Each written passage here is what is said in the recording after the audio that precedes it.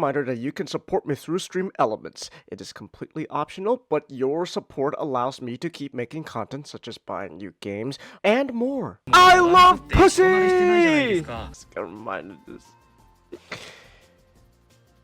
Hot? What do you mean? You did not just say... Okay. Sure, Chelsea. Alright. Okay. I guess, I don't know, that's the first time I've ever seen anyone say Hillary Clinton was hot, so... Oh my gosh.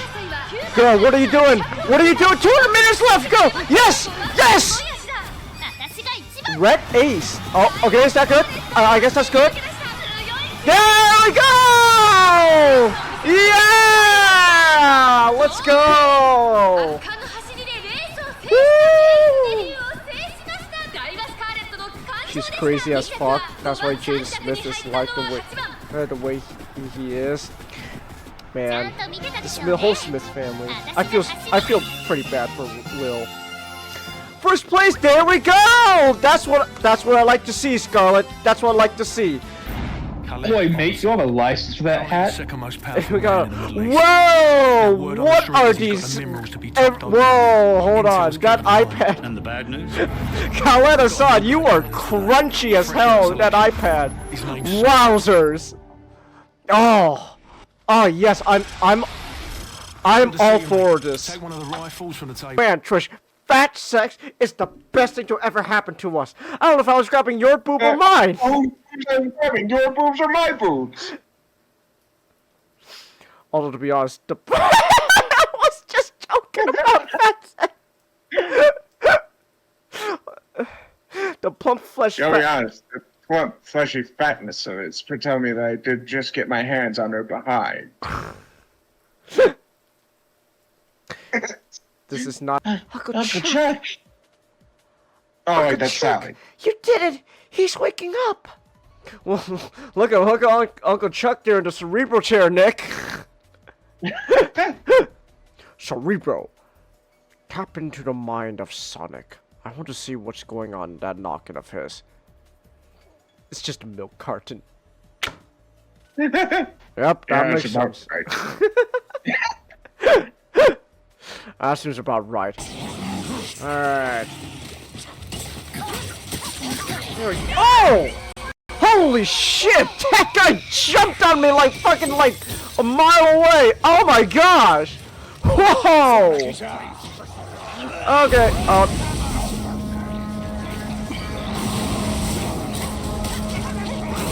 actually, will it let me leave? Seriously? Seriously? Oh. Okay. Yep, bye, Trish. Yep, bye, Trish. Yeah, you know what? Fuck this. Fuck everything. I'm not gonna come. No. I've had fucking enough. Alright. Wait, oh shit, are we actually leaving her? We're fucking done here. No words are said. Is that it? Is that it? No words that day and not. Oh my gosh, that's just how it ends! that's great! That's just how it ends, Nick. It's just, nope, we're done. See ya. Alright, bye. Now, no worse that day and not the next. Oh, I can make this work. Hey, you want to see me reenact that time one of our kids fell off the building? That's... Be advised, we have a confirmed nuclear threat. Nuclear threat. Teams are on site and attempting to disarm. I repeat, everyone hang on!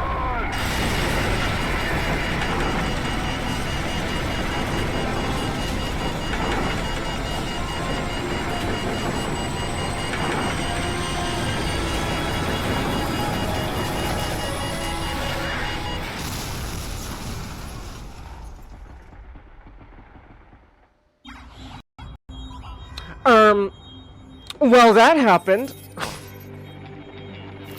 I'm gonna kill myself for saying that. Oh.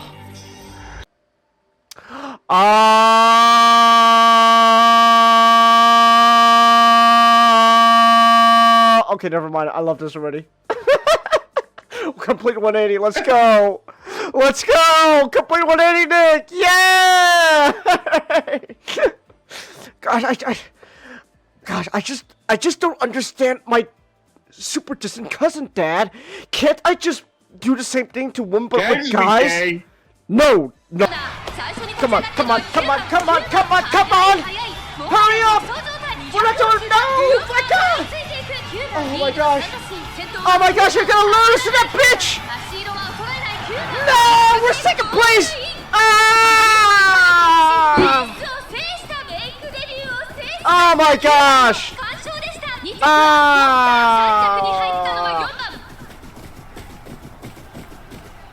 We're second place. It's fine. It's fine. It's not fine, but whatever. Whatever. It is what it is. It's not fine, but whatever. Stop us! We're the Uber's right! Uber's right! Hush, Marcus! Now! We're the Uber's right 5, and we'll stop you! I guess we just jump? Yeah, alright. Alright, here they come. I like the hammer. I like the flail. Oh, whoa! Why is that guy just flying? What? Wait. Imagine. Oh, okay. Oh, we're doing weird. I don't know. The only mark she left on permanent left me was this. What should I call it? Insecurity? I was exactly. Oh my gosh! So it just ends, and we literally just end being a bitch, Nick. That's so sad. Like, we just abandon each other, and then Anna just reverts to being a little bitch. Oh man, I'm so insecure. I hate my life. Am I a bitch? I was exactly the most open and social person to begin with, but after Trish was through with me, I couldn't really trust anyone again. I had this idea that every girl I met had some. Oh my gosh, we're an incel, Nick! Let's go! All right, disturbing content notice. Should I skip this mission? No, we're doing it. No. Because I said in the beginning, I feel this is actually legit integral to the entire game. Well, it's the most important aspect of the game. You know, it's like, Yeah. This is how the events get kicked off. Arguably the most important part of the next 2 games. That's true. Yeah, it's true. All right, here we go. This is it, guys. This is it. Exactly, SGT. Yeah, I know his name sounds really familiar to SGD. All right. No, Yeah, I'm sorry, we're gonna have to get a copyright claim. That name is too close to SGB. These bastards. Oh, these bastards. They won't let me do friendly fire on Makarov. Oh, yes, You Jason. really underestimate how powerful these Sonic characters are, man. Oh no! What? Are you saying even fucking Cream, the bunny's gonna be able to kick Jason's ass? Actually, yeah, probably. What? Yeah. How? She's just a kid. Yeah, her first adventure was Sonic Advance 3, where she was literally the most powerful character in that game. What? Yeah. Are you saying my goat Jason is washed? In the Sonic universe? Yes. Okay then. In the Sonic universe, this man is watched. 7th place? No! Fuck up, please! No, go! You can't do this to me! You can't do this to me! You can't do this to me, go! Please! Oh! Oh! Velocity went up? No! It didn't do much! Wait! Yes! Yes, girl!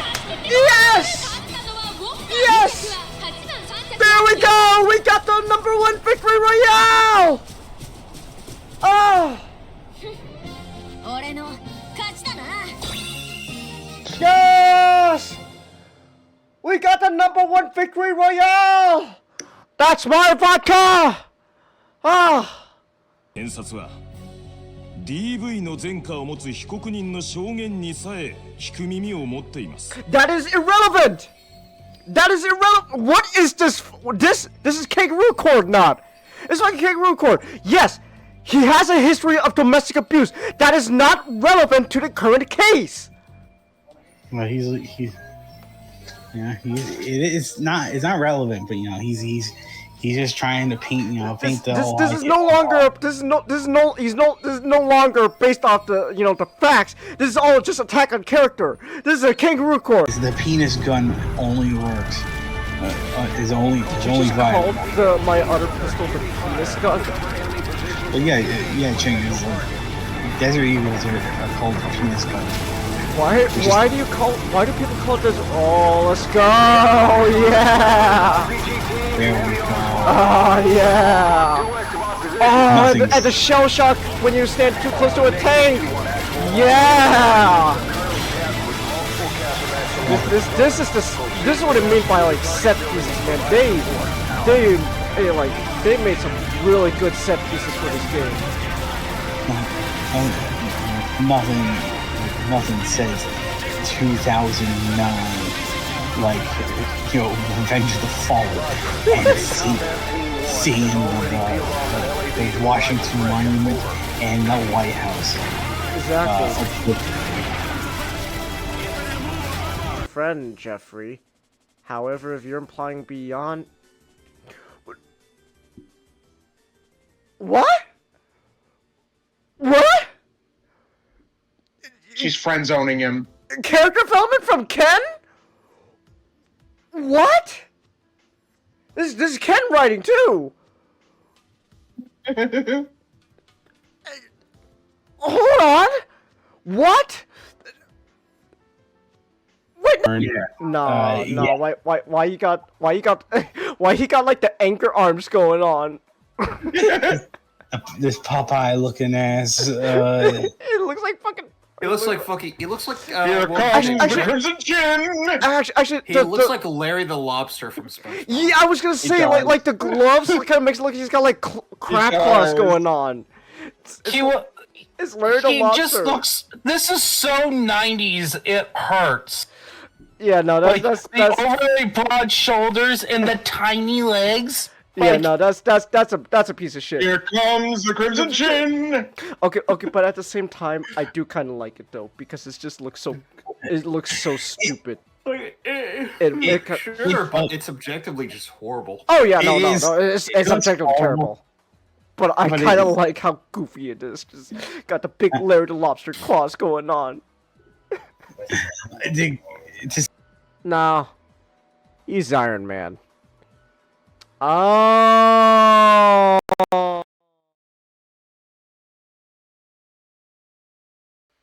Yeah, I had to ask about the Odyssey and the production design. Let me tell you something about Odysseus.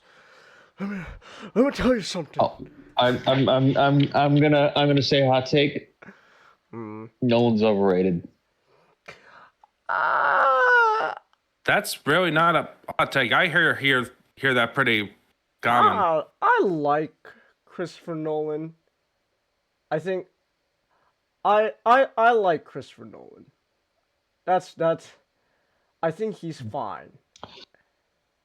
I think this movie probably at best is gonna be okay. I don't think not gonna be even a. Hold on. I don't think you hear us, Chelsea. Okay, that's good.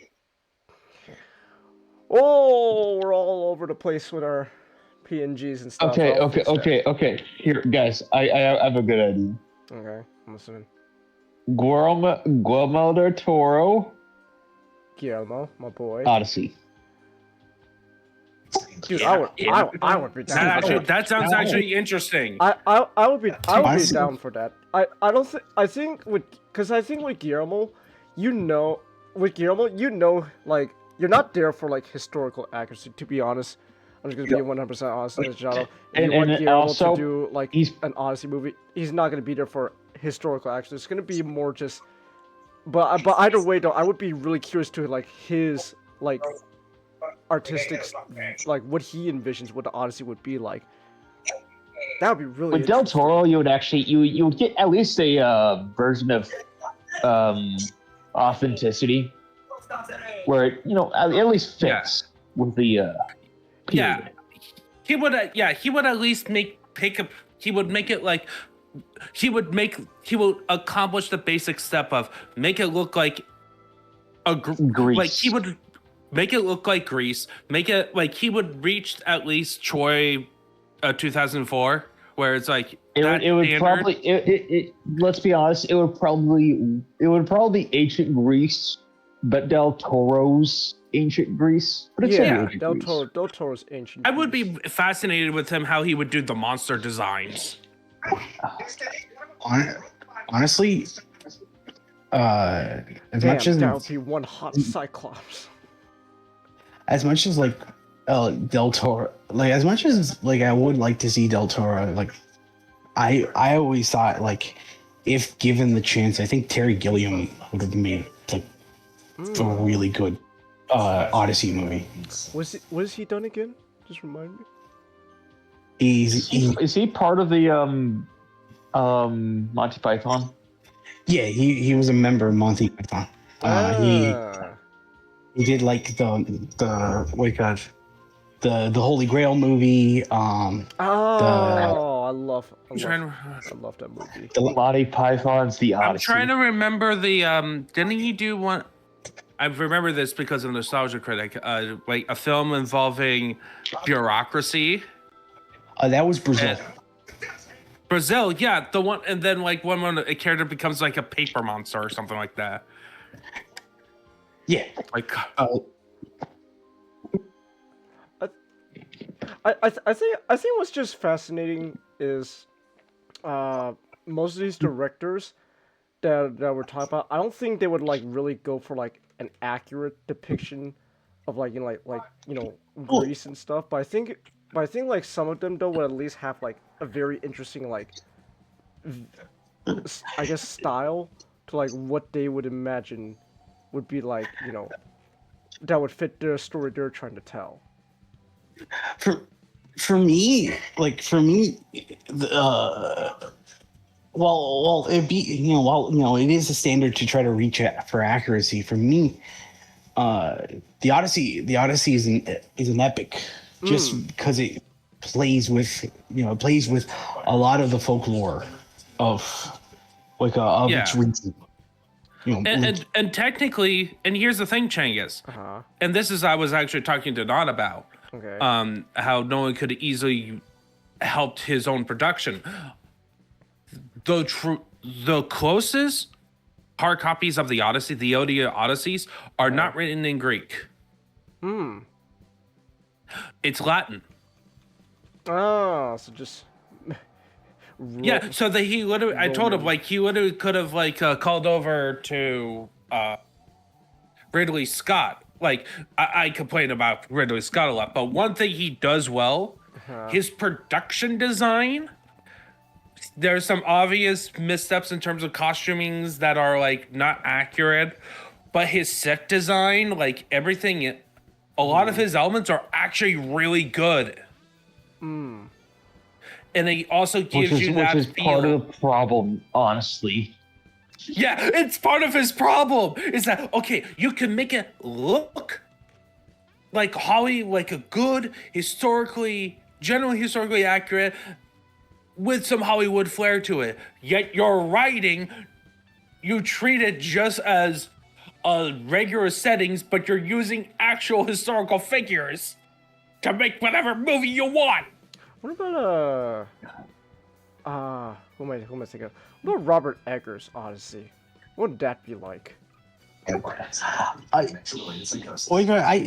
would work. Yeah. Because what I like from what I've seen, like from the original trailer of the Odyssey, that I actually was hoping that it would have turned into was like kind of something that like like a story that kind of plays with its legitimacy. Like you you hear something, you know, like yo, you hear the Odyssey, and you hear so like grand things about it. And it's like, you know, you're left to wonder, like, did like Odysseus, did he, you know, like, did he stumble upon these grand things, or did he just stumble upon equivalents that only people can describe them as? Like,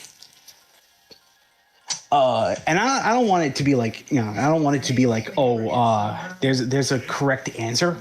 Just like it's a fun, you know, like, it's fun coming up with the audience coming up with what they think.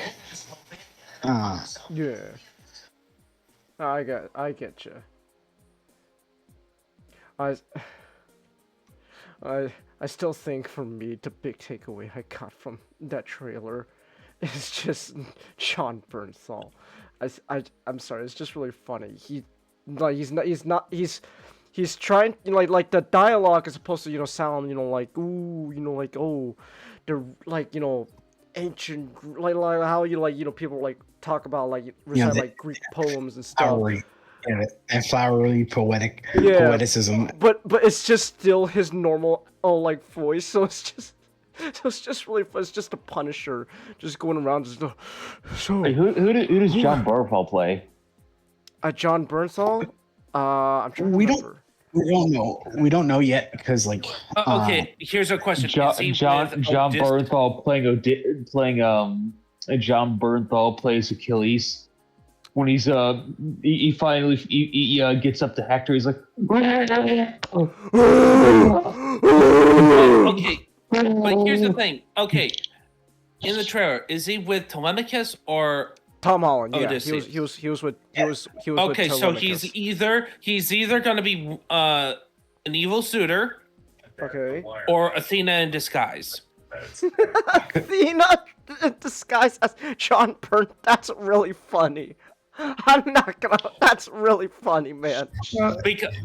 Because Athena did disguise herself as like a older man. Yeah, I think it was one of Odysseus' mentors.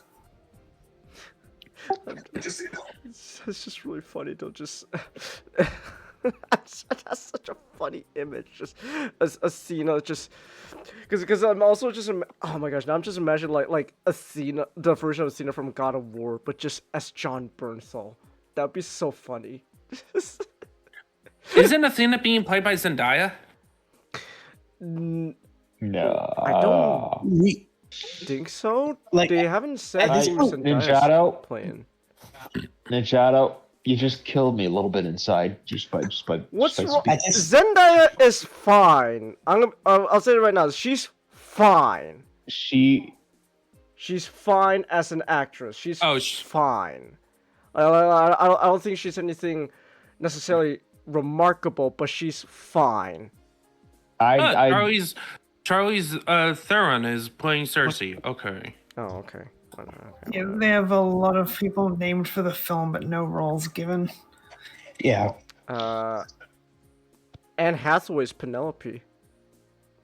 So, or Penelope. Okay, so we got Dwayne Johnson's who played Athena. So we had Lupita Nyong'o. Nyong'o. Yeah, Nyong'o. Okay. So. Oh, and we also have Robert Patterson. Oh yeah. Yeah, my boy Robert. Okay. I'm so happy. I take Robert. Wait, is Robert Pattinson a part of the crew? I don't know. The ship. I don't know. We don't know. Well, we've had set photos of them, so of the crew, so we should know. But okay. We have. We had a few Odyssey movies. Why not doing the Aeneas? Okay, there. Oh yeah, people are gonna complain about this film. Oh yeah, yep, people are gonna complain about this. Why? Who else is there? I should know. About. It's diverse. Okay, whatever. Like, I do like, out of this entire list, I can spot it just right in the middle. John Leguizamo. I'm like, John John Leguizamo in the Odyssey. I want to see it. See what happens. I don't really like people are gonna complain, but who cares? Like, Yeah. Nolan is not giving a crap about even his historical authenticity. It's Nolan's take on the Odyssey. I think at this point, really, just the big thing is for me, just I can't speak for the actual film because it hasn't even come out yet. But like, just for me, biggest thing is Nolan's vision. Gonna be honest, kind of looks a little boring. Yeah. No, that's my thing. I'm not gonna lie. I think it just kind of looks a little boring, a little bland. Like you got everyone like wearing the muted color gray because how else will you take this super seriously, guys? Oh, it's a serious story. It's kind of no one with the Batman. No, like, oh my, Nolan's movies aren't bad. I just want to preface that I don't think most of the movies I've seen from him are bad. I think like the most telling thing is just like from like looking at the Odyssey trailer, from looking at like the trailer of Oppenheimer, like there was so Oppenheimer just had such an energy to it, and then like, with the Odyssey, it kind of just feels like it's trying to bank off of like a mystery, but like the mystery is that he's making a movie about the Odyssey. Yeah, it's I'm just the thing for me. Yeah, again, that's my main problem with it is like, look, I can complain about Zack Snyder's 300, but you know what Zack Snyder's 300 has? Well, to be fair, part of visual style was also because of Frank Miller. So, well, yeah, but and you know what? Frank Miller was also, what Frank Miller was inspired by? Partly? The 300 Spartans. Yes, but also Greek art. Oh. You know what ancient Greek arts love doing a lot of the time? Do tell. Silhouetting. Well, portraying some of their warriors with a sword, shield, helmet, and butt-ass naked. Real on their faces. Real manly man shit right there, boys. That's what like some of it is doing the historical accuracies, but others they do that like because they were obsessive with the male form. That's true. But here, I also think that the 300 in Miller's dark for a dark fantasy fantasized version of history, it works. It works in that with that concept. Now his Xerxes on the other hand is stupid, but it's silly, but I don't mind. Evil, weird, despotic, giant, whatever. It's fine.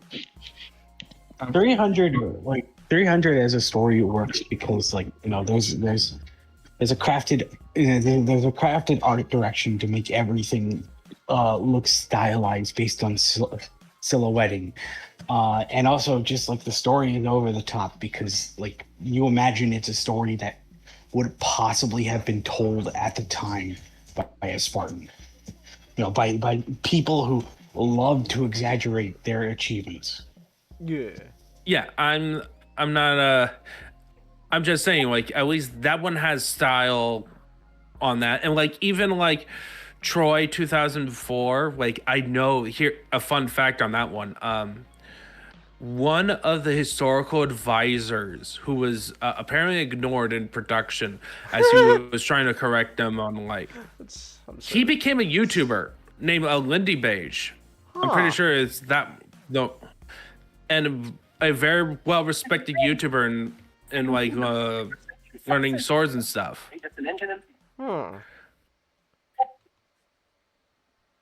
Interesting.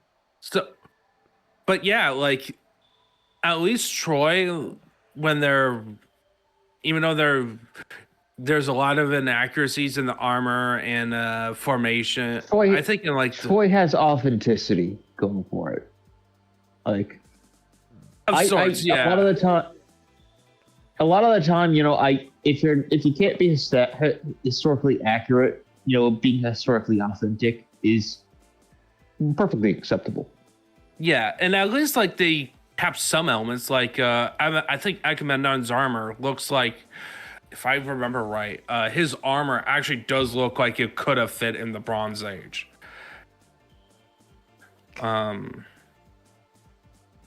Yeah. Let me see. They have people coming in with this full on wacky bronze armor, and the average person's, what is that? And then it shows a text on screen saying, "This is what these people actually wore." Yeah, like I'm looking at it right now. Like, yeah, some of the outfits is like no, but some of it is like okay, that was okay, and like at least it gives a style. At least it gives like something. It's like a lip service to. I get it. I do hope eventually they show more with the Odyssey, like not just pictures, like another, like either they put another trailer out, or you know they just put that one they put in theaters online already. Because I think at this point, right? Because when is this movie supposed to come out? Like sometime next year, right? Right? Yeah, July. July. So like I feel like now's a good time to start promoting. Like they don't have to overdo promoting. Like if that's what they're worried about, like overexposure, just put out like some more stuff to give people a better idea of what we're dealing with. But I mean, either way though, I don't think Christopher Nolan's movies are bad, at least the ones I've seen, and so I'll give it a shot. I'll give it a watch. I'll give it a benefit of the doubt. Maybe it'll actually be good. Who knows? I liked Oppenheimer, so hey. Look at this dude. Look at this dude. Yeah, okay. Look at this dude.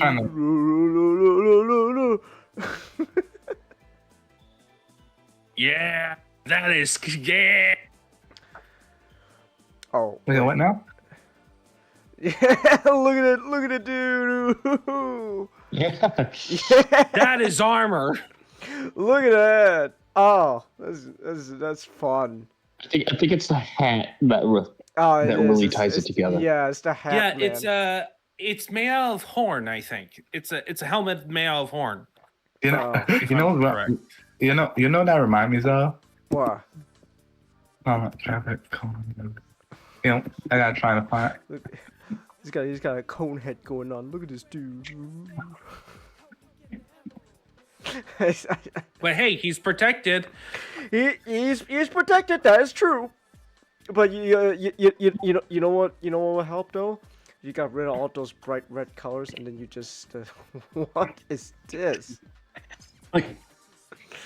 What is going on here, Conehead? Look at you, buddy.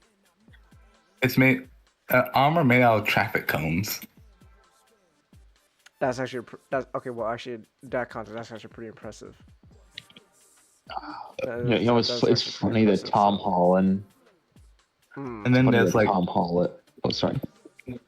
Oh no, keep trying. I'm trying to find. And then there's this big boy. was this about Tom Holland? It's funny that the man. I remember that. It's funny that Tom Holland is almost 30, yet he continuously looks like he's 15. I know. Boy needs to grow some damn facial hair. It'll help him a lot. It'll help him a lot. He's just gonna look like a kid that is growing facial hair to try to make him look older.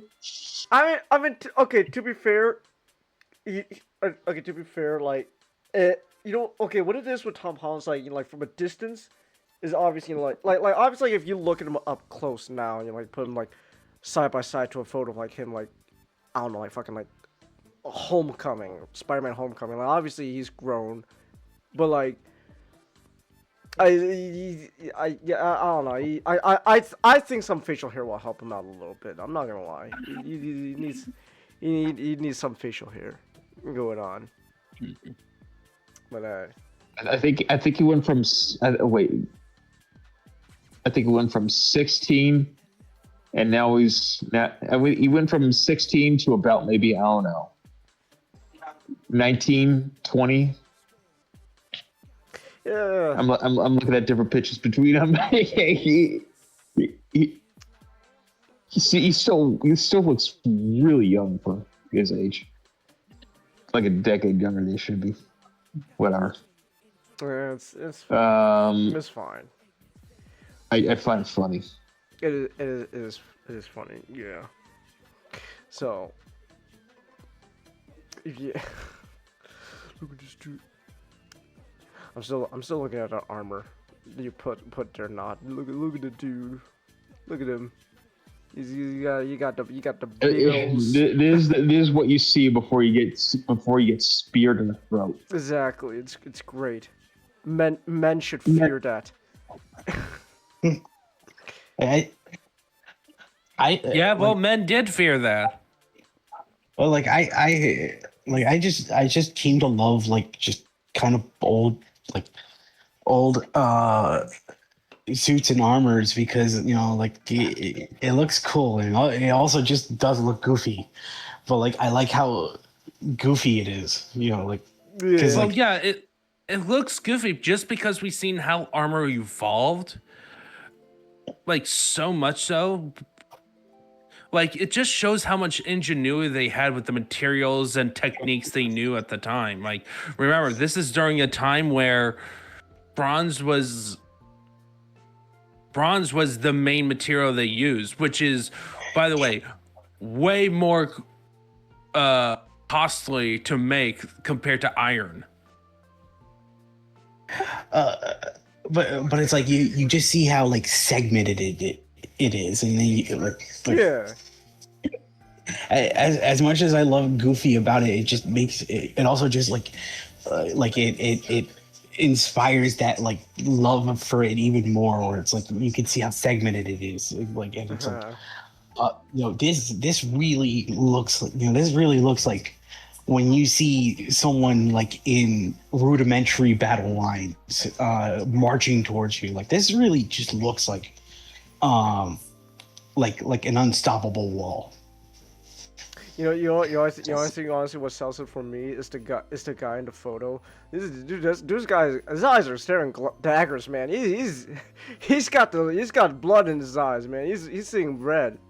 He looks like sure, distance looks goofy, but I think what kind of helps is big old spear coming at your throat. Just saying. Oh, look at these dudes. Look at them showing off their biceps. This is from Acadia, which is Mesopotamia after the Sumerians take out around the Tigris and Euphrates. So I see find it funny that they put a circle on their chest. Yeah, that's really funny. Sorry. Yeah. No, look at it. It is. Look at those dudes though. Just all out exposed. They don't. No amount of arrows will stop this dude. He could tank it. He could tank it. Well, this is like old You're trying to Sumerian, a picture of a Sumerian warrior. Like, who needs armor when you have a big shield? Yeah. Yeah. Like, But like, also you know, you're being- they like they got like the biceps exposed and stuff. Dude, look at that. He's got like a pelt going on for like a skirt. Look at him. Yeah. And also, if you notice that, I'm noticing it too. His cloak has like little studs, armor studs on it. Yeah. Yeah. Oh, Yeah. I thought that was a print. Sort of like a leopard. No, you could kind of see, Yeah. kind of see it pop, like the shine on it. It's like popping out. So These are really neat pictures, Ninjago. Yeah, I'm just looking it up. Like, these are a lot of these are from old history books back in the day, like and probably wargaming magazines too. Historical wargame magazines tend to commission imagine. as part of their artwork. But oh yeah, here's that Hittite charioteers. okay, charioteer. Look how cool these guys are. Oh, okay. Yeah. Look at that dude with a shield. He's wearing bright orange and like. The face of what is that like? Kind of like a blue or something. Like he's Okay, just, wait. How he's did it? just sticking out there, going yeah, that's right. Yes, you can see me. yes, Matchstick. It's a 3-team chariot. Yeah, that's what they were. So Oh essentially, no! I was about to say, this is the face of the people that are going to get genocided by the. Oh, okay. No, not What? by the Assyrians. Oh, okay. Dude, look at it. Look at that. They put the studded like little like. no, these pelt guys were thing on. taken out by the sea peoples. Hold on, but they. Oh, okay. Can I just? I was confusing them with the Elamites. Can I just say though, they got the like that studded like pelt going on thing for like headwear for the horses. That's fun. That's cute. It's like we got. How do we protect our horses? And they just wrap the thing around their head and then like cut out holes for their ears. Like, here you go, boy. Go stomp on people with your hooves. Oh, look at that! Look at a good boy. Look at these boys. Here's an image of Mitanni, the guys who did get their butts whooped by the Assyrians. Okay, look at that. Look at that goal, man. Damn. Like that's really like just No, that's bronze. By the way, it's not gold; it's bronze. Oh, it just looks. It's like color to look like gold. So. I love the blue and white. No, bronze is actually like that. Oh. Okay. Yeah. Bronze only looks darker with the absence of light. Like when you shine light on bronze, like it shines almost as brightly as gold. Ah, okay. Look at it. Look at that. They got like these like little flaps to like protect the horse's eyes. So you don't so, no looking sideways. You only look forward, horse. You only look forward, and you. Yeah, and like the flaps are also like they're also meant to Yeah, it's protection. Well, not just protection. It's to prevent the horses from getting scared. All right. Yes. Don't worry, horsey. You don't have to look at the scary battlefield. Just keep going. Just keep going straight. Like I like this combination. You got your archer right there. You got like your spearman right there, and then you got the driver. Yeah, with the whip. Though, if he was a good driver, he wouldn't need to whip. The horses would just do the job for him. If he was a good horse owner, don't you know? Don't you know? Don't you know? I've learned that a good horse owner doesn't need to whip their horse all the time. Yeah, I found a picture of a bronze bell and it has a very gold-looking coloration. Oh, yeah, I see that. Yeah. Look at that, dude. Look at that. They're just charging through that army. Who are these guys? Just all in black. That's. So on one side, The chariot is the Hittites, Uh-huh. and then the other side is the Egyptian army. Huh. Some of their units, I think they're supposed to be from Nubia, which is south of Egypt. They were further down in the African subcontinent, and they were constantly at wars. In fact, actually, Changus, Yes. the song of Cycle of Songs, it mentions the 9. Huh.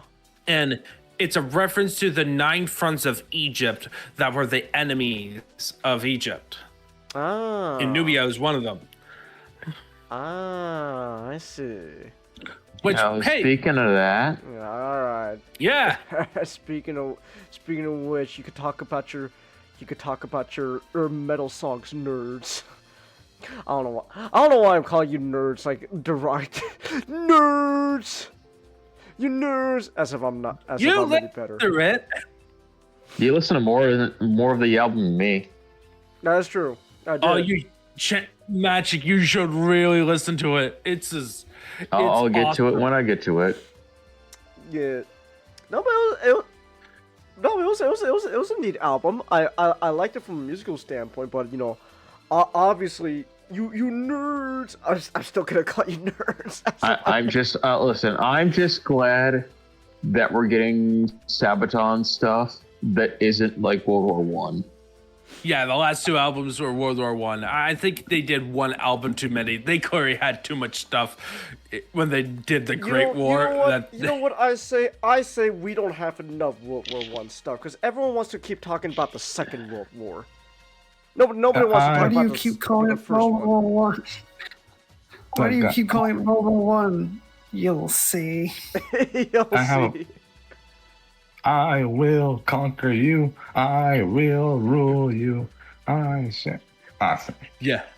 Yeah, the Napoleon song "I Emperor" it's such fantastic. Yeah. You know what Sabaton should do? What? This is trying to make songs about fictional battles and fictional wars. Well, here's the thing. I would rather have them do a whole album on. There is still topics in history that they need to cover, like Battle of Kadesh and Megiddo. Megiddo? So, yeah. If Megiddo, the Star Wars planet. Oh my gosh. No. No, No, you know what? You're an even bigger nerd or comment for mentioning Star Wars. Get out of here, nerd. We're talking about history. Get out of here with your Star Wars.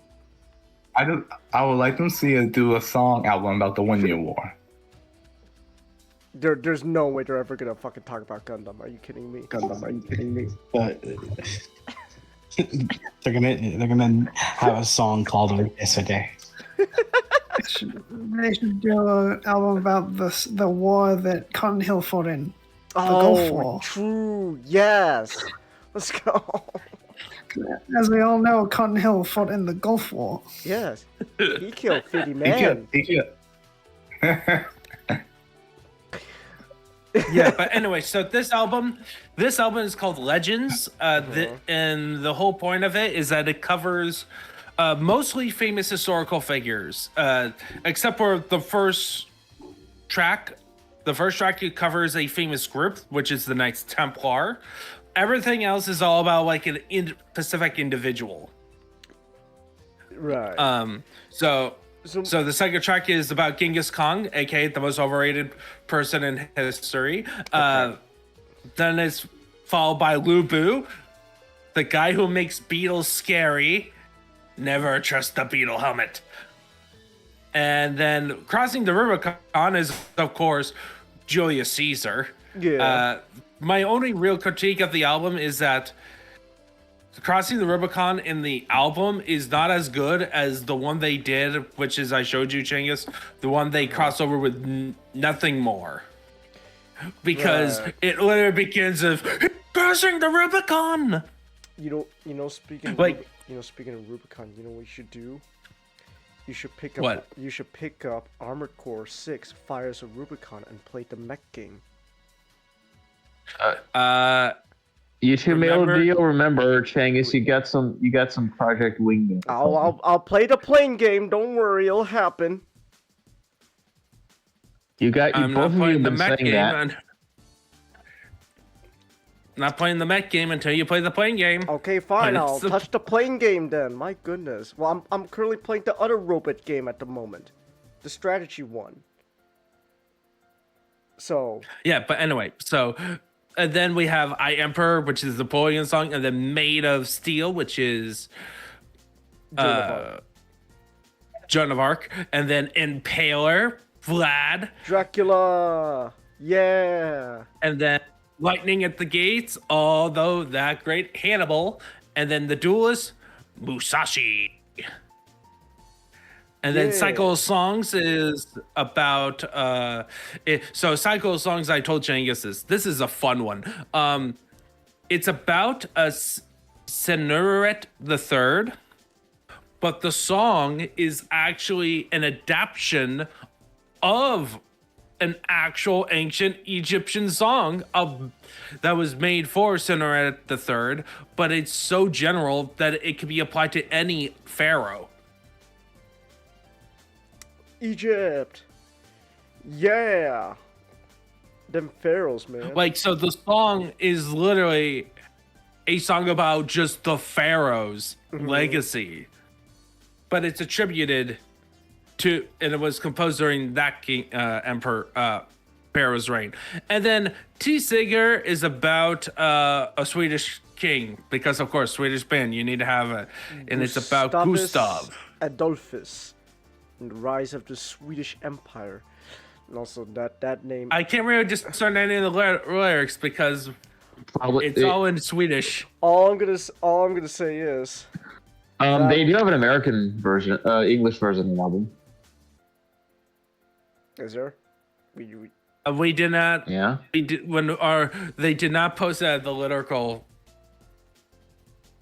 on for the lyrical video that we did the well, there's English listening to the lyrics, like, but that's like people translating it.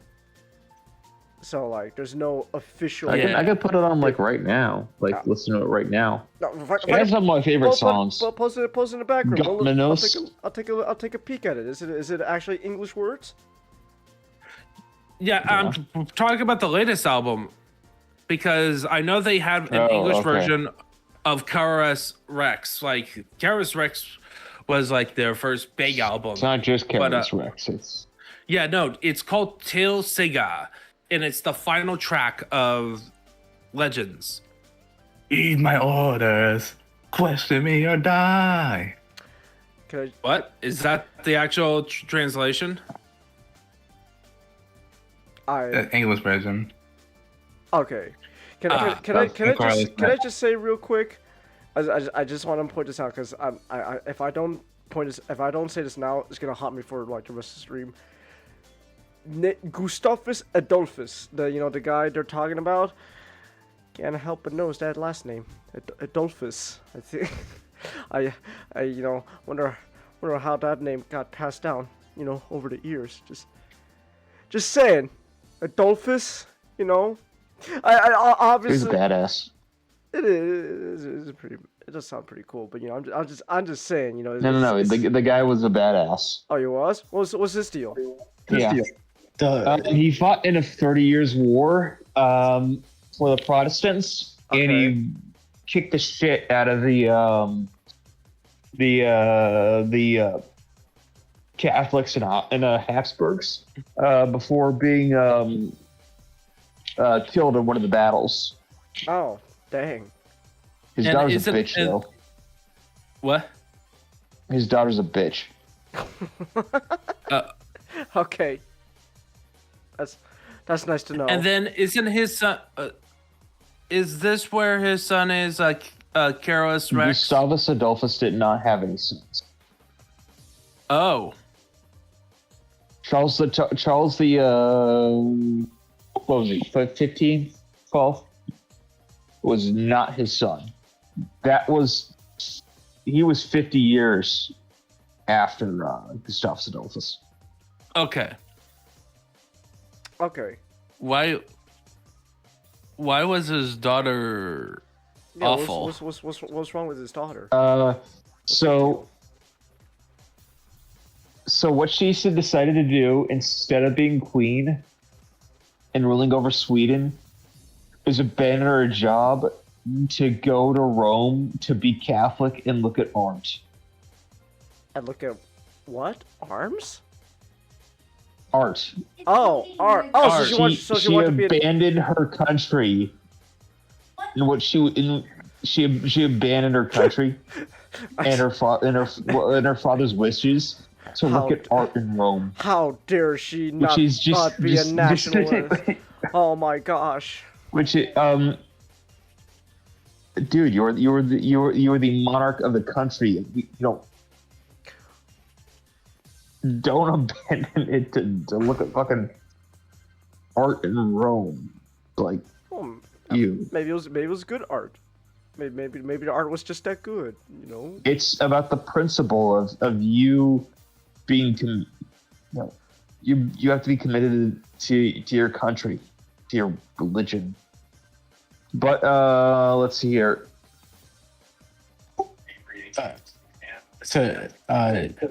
It was Charles X, Gustav, who was Charles X, who was this successor after Christina left. I see. Was he a cousin or something? I imagine, but I. Okay, his parents were German. Oh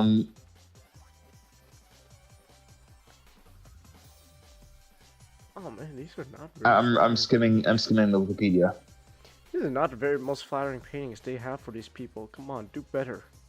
Do better. Hold on. Okay. He was the husband of. He was the. Wait. It looks like he was a potential husband of Christina of Sweden, who was the daughter of Gustav Adolphus. Okay. So like the reason he became king was he was meant to wed, but she objected.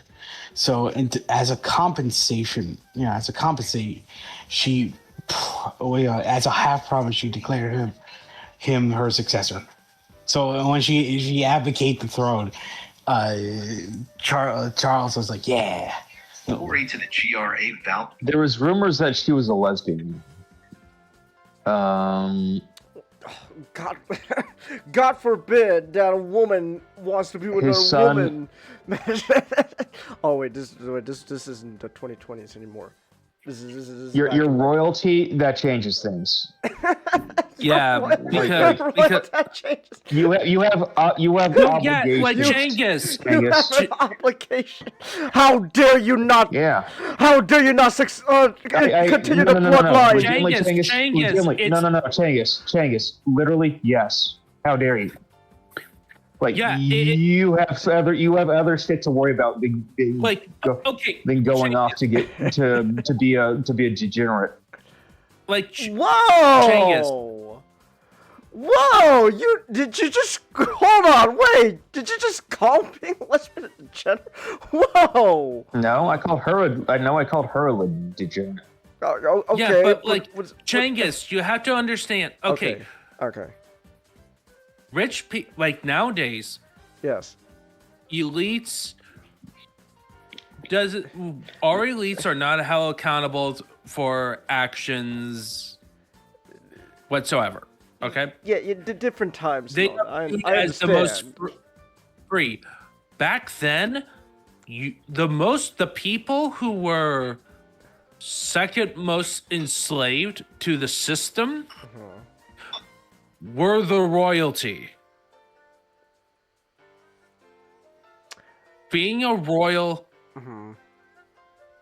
sucks because you can't marry just willy-nilly. Right, you have no say. Yeah, you have, because it's all about when you become king, you have one. Your main job is for the stability of your realm, and one of the things you have to do to secure your realm is to have children. There's a reason it worked why. out. So sorry, but it worked out for Christina of Sweden, but it easily could not have. But just up and leaving your entire country could result in civil war and getting a lot of people killed. It's really irresponsible. I see. It worked out, but it easily could not. You don't just do this stuff like you have a job. You are the monarch of Sweden. Oh. Yeah. You Hear me out. What if God said otherwise? I'm just saying, like, what if, just saying, what if Lord Almighty... You had to get permission from the Pope. But we're talking about Sweden, who was... Protestant. No. Well, I was about to get to that. That you can't use that excuse, like, for royalty. Only from permission from the Pope you can do stuff like that. But this is during a time where it's very important about what type of religion your state is, and Sweden was Protestant. They did not like particularly popes. chaotic. Yeah. All right. Not to mention, this is during a particularly chaotic period in history. The 30 Years' War. Yeah, I get that. I'm just saying, like, you don't need the Pope's permission. I'm just saying. Ton of people dead. Right. Goes off to be a degenerate. Works out this time. Easily could have ended up with you keep tens saying of thousands. degenerate. What does she do? That's so degenerate. The entire act of just going off to just look she at abandoned your duty. country. Okay. She abandoned her country. Okay, to look at art in Rome. say That is a degenerate act. Yeah, but no one uses the word degenerate nowadays for those type of stuff. And like nowadays, when you say degenerate, you think of something like, I don't know, like is she a whore or something? So I just want to mention something completely different. Like, not only did she left her country undefended when a growing Eastern Orthodoxy was just like looming over the corner. Yeah, but like, all right. That's all right. I disagree about that. Russia wasn't. Look, I don't think Russia was in a position. Okay, look. The point I'm trying to make, is I understand what you guys are saying. It's just we live in modern times, and me just subconscious just applying modern standards to a time where those don't apply. It comes off a little like, dang, seems a little harsh, for like today's standards. Obviously back then it was different, but also just it is the equivalent of not going to work so that you can smoke all the cocaine all you want, and you might have one year and you might.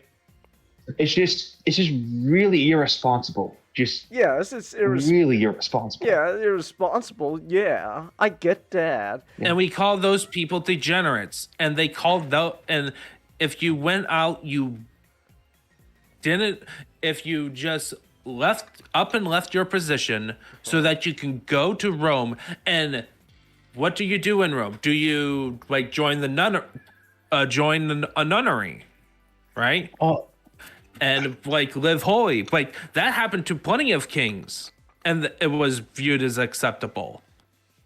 Another thing, imagine how embarrassing you must be to your own country. You left them to roam, your mortal enemy, to look at art. Other monarchs are going to be a looking at it like, noble. what is wrong with it? What is wrong By the with way, this? by the way, you're doing. I'm assuming, Magic, she was still out running around like a nobility. I don't know enough. What do you mean by that? You know what we need now? Like, so she was still viewed as like a noble. She was treated as. I don't think she went into enough. No. You know she didn't have any children. She had children? No. Okay. She did not have children. Oh, okay. Alright. Whatever. You know if she had a child, that child would have been king. You know what we need now? We need Sabaton to make a whole album that's just diss tracks, but towards historical figures that are looked down upon. That would be hilarious. Released on April Fool's Day. Exactly. Like not even April Fool's Day. Just straight up, just like a full ass album that's just dissing certain historical figures that people just unanimously agree, like, yeah, they were pretty bad. Or they were pretty hilariously bad at their jobs. Yeah, it's like I think it's funnier just to do the hilariously bad for their jobs, like incompetence. That would be more hilarious. Yeah. Oh boy, we're gonna get more World War One stuff. They're gonna do Nicholas stuff. A time album about the. Well, you know what? A time album about the Heidenbergs. The Heidenbergs?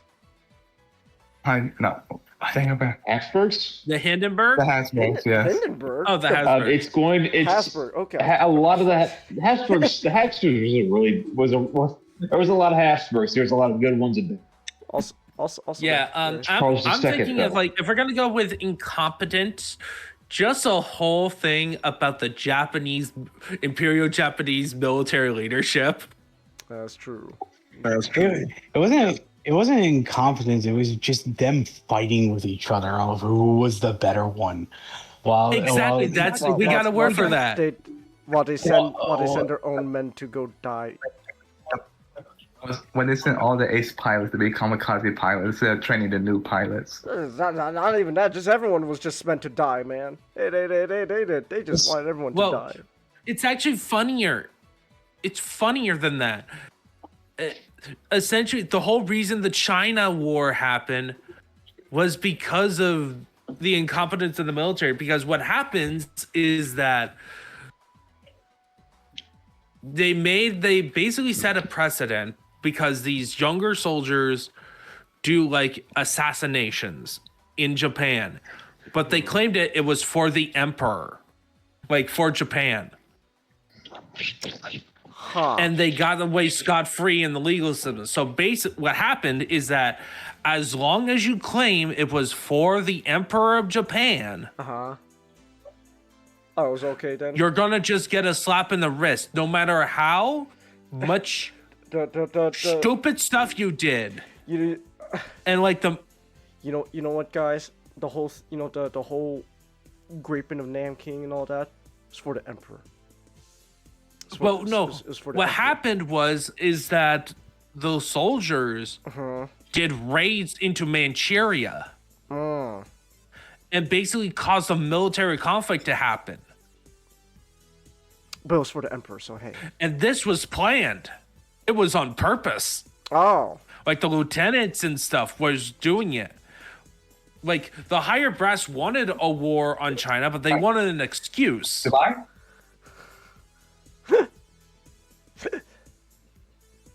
Warmongers, man. So better excuse than to invade Manchuria. Warmongers. Yeah, it's hilarious. Like, so it's gonna be a whole. You know what? There's gonna be a whole album then, just dedicated to Japan. That would be fun. There's a whole. Like, there's some cool stuff about Japan and some goofy stuff. And then the song and the whole album ends with a cover of of fucking Godzilla from Blue Oyster Cult. Cause why not? What about all the song about all the? That's like a comedian song about all the. All the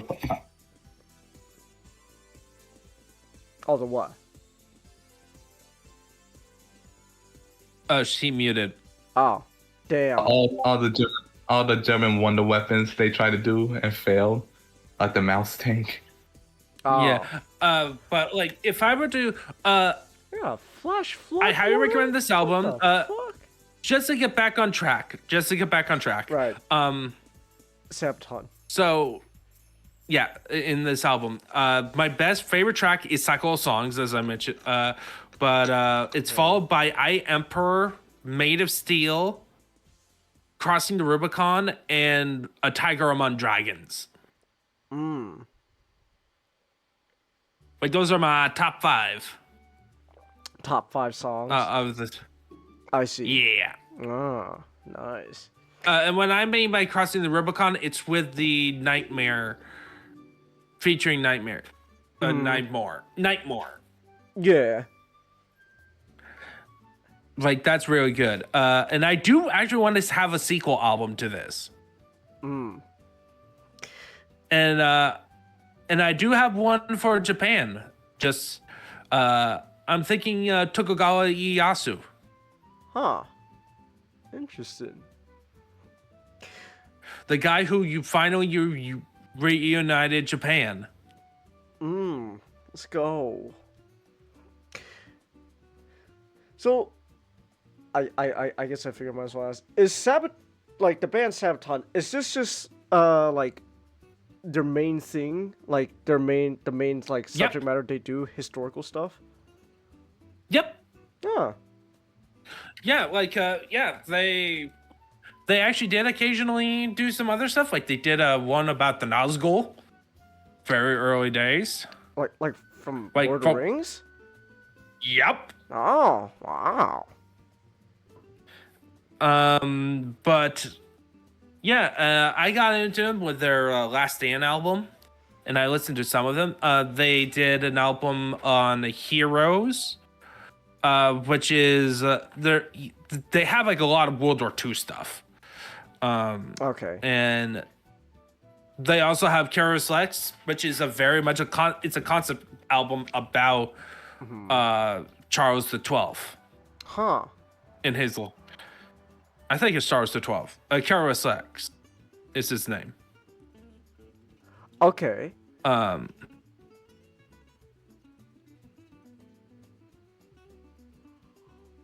Yeah, it's really like the band. Like Last Stand is my second. Is probably my favorite album, and this is competing or maybe even better than The Last Stand. Wow. Okay. I see. Yeah, and then Heroes has some really good World War II ones. World War II themed ones. And that one focuses a bit more on individual heroics of people on both sides of the conflict. Oh, I see. Mainly in Europe.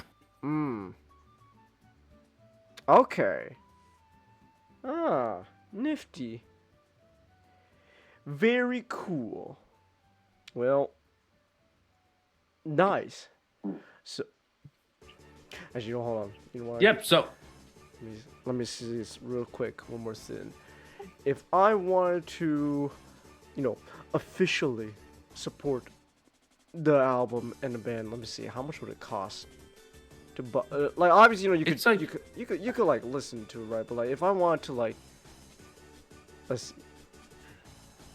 It's there's it's like $10. There's a physical sale on Amazon right now for a CD. Oh yeah, $15 for usually $15.98, but now it's $13.29. So you get like for like and then over $13. And then they have vinyls if you're into collecting records and stuff. Yeah, so there's that, and then you could pay $9 just for the MP3 file off of Amazon. Oh, Also- through Amazon also Bandcamp. Music. Okay.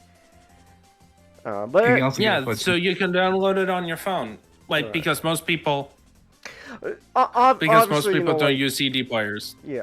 Obviously, you know, the most, you know, most people now just, You you know, use your the streaming service of your choice. You know, YouTube Music, Spotify, whatever, and all that. So yeah. So there's that. But hey, there are options to get physical versions of the album. Just saying. And the album cover is cool looking. It is. Yeah, it does look pretty. They're on Bandcamp? Oh. $10 on Bandcamp. Yeah, like. Huh. Yeah, something came up. I gotta go. Oh, okay. All right. Have a good night. Bye, man. Have a good night. I'll probably be back later. You'll be back later? Be back later. Alright. Yeah. Alright then. Oh, that means we can skip over to Gundam Seed then. We can skip over. We can skip over. Yeah, let's go. I'm so excited. All right, guys. I'm so ready for another hour. I'm so excited. We can skip over to Gundam.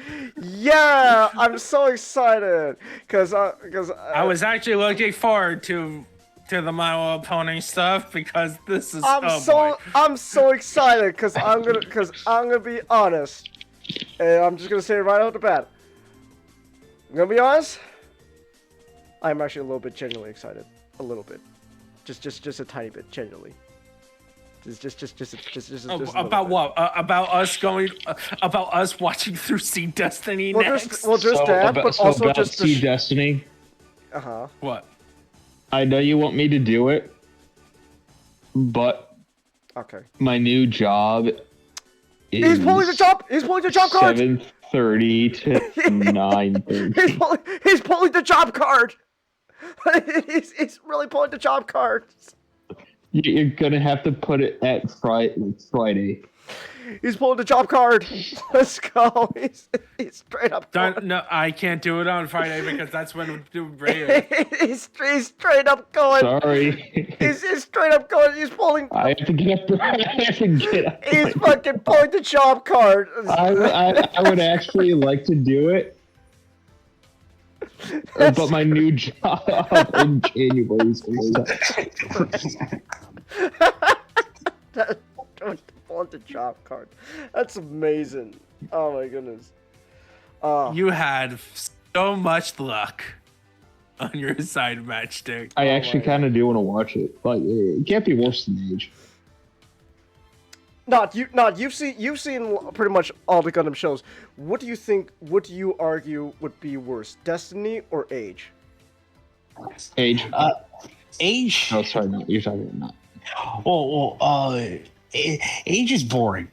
Like, that's it is just really boring. Like Destiny is catastrophic. Oh. Like there's just something, you know, like it's a rising action that nosedives right into. That's beautiful to hear.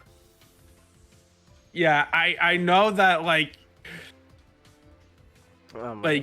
Shin had potential, and then Kira gets involved. My boy, And Kira, yes, the Messiah. Let's go. It's like, oh, like we have this Zeta-like story with this character who has motivation and a drive to want to do what he did, and then the people complained, and then we got the resurrection. Really? Yeah, because I haven't seen the show, of course, but That's apparently amazing. they didn't like his attitude. And that's fucking amazing. And clearly he didn't have a hot other boy, so the Fujoshis were mad, so they decided to bring back Kira. And then what they did is Shin goes, you know what? I'm gonna join the bad guys. That's fucking amazing to hear, man. The people didn't like Destiny. Oh, that's great. Oh Oh, let's go. Oh my gosh, I'm so excited for Destiny. They said that, they complained about Shin, that they said that on the 3rd episode he shall rise again. He shall rise again. Oh, let's go. It took him 3 episodes. I'm so. No, I was just making a joke of the third day. I'm so excited for Destiny now. Oh my gosh, I'm so excited because okay, basically, right? The whole point of this, right, is I started rewatching Gundam Seed, beginning of the year, right? And I actually and I actually did finish it like a couple weeks ago. So I've been meaning to talk about this for quite some time now, but I just didn't for sake of time. Because you watched Frankenstein and you wanted to talk about Frankenstein. Yes, because Frankenstein is legitimately a beautiful movie. Absolute cinema. Oh my gosh. And I'm not gonna lie, I am jealous of you. Not that you get to see it in theaters and all that. And you too, SGD. I'm jealous of you too. You bastards. I'm back. Oh, welcome back, Comet. We're talking about Gundam. Dog. We're talking about Gundam at the moment. My dog ran out. Oh, my dog ran out the front door. Oh shit! Did you find him? Yeah. Oh, okay. Yes, I ran back in. Oh, okay. Oh, that's good. That's good. Oh my goodness. Whew. Okay, that's a relief. But right now we're talking about Gundam. So basically, I was saying I started rewatching this since like the beginning of the year. Actually, probably even before, maybe like sometime last year. I don't remember when I actually started rewatching the show. I just assume it was like the beginning of this year. And because essentially I was just pestering you about like, okay, when are we doing See Destiny? Where do we see Destiny? And you finally decided, oh, I don't remember much about Gundam Seed. Because I legitimately didn't. Because the first time we ever watched Gundam Seed, just like probably like by the 3rd episode, I clocked out. I was just not interested. I clocked out. I was just done. Just no. No, you clocked out in about the episode 12, but the desert. As soon as it got to the desert where you... I'm not... You really clocked out at the desert? Like... Desert arc painful, man. Wow, because we were constantly joking and you just went, I don't care. I don't care. And then we got into some... Point being, you laughed when the popcorn scene. You laughed at the popcorn scene. No. Like, but point was, by the time the show ended, it was all just a blur to me. I clocked out. I just was not interested. So if I was gonna if we're gonna do Destiny, I need to actually know what the show is going to be following up on. So I want to actually decide to actually legitimately pay attention to Gundam Seed, even if it hurts me.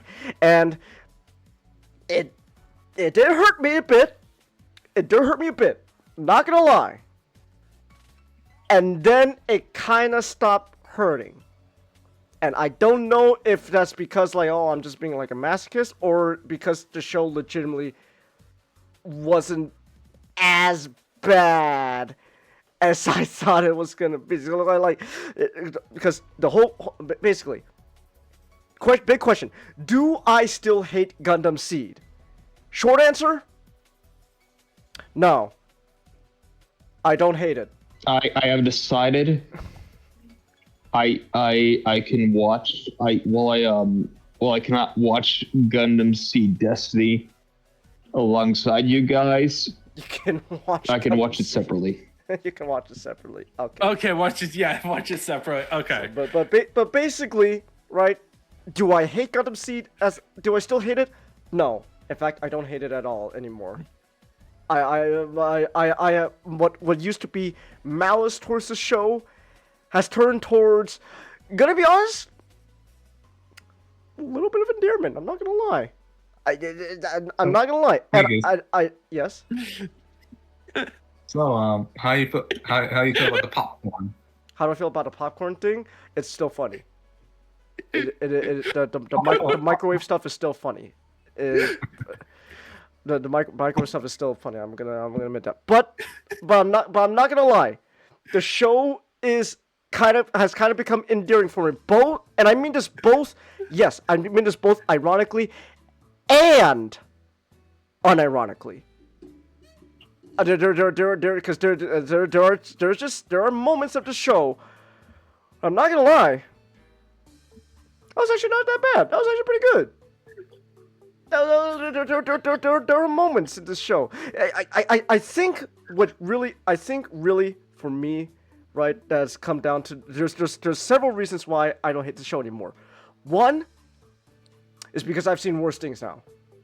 At this point in my because we watched the first time we watched this was like 3 years ago. It was about 20. It was either 2017 or 2018. So it was pretty. It was a while ago. It was pretty early on in our relationship. It was yeah. So it was pretty early. It was pretty early on, and as the years went by, I have seen things that I like the way some people talk about Gundam Seed. Oh, believe me, those harsh words belong to much worse things. I've seen things that are much worse. Ooh, there are things that make me mad, and there are just things that make me go, I'm miserable. I hate this. So that's one reason why I don't hate Gundam Seed anymore, because I've seen things worse. And two, okay, reason number two is because I actually kind of understand what they're trying to go for with this show. At least most of the time. There are still moments where I'm just like, I don't know about this, but a lot of times there are ideas there where I go, yeah, I understand where you're going with this. I kind of see where you're going with this. I understand it, and you know what? It technically works. It fits, some of these ideas fits the themes of, what Gundam's about and all that, right? And I was like, you know what? I kind of get what you're going for. I'm not entirely, Frank Reynolds crying. I get it, but at least I do kind of get it. All right. So there's that, and also just I guess reason number three. I do see potential in this show. There is potential in this show. I'm not gonna lie. That if it was handled better, I think a lot of people would not be as harsh on Gundam Seed. If things were just handled a little bit, there's stuff there. There's things I see in this show that's like, you know what? You almost had it. You almost had it. So there's that. So by the way, this is also technically also a progress report as well for the show, because last time I remember talking about the show, I was saying that we're finally out of the desert arc. We're finally free of the desert arc. Oh, and we're in now. And now you got into islands. Islands, and not gonna lie, wasn't that bad, because it turns out it really wasn't island hopping. It was like island hopping for maybe 2 episodes, and then they go to Orb. And then no. You missed the part. You missed a step.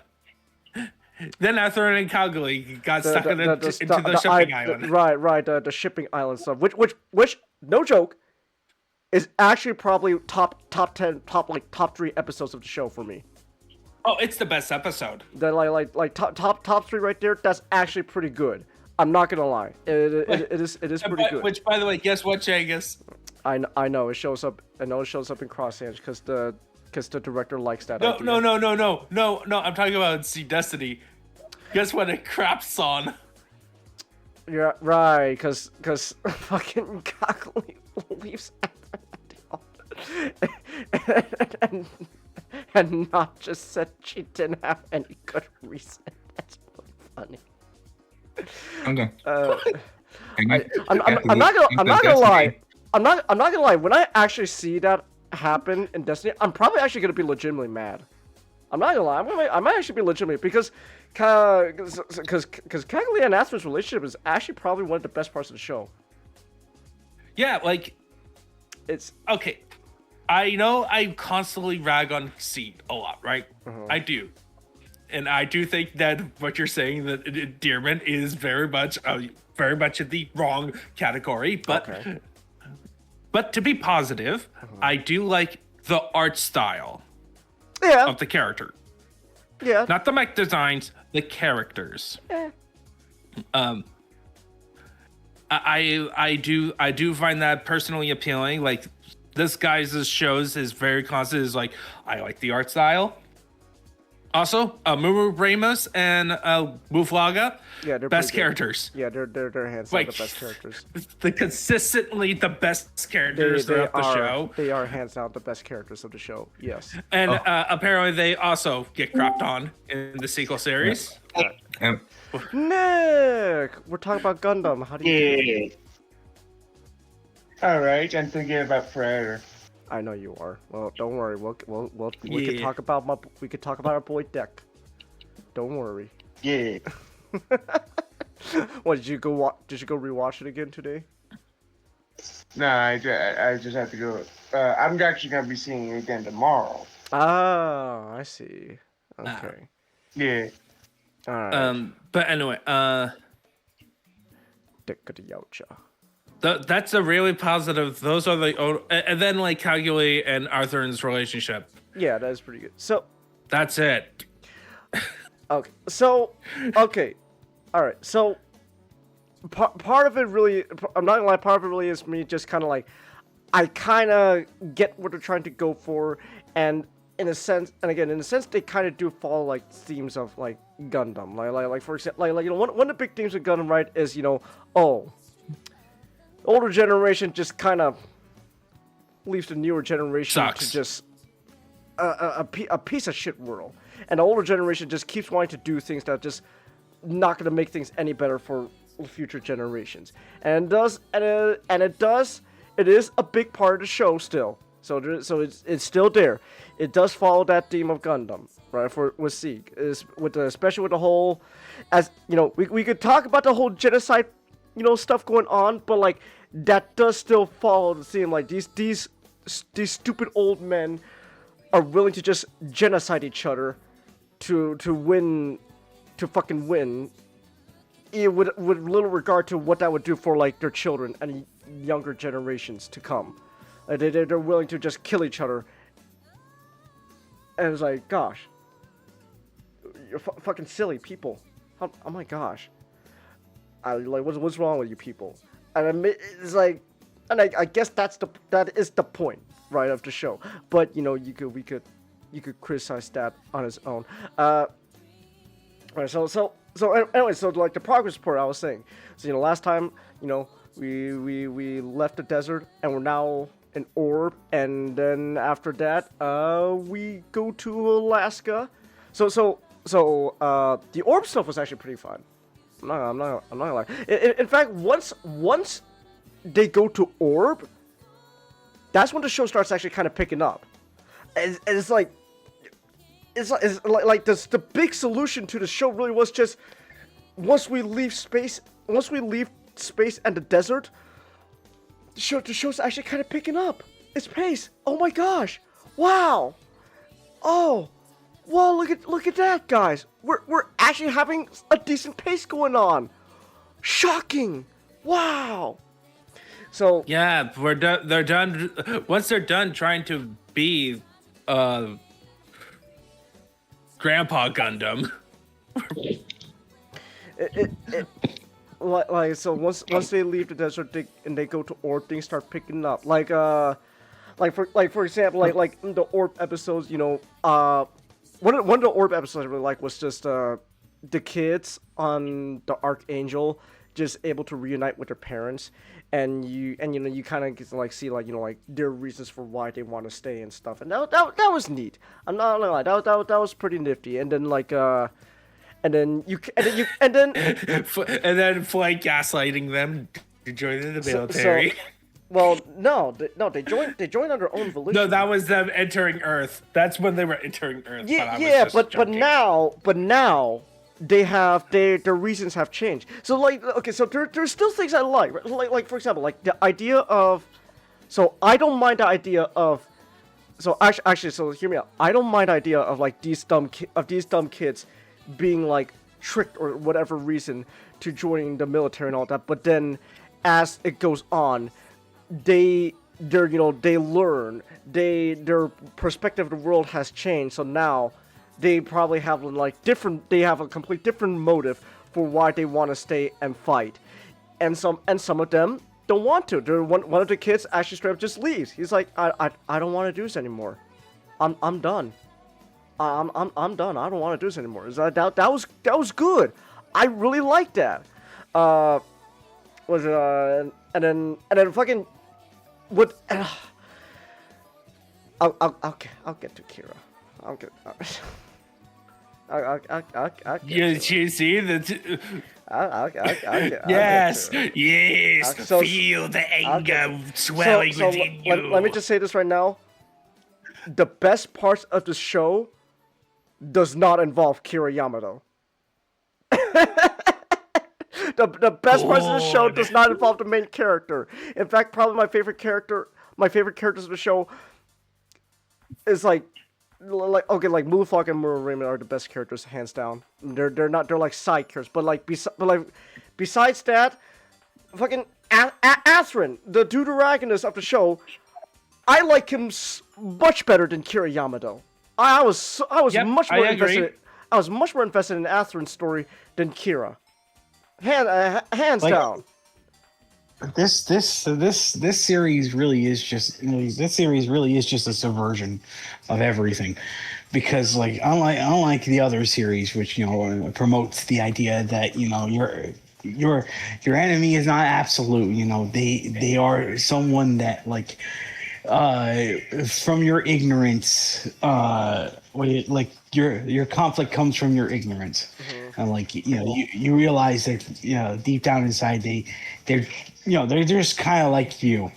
But Seed goes with the radical idea of both sides just suck. Both sides are terrible. It's great. But Zaft is the lesser of the two evils. They would, especially when they introduced Blue Cosmos. Lesser of two evils. Not Astrid's daddy wanted to fucking microwave Earth with a big nuclear ray gun.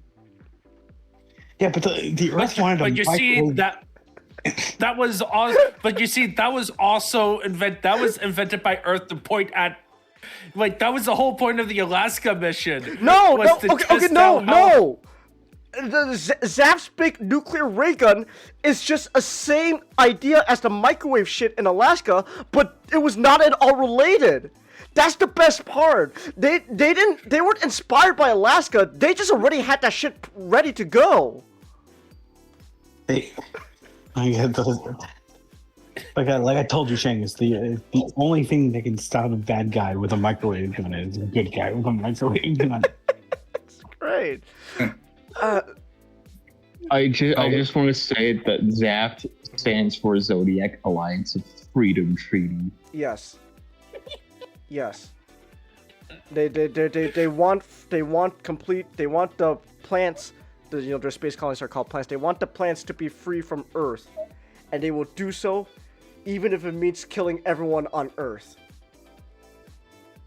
I love that the name is called just called Freedom Treaty. Freedom Treaty is great.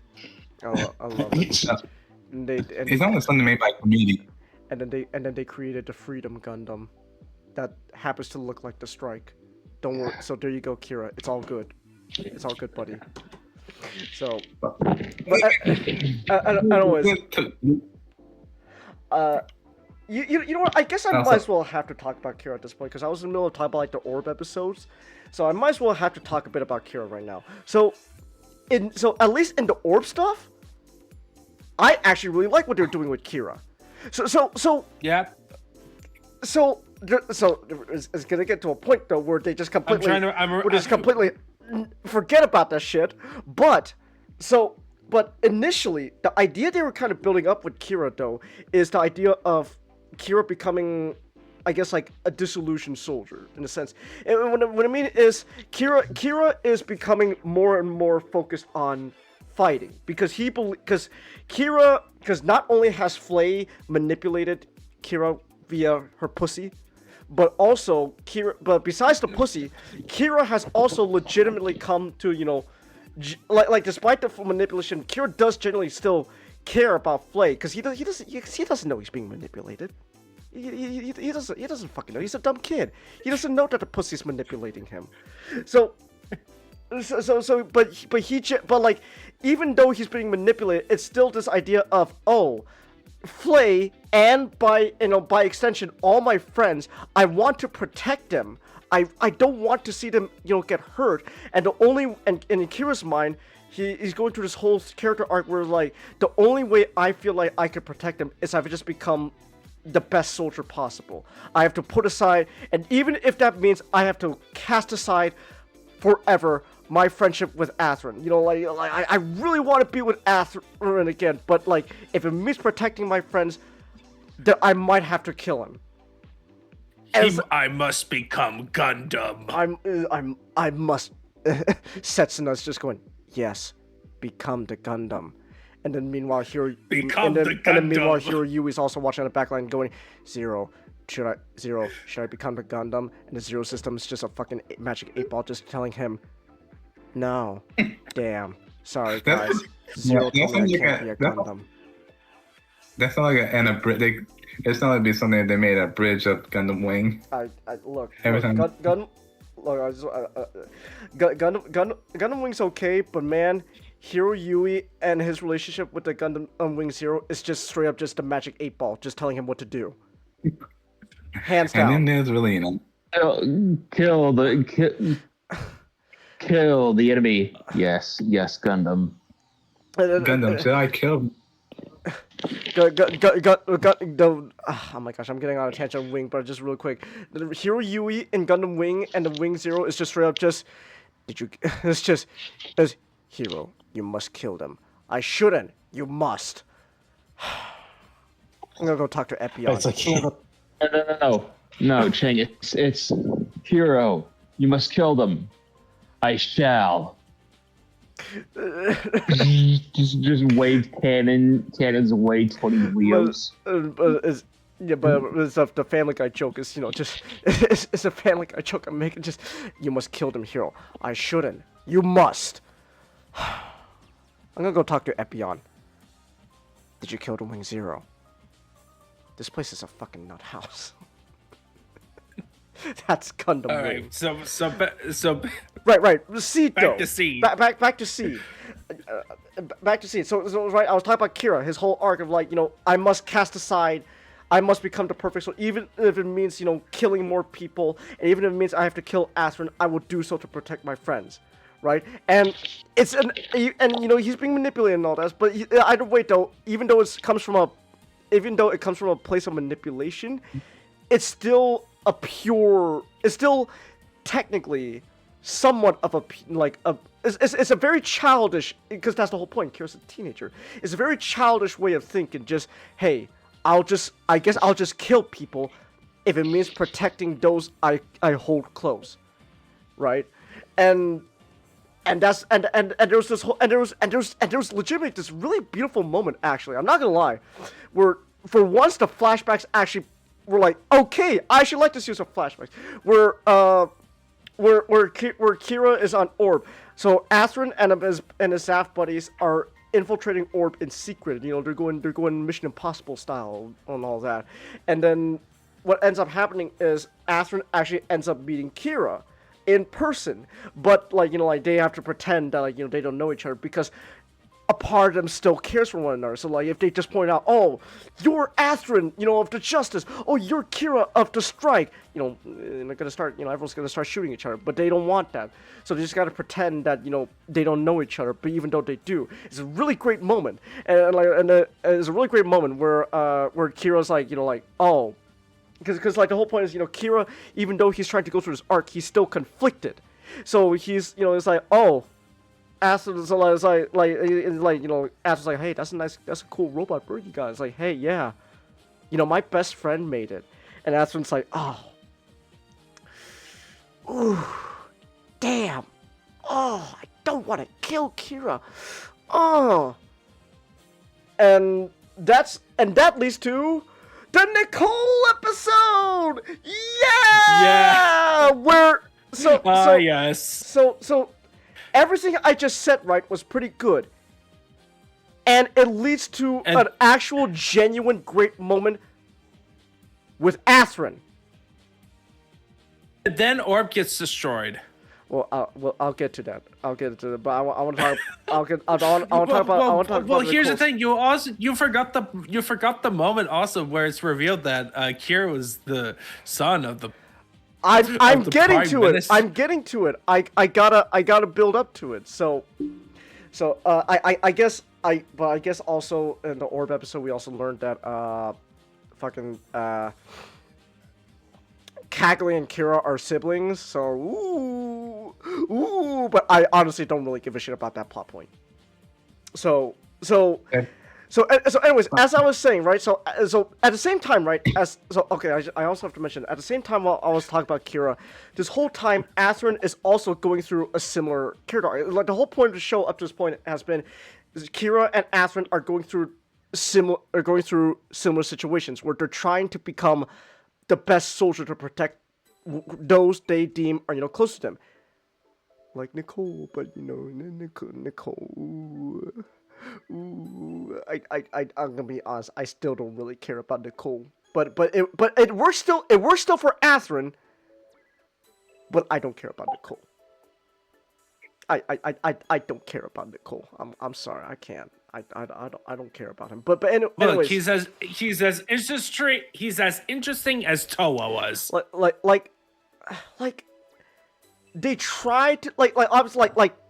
We joke around it, like the whole, he loved to play the piano. Like, it's their attempt to try to make you, they are trying to make you care about Nicole. I don't. But even though I don't care about Nicole, I can still at least understand where Atherin is coming from. And that's what is important. That Atherin is feeling all sorts of emotions because of Nicole's death. The show has really like an 80-40% like cross between like Atherin and Kira. Like we know Kira more so than Atherin. When there could have been great moments with Atherin where like we got to know his relationship with the other with his teammates and all that stuff. But no, like it's kind of left in the wing because most of Atherin's interactions are with Kira. With not only Kira but with Lacus as well. Oh yeah, Lacus. Because we got to build up her. Yeah, that's right. But Lacus. Lacus is fine. She's okay. She's not cackly though. She's not cackly. But it's kind of funny, like kind of okay. No, that's fine. So anyway, so the whole Nicole episode, Kira kills Nicole. What a shame and all that, right? So, but the whole point of Nicole's death is supposed to be this turning point where not necessarily, well, I guess turning point, yes, but also this is the point where Kira and Atherin decide they're gonna completely cast away, any feelings they have towards each other to fully become the ideal soldier to protect those they care about, right? And it makes sense for Atherin.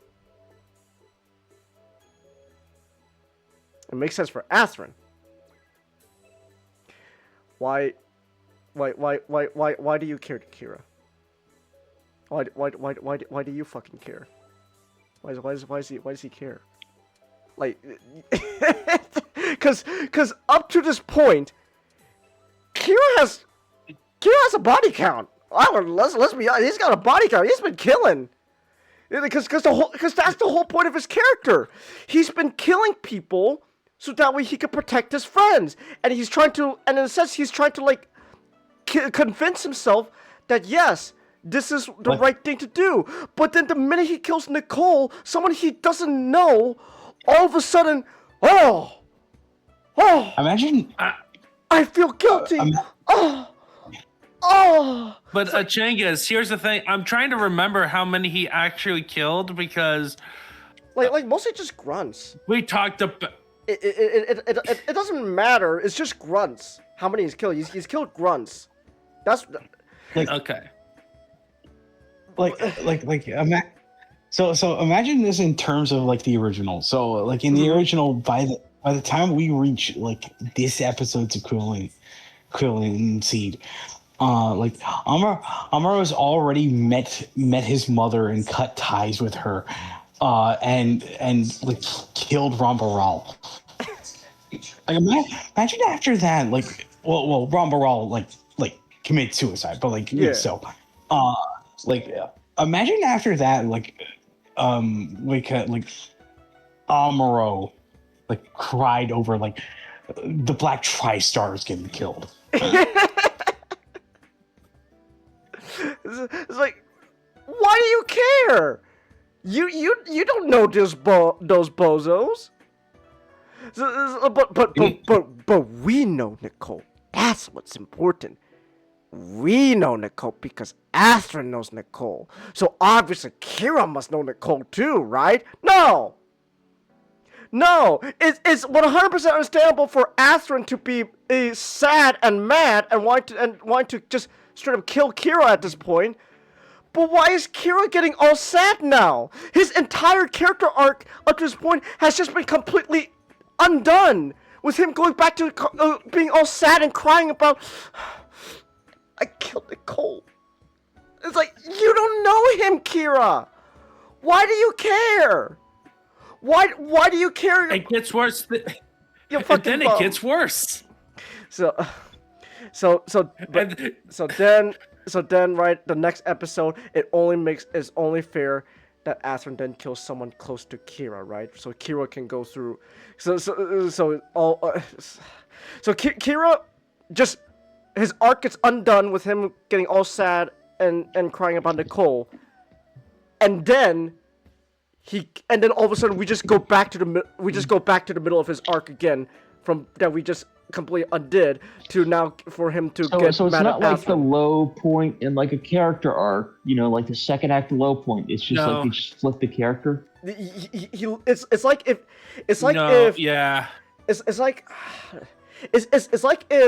Amuro was just like, if Amuro was going through the same thing, right, and then all of a sudden out of nowhere he killed not even a Black Tri-Star. Amuro just, well, okay, fine. Let's make it a Black Tri-Star member. Amuro kills a Black Tri-Star member. He starts crying, and then the next episode, back to how he was before. He killed a Black Tri-Star. Like, why'd you get sad all of a sudden, Amuro? What was that all about? I'm rewatching Nicole's death. I'm watching the original version. I don't remember, I don't know if it changes a lot in the remaster, but my favorite aspect of just Nicole's death is Kira just swinging the saber. He just slams it into the Gundam, into Blitz Gundam, just wha. And just into the cockpit. And he just leaves it. He just lets go of the sword, just walks away, and then there goes Nicole and the Blitz Gundam just being fried to death by a laser. And while Kira's just like, you just left the sword in there, Kira. And he's getting all sad about it. That is not a hero. That is like the equivalent of Megatron going, "Get in your face."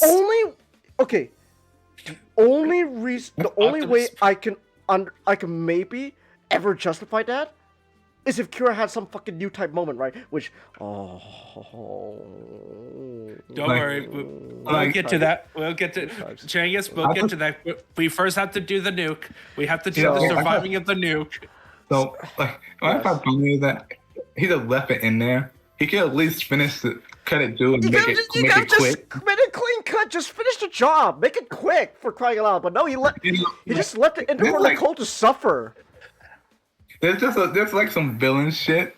Like the villain just like, I'm not gonna cut you all the way. I'm gonna let this invalue you. You know why they did it though? Is to draw out Nicole's death to make it such a dramatic moment, like a soap opera, for Astrid to feel all bad about. Like, it's funny you mentioned Nicole's like saying his last words with the beam saber still stuck in his head, just Astrid. It's funny you mentioned that, Changus, because that's soap operas were popular at that time. Yeah, that's it. It is, yes. Everything.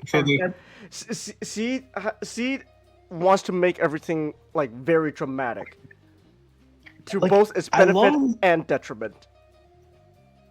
I love the brutality of Seed because I'm always comparing it to like Victory Gundam. It's like Victory Gundam, like Tomino is always quick. He's always to the point through his brutality.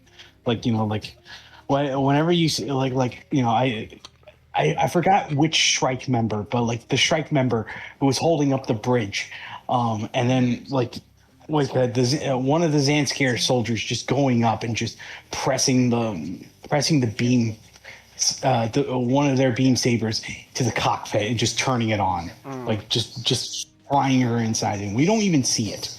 It's like we just hear it, and it's like it's to the point. It's very effective. And then you watch this moment, and it's like it has like blood to it. It's so drawn out.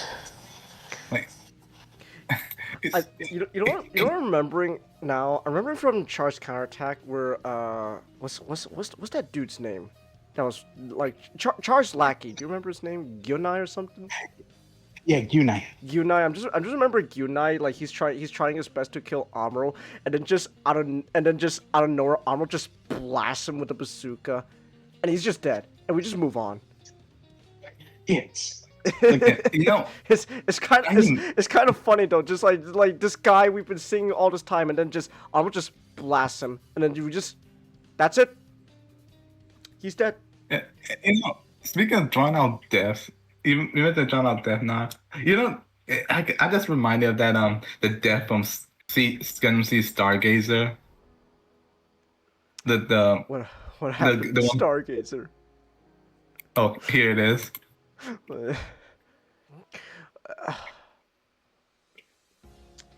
Imagine a pack of wolves. Okay.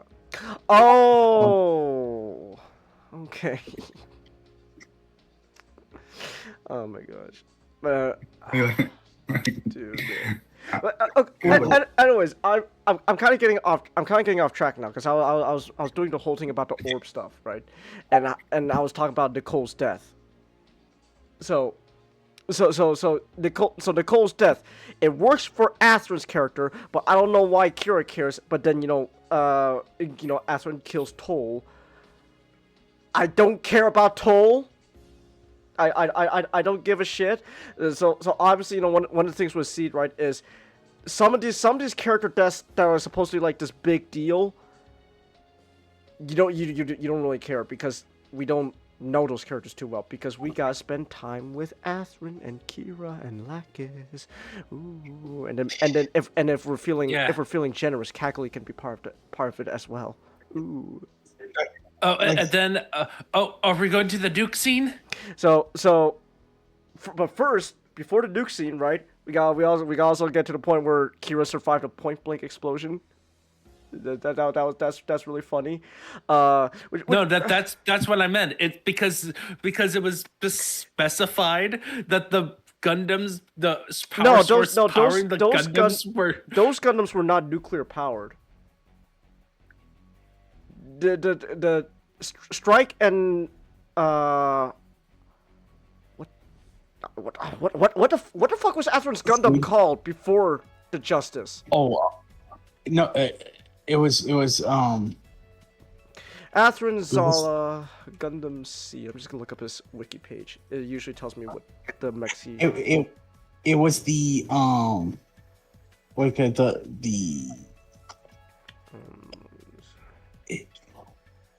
the Aegis, yeah, the Aegis. The Aegis. Okay. The Aegis Gundam. The Strike and Aegis are not nuclear powered. Those are all battery. They're battery powered. They're like armored cores with like a generator. Well, no, actually no, they're not even armored cores. They're not even armored cores. At least with armored cores, they got like a generator. These are just straight up just batteries that like run out. And at least with an armored core, they got a generator. Like you know, sure, like the generator can like burn out, but like that energy can come back if you take your time with it. It's still a big battery. It would have be a big battery for. I want to play Armored Core again. That was really fun. Yeah, but oh yeah, we also forgot the Captain America kill. Yeah, that was Toll's death. Yeah, that was Toll's death. That was Toll's death. You threw through the shield at the jet, and it just. I'm sorry, my mind just like glazed over. And it just cleaved Toll's head off. That was really funny. Like it just cleaves his head off. Like bam.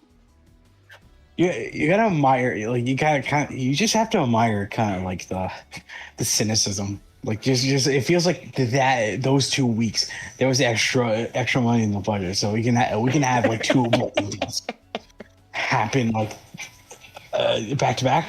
Yeah, back to back, just whoosh. There we go. There goes his head. And then Atheron and Kira start going all at each other, and they're getting mad and stuff. And then the Atheron blows his Gundam up, and then Kira survives point blank explosion somehow. But I will say this: the Nicole that episode was okay, whatever. The aftermath episode with Cagley fighting Atheron's just injured body on the beach and all that was actually really good.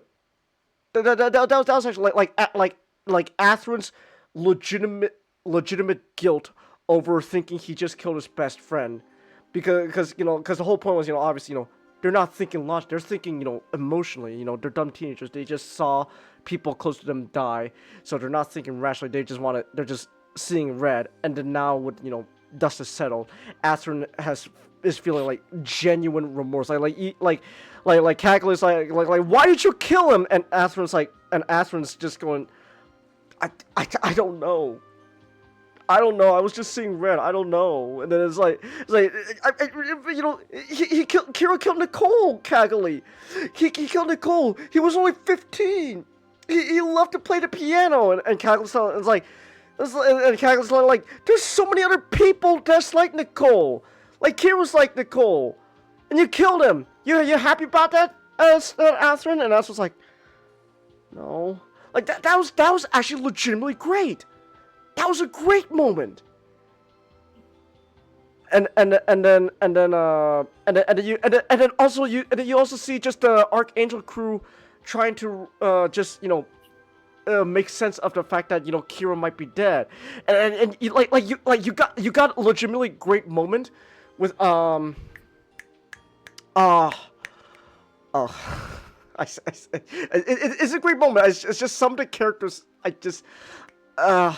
What is her name? The not Flay, the other chick. Yeah, the other chick. Yeah, the other chick that you forget about, but her storyline also leads into a very stupid direction. Hold on. I'm trying to remember. Was it? I just know it's her moment with the Gundam pilot Dierka. Dierka I remember, but I'm trying to remember her name. Was it? Marilla. Thank you. Thank you. So, yeah. So Marilla. So her moment with just like, so her moment with Dierka, where I will say this, I like the idea of what they were trying to do with Dierka, but again, at this point, we've wasted so much time, just like fucking around like that desert and stuff. That at this point, like, I feel like I'm missing like at least like an episode or two to help like Dierka's character development here. Like if he had like an episode or two, I'd be cool with that. But we don't have that because we were fucking around the desert for so long. I'm not that desert. That damn desert. That gosh dang desert. Oh. But anyway, but there was that great moment with Dierka, and we're like, you know, like where Dierka is like he's trying to like lighten the mood and stuff. Like it's like, oh, what's wrong, girl? Huh? Did your boyfriend die? And then you know, Toll was her boyfriend, so you know she fucking snaps and she's trying to kill him. And then you got the moment in prison where Dierka's like, shit. I didn't know I was right. I was just joking. I was just joking. I didn't know it was actually his boy. Now I feel bad. Damn. Am I an asshole? So, but that was a legitimate great moment, right? So, and then No, it wasn't that episode, but it was the episode afterward where the Archangel finally reaches Alaska that we learned that Kira survived, and you know that's silly. Yeah, that's like, silly. Honestly, look, yeah, like because you had so many things because the explosion was so big. It's like, how would anyone survive? And then we see him basically teleport. Literal, like a light year. And the reason they give is a nothing burger. This is like the like blind priest guy is just saying, you know, oh, you're a child of the seed, Kira. You carry the seed within you. It's like, what's that supposed to mean? Is that supposed to mean anything? Well, apparently Kira is actually a Martian for Martian's successor Nadesco. and he's a jumper. And they know, and they know the worst part of it. That is, they explained it in a manga. Yeah, that's right. They explained it in a manga with the stray guys. So, thanks, Lo. So you know the Alaska stuff, right? You know, oh, that happened, you know, and then that was neat, I guess. But the big deal about the Alaska stuff is, you know, one, you learn that Earth's government is just sucks. Blue Cosmos, they're straight up willing to just sacrifice a bunch of people to just microwave Zaft. And then including their new experimental ship that they went so hard to bring over to Alaska. And so all because the crew knew too much. So I'll just say this: the show has a pacing problem. The show has a pacing problem because for the first half everything is such a slog, but then as we move towards like the 48 episode limit, things start rushing because I'm just gonna skip ahead right now. All of a sudden, there's just another ship that's just like the Archangel, what's her name? Natalie. Natalie becomes the captain of. So we can only assume, in retrospect, that the reason why they were just willing to just let the Archangel blow up in the microwave beam is because they already had the other ship ready to go.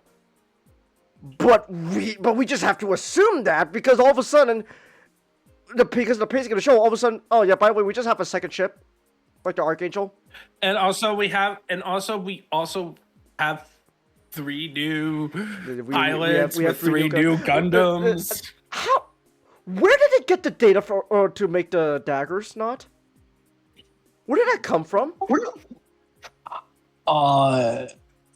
Okay, so first for the daggers,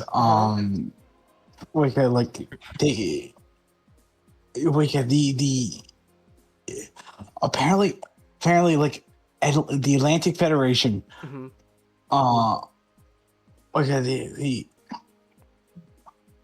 Okay, the Atlantic Federation, along with like the other Gundams, they wait, they wait, they wait, they they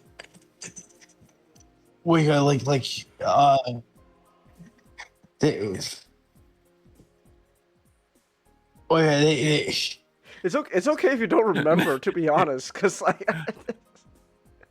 Because like I remember it was just something that like made no sense.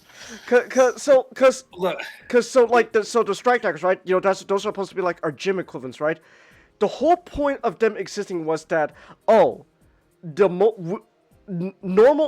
people normals. I'm just gonna call them normals because why not? Normal people, not coordinators, can't use mobile suits because the computer OS system is just too complex for them to use. So that's why they need to create a whole new OS system for normal people to use. And Kira was working on that with Orb for their Astray Gundams.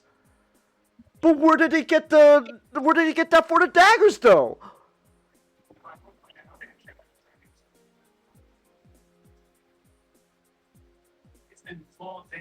It's like at least like with the other 3 Gundams that show up, the 3 Goobers, they don't need it. They don't need. They're able to compensate with drugs. But like your average mook in a dagger, where did they get the OS system that Kira was working on for Orb? So the strike dagger. Yes. Oh, sorry. Go ahead. Oh, I mentioned a little fun fact about the druggies. Mm-hmm. The one in the artillery mobile suit is voiced by Soldier. Who? Comrade Soldier, the one in the artillery suit. What do you mean artillery suit? The Gundam with the cannons. The druggies. Oh, Calamity? Yeah. Okay, just say Calamity. I kind of pretty much know most of the Gundams at this point. Yeah, I forgot the name. That's why I said. Yeah, so Calamity.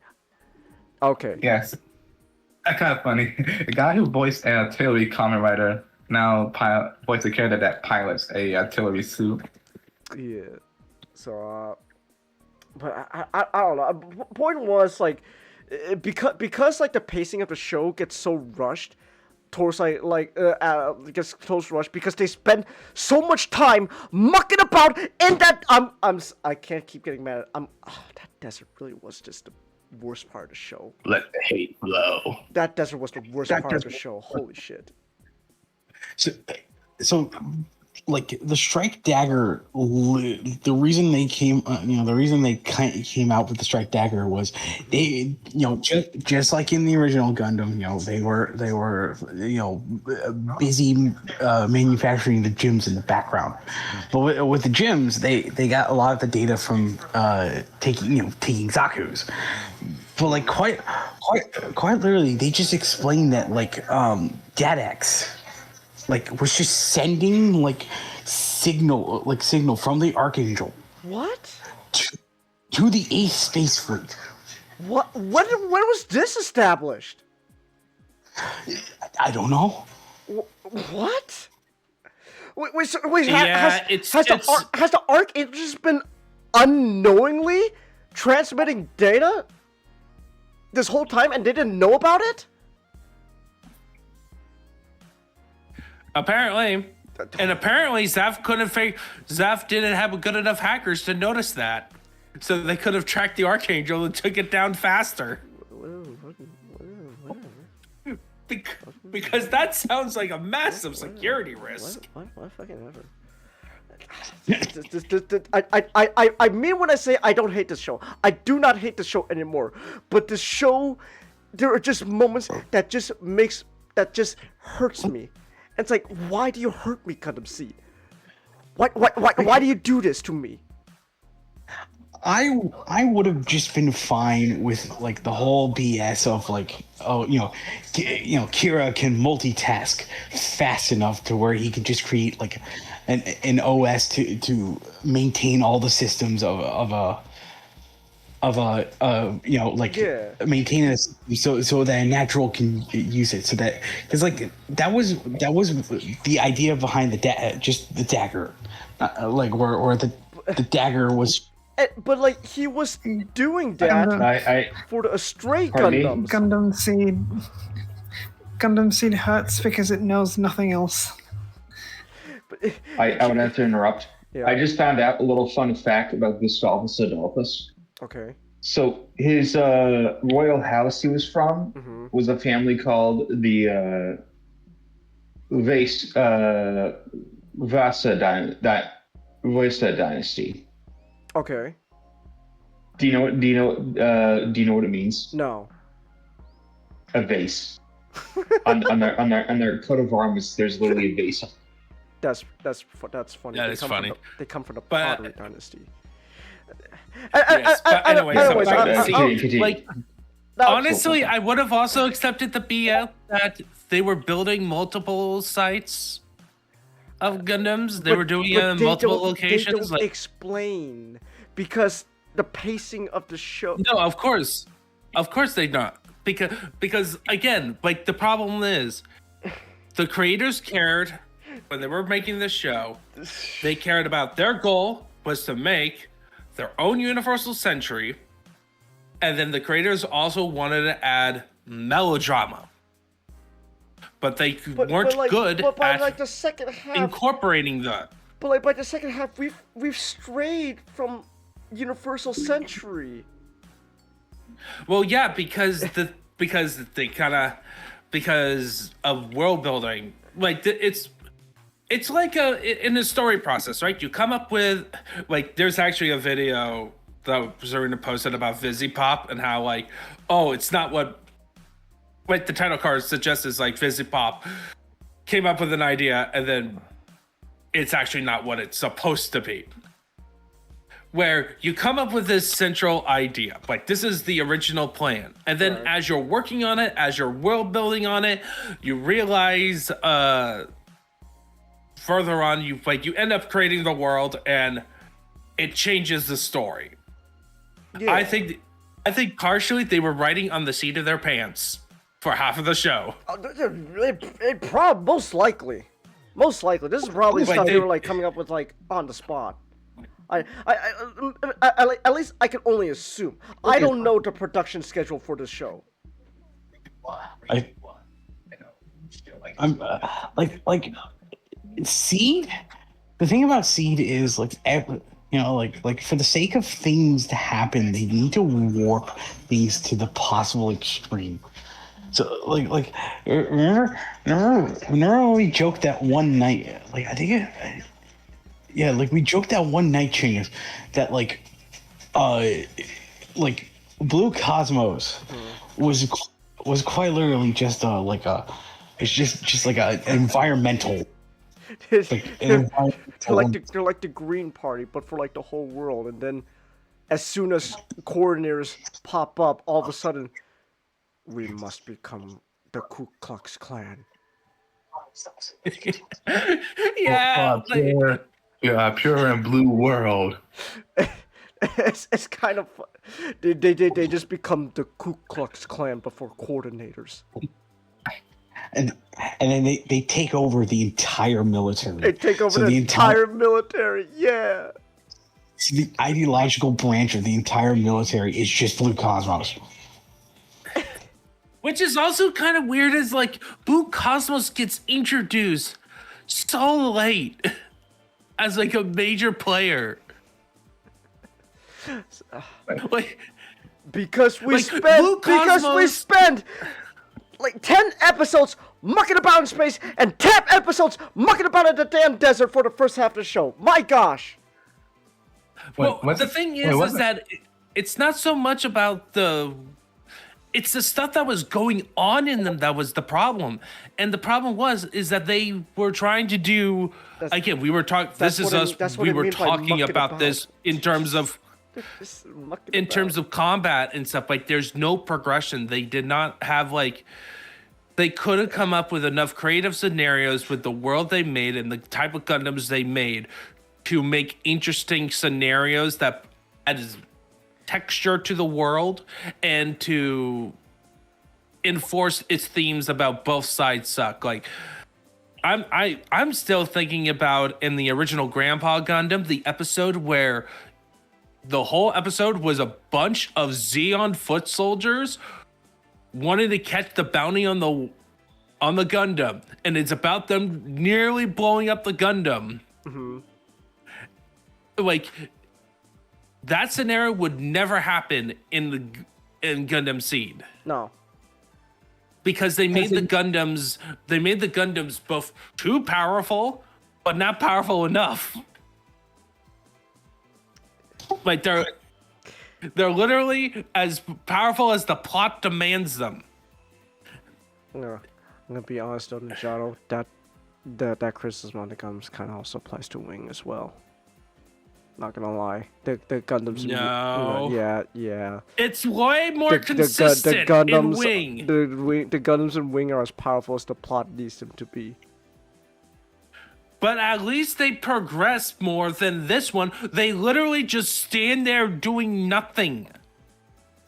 They got stock footage though, Nijado. But the thing is with Wing is that sure they're wicked durable and there are times where it's inconsistent, but at least there's times where they got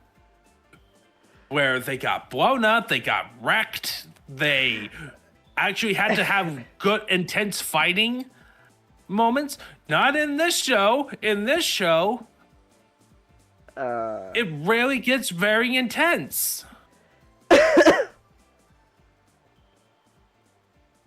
Anyways, Kira. There's still more to say. Kira. Okay, I'll try to start wrapping things up. Like, so at this point, right? Kira's on and planned. He meets Lacus and all that. That's fine, but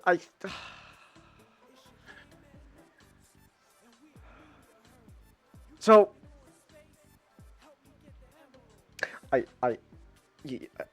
keep in mind, I mean it when I say that I don't hate the show anymore. I need you to understand, I don't have malice towards the show anymore, but the show keeps finding ways to hurt me. Man, if I ever force you to rewatch Wing, I am looking forward to saying, like, I really don't like the show, guys, but here's all the positive things about the show, how good it is. Look, I admitted in the beginning of this whole topic that part of it is more or less the potential I see in this show that makes me not hate it. But the end product itself is still severely flawed.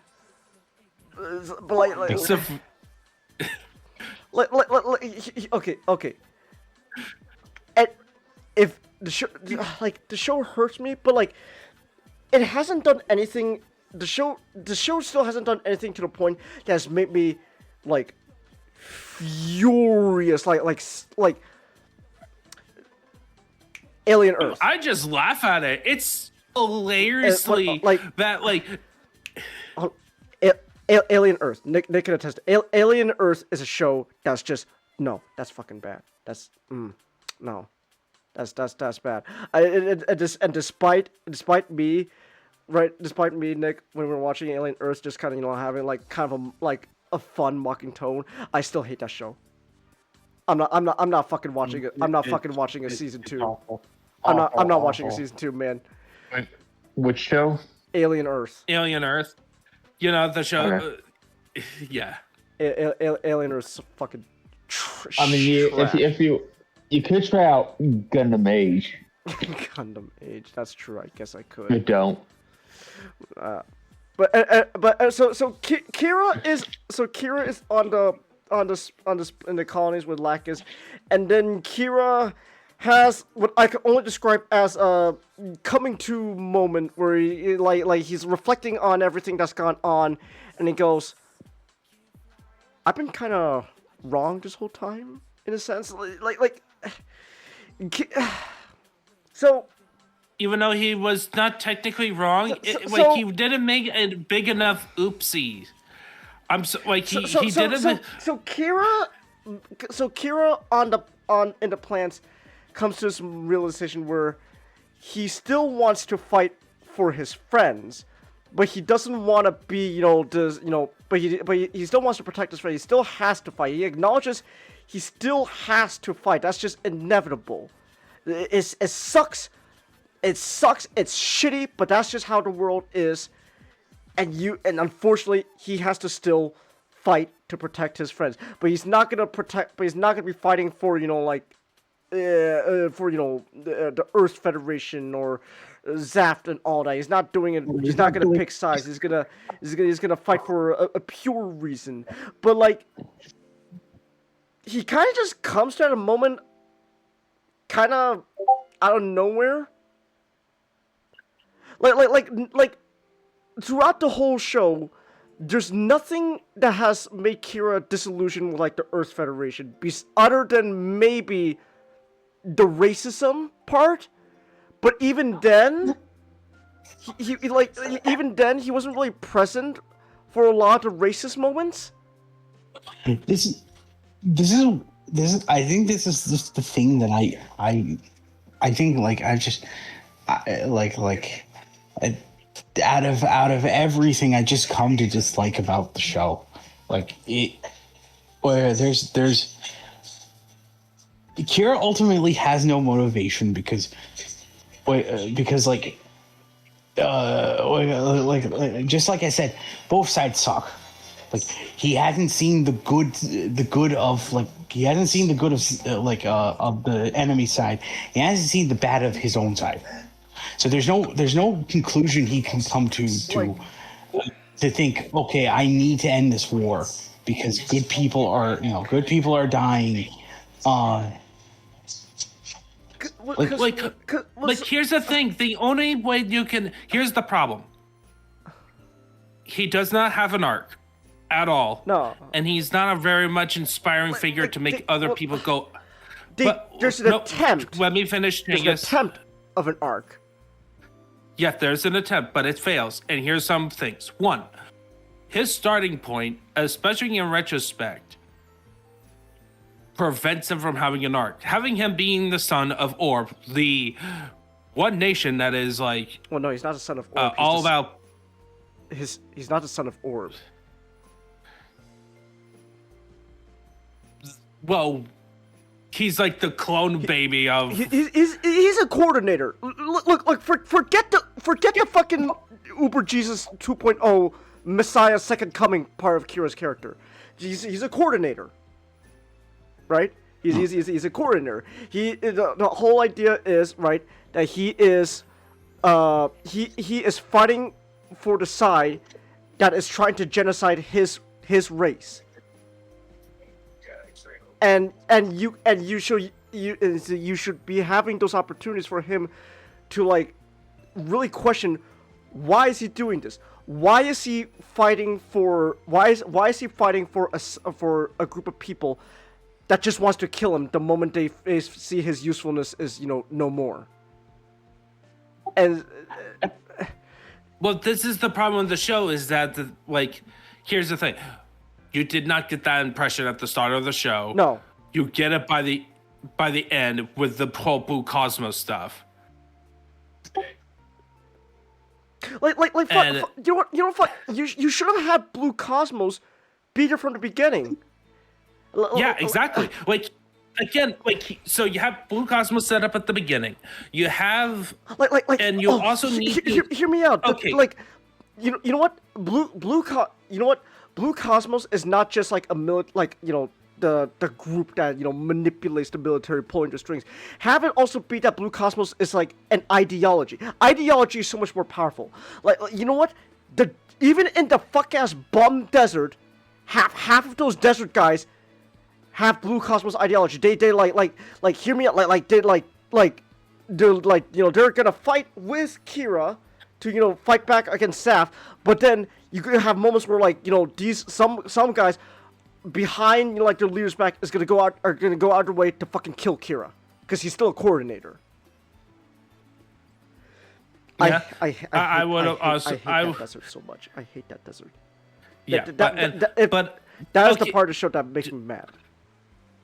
Okay, but Jenkins, let me explain. So first off, like he's a coordinator. He's reveals to be the son of of the leader of like the most peaceful nation on Earth. All about that stuff. So, and he basically grew up with those ideals. So it's not like he was. Well, no, he just grew up to be just a normal kid in a neutral colony. No, but he knew about it. It's not like it was. No, he never knew. Him finding out about his true family heritage and all that was a twist at like the third to last episode of the fucking show. Okay. I'll concede on that, okay? But the point is that they gave Kira too much of a core, and they didn't make him flawed enough. They made him into a Gary Stew at the start, and they didn't do the extra work of making him complex enough. You know what they should have done? They should have had Kira die, and then from there, Athrun would have been our main protagonist. You know what? Yeah, that would have been way better. You know what they should have done? If they really want to be like, they should have followed Tomo's original idea, where just halfway through the Gundam show, protagonist just was all of a sudden you're fucking following Char all of a sudden, because Amuro's dead. But you know what? It might have worked. It would have kind of worked here though, because we've been following Athrun. Kira's dead. And Athrun goes through the whole arc that Kira's going through, but better, because we see Athrun stand up to his stupid genocidal dad, like Daddy, what's going on? Like Athrun, I hate you so much. What the fuck? It's like, I'm gonna shoot you, Athrun, because you didn't bring back the Gundams and killed those stupid naturals. What is your problem, Dad? And his like budding relationship with Kaggle, everything with Athrun is it's the same character arc they're trying to give to Kira, but done better. It is also coolest raining. Hold on, it is also raining really hard right now. I gotta close my window, but keep talking. The coolest thing that the coolest thing that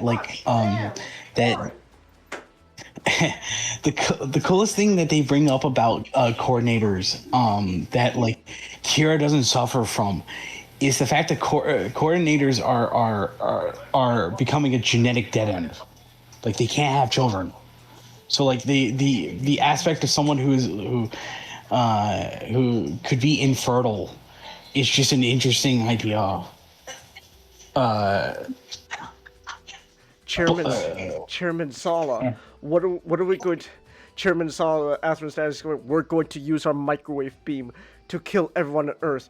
Chairman Sala, how would they solve the declining birth rate problem? Birth rate problem? Yeah, it's like you were supposed to have babies with naturals. You were designed that way. That way. Birth rate problem. What do you mean? Yeah, but like I like your idea. I was thinking about that, Chingus. Like, look, and plus the way you could do it, you could structure it as making Kira's death into a tragedy element. Yeah. Well, it was supposed to be tragic. Yeah, and the idea is that he died being consumed, like, as opposed to like a heroic sacrifice. I'm assuming with Amuro. Well, with Amuro, it wasn't really supposed to be like, in a way, it kind of wasn't supposed to be a heroic sacrifice. It was supposed to be a sacrifice of sympathy. Just like Amuro, gets himself killed saving his friends, and then saving everyone, and then like Char, like it kind of haunts Char for the rest of his life, and that's initially what kind of starts his face turn. Yeah, well, I was thinking. So this is my idea. Like the way you would structure this is that you had Kira starting out as like seemingly a spineless kid who's willing to do what he's told, but he's not very fond. But then at the end, when he dies in the middle of the show, in a fit of rage, consumed by war, and then Arthur kills him, and then you have him going through the grief of what he has done to his friend, and then you could spend like an episode or two flashbacking to their relationship, or like one of those like poetic moments of like, if we ever get into a fight with each other, like one of those like sappy moments. Yeah. And essentially you begin the arc would be is that he would become basically the new protagonist, similar to what he had in the show, but even more quicker and more pronounced. Of like remember, he fought alongside the Archangel when defending Orb near the end of the show. Yeah, because but you have like his first action, after the death of Kira, saved the Archangel from the Alaska microwave scenario. And then like he ends up joining them, and then same with the Buster gun. Like, so soon we got both sides. We start the show with the cast being split on both sides, one side chasing the other. Now they're together, and that's your new team. We killed off a bunch of side characters that was not going to be part of the team. Here's the new team.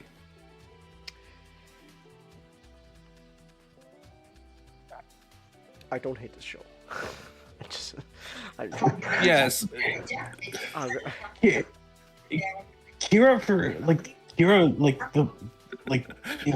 suffers from the fact that he is the chosen one.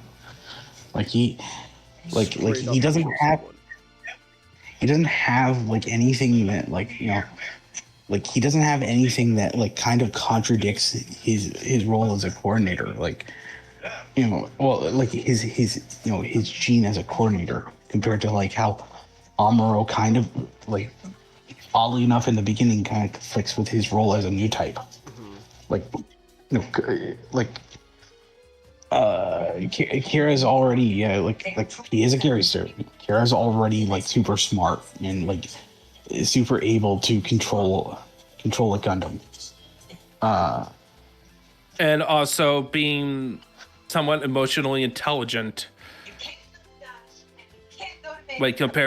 Supposedly he's supposed to be the coordinator's weak. One of their weaknesses is that they aren't very much. They have more difficulty processing emotions. Yeah. That did not come through at all. I did not get that impression that. I do wonder how much of the show. I am curious about the production of the show. I wonder how much of this was just written on the fly. Were they just writing this as they go along? I'm curious. Did they have original ideas that just changed over time? I want to know. Genuinely, I do want to know. What was going on behind the scenes of the show? I really do. Cause look,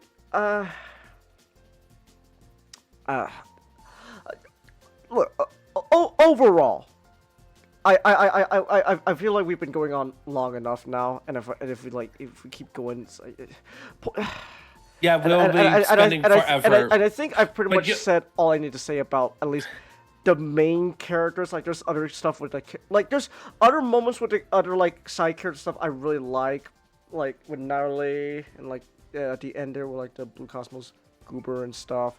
That was a neat moment. She I actually, the whole thing with Gnarly and Muru going on, especially towards the end of the show, was really good. I really like that. The parts of the show that there are parts of the show that does frustrate me, but the parts of the show that does not frustrate me does not involve Kira. Yeah, as soon as Kira and even Lactus is involved. Lacus is fine. That is my takeaway on Lacus. Well, the problem with Lacus is that she's so tied to Kira in the latter. She's fine. Even the problems with her interactions with Athrun is even at that point in their relationship, they kind of feel distant, and not intentionally so, just like I unless something changed, because you could argue maybe it was intentional, because Athrun is a Wikagoli, but I don't know. I don't know what went on behind the scenes. if it was intentional, like I would have loved to see it better.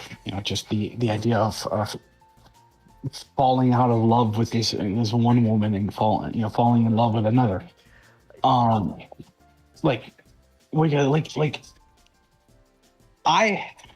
like Seed when it's I do like Seed during its trashier moments. But I think I finally figured out why I don't like Seed so much. To call back to the original. The original is a story. It's a story of the horrors of war that later turns into hope and love for mankind. Mm-hmm. Yeah. See, Seed is the opposite. Yeah, Seed is the opposite. Lactus will go on and on and on about how coordinators and mankind should coordinators and naturals should be, should unite with each other. We should come together and be equal. They're both just terrible people. They're both terrible. Everyone's awful.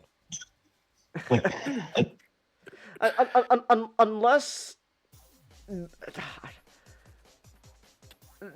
I guess Destiny's probably not going to go down this route, but they could have had, maybe if they wanted to do a sequel show, they could have had they could have really emphasized it's not so much both sides are terrible, it's just the people in like the original Gundam. It's just the shitty people in charge that make these terrible decisions that leads to everyone else beneath them suffering. They maybe could have done that, but I don't know if Destiny even goes that route. Probably not.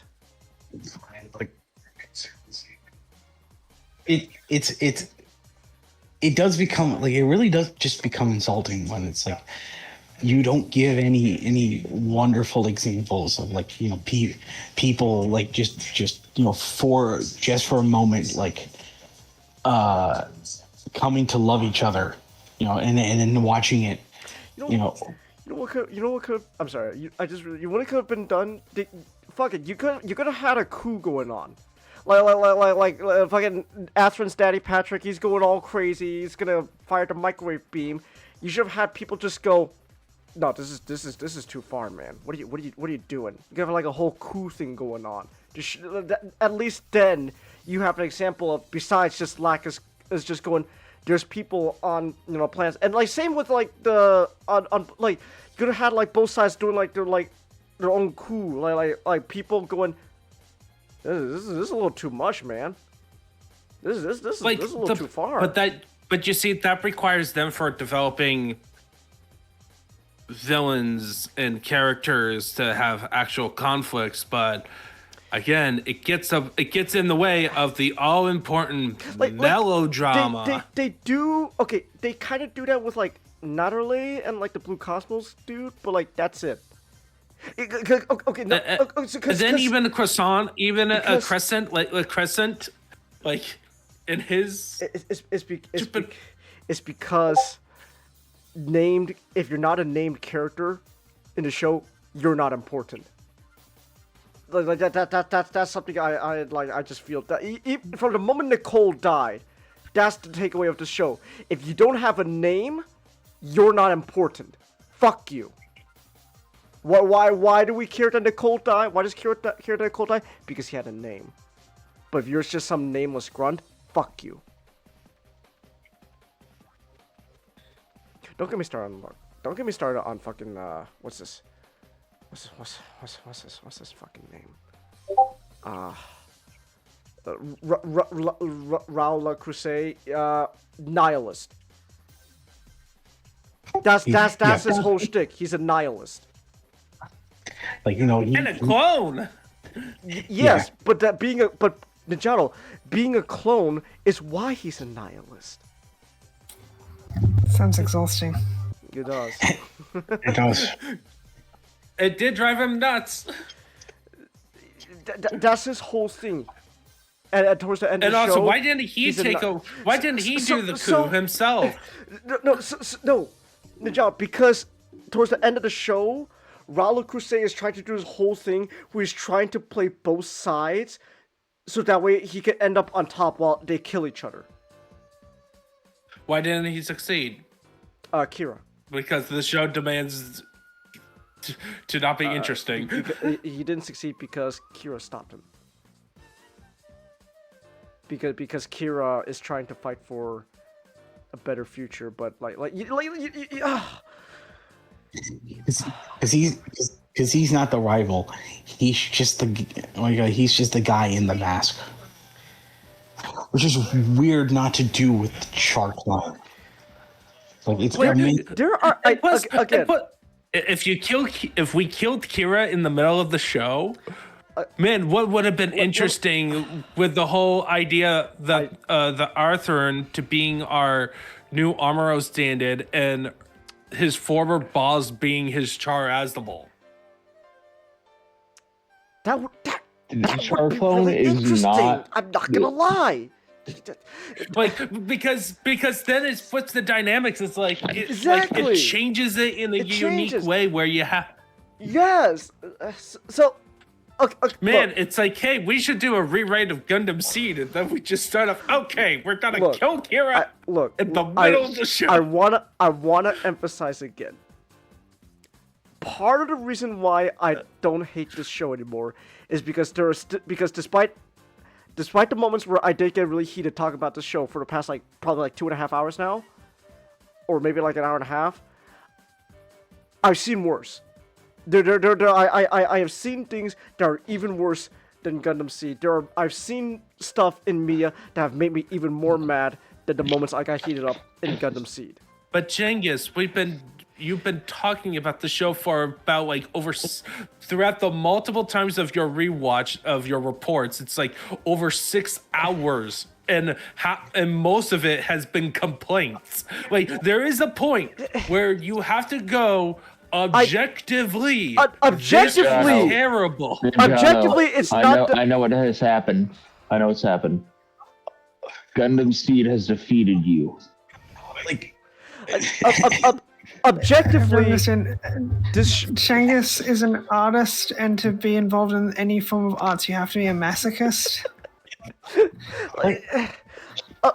Objectively speaking, the end result of Gundam Seed is heavily flawed, super flawed. They are frustratingly flawed. But there's just, I'm willing to admit this is more of a subjective thing for why I don't hate the show anymore.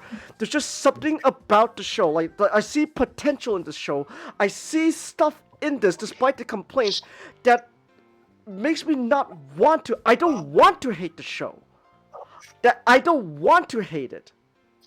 I want the show to be good, but it just consistently lets me down. Like, man, you're gonna love Cross Ange then. Like I said, I love the show just because like there are just parts of it that is like very trashy. You know, it likes to overemphasize like blood and gore. There's some hints of like sexuality. I love that it tries to think that that's what makes a mature story. I have so many complaints towards the show out of love because if this was an age, that would just be better for me. I wouldn't have to think about it anymore. But like the fact that like you said, Chinga, so much potential is underneath here. I would also add it also doesn't help that it's also was super successful. But see, okay, that is also another thing I want to address, is that you can not like the show, but I will still at very least acknowledge the success of the show and what it has done for the franchise overall. I can acknowledge the impact, but that's a separate category from calling. Yes, but there are some people out there that refuse that. In their hatred of the show, they refuse to acknowledge that part of the show. The fact that it was successful and it was overall a net positive for the franchise in general overall. In their blind hatred of just saying this show sucks, they will refuse to acknowledge that. And I like to point out something. Like, you can see this in Build Fighters as well. There's some Gundam Seed suits in Build Fighters, mostly because people at that point watch it grew up with Seed, and they liked it. They liked it. It was successful. Like, Seed is one of the more popular seasons, isn't it? Though.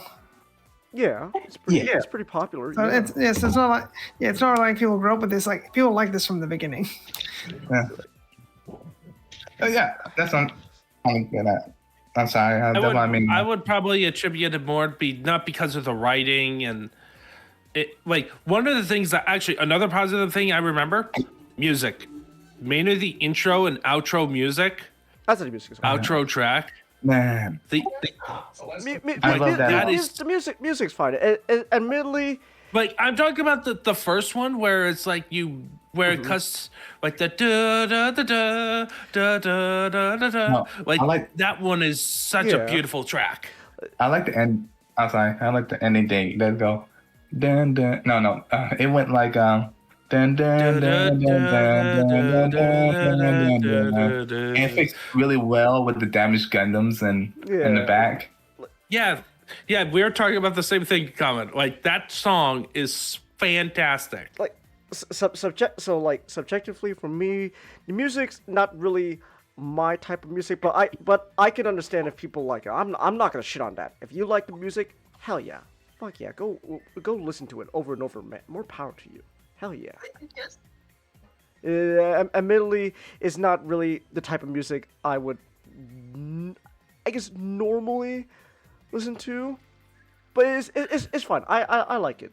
I like it. So, but anyways, I just want to say, after going in so long about the show again, I know I'm being a broken record at this point. It's a pet peeve of mine. I hate being a broken record, and I hate broken records in general. But I want to really emphasize, I don't hate this show. I don't want to hate this show, and I acknowledge overall what the show has done for the Gundam franchise in general. But this show hurts me. This show hurts me in many ways.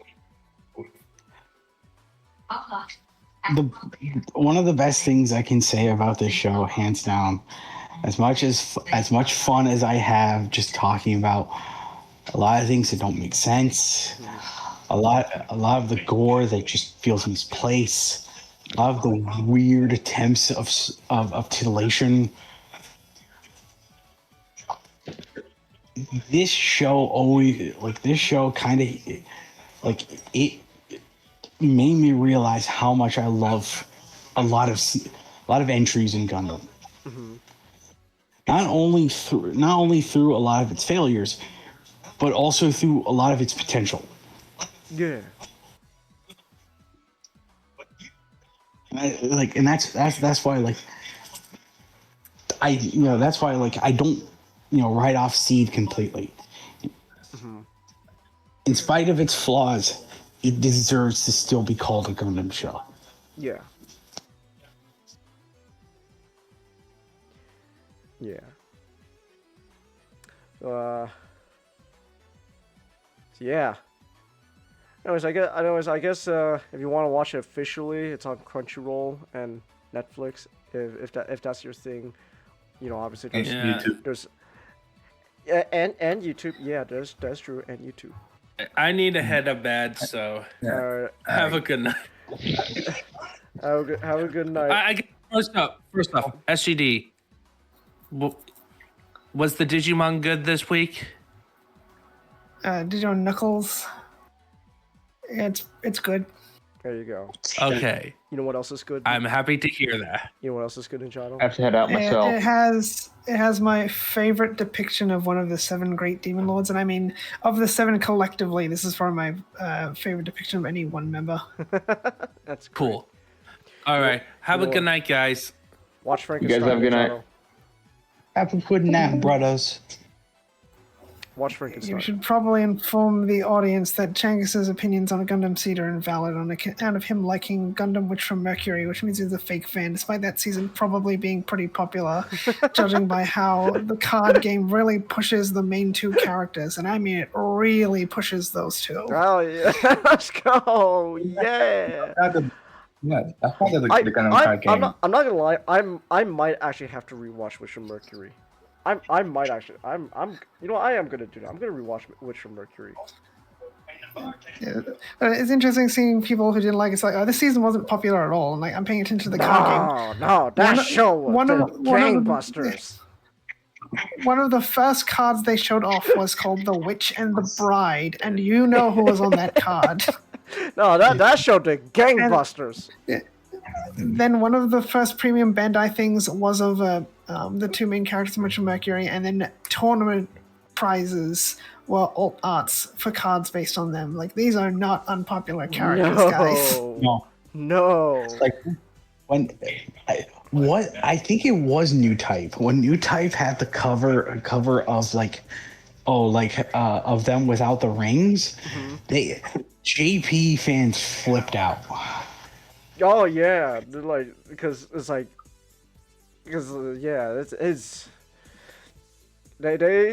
good. It's a popular show. Don't diss on Witch from Mercury. At least there's flaws. I know for sure there was a lot of problems with like the second season when it started rushing towards the end. But like don't you ever dare say this show was a failure. This did Witch from Mercury did gangbusters. It did gangbusters, man. Yeah, I think an argument I saw was like there's a lot of Witch from Mercury gunpla. It's like, well, that's not indicative of it's not selling. It just means that the store is well stocked. Like, Lego makes a lot of money, but when I go to stores, they have a lot of Lego there. Like, why won't they have empty shelves? What are they? A popular and a well-attended store. Oh my gosh, I can't believe it. Oh man. I can barely find anything. You know what? I really. You know what? Yeah, I am gonna rewatch Witch from Mercury. I'm gonna fucking do that. Let's go lesbians. Literally, that's the whole point of the show. Let's go lesbians. Oh, see, Witch and Mercury. What the hell is this thing made out of? My daughters. Come on. My daughter. Did you say your daughters? It's powered by your own flesh and blood? It's powered by oomph. Oomph.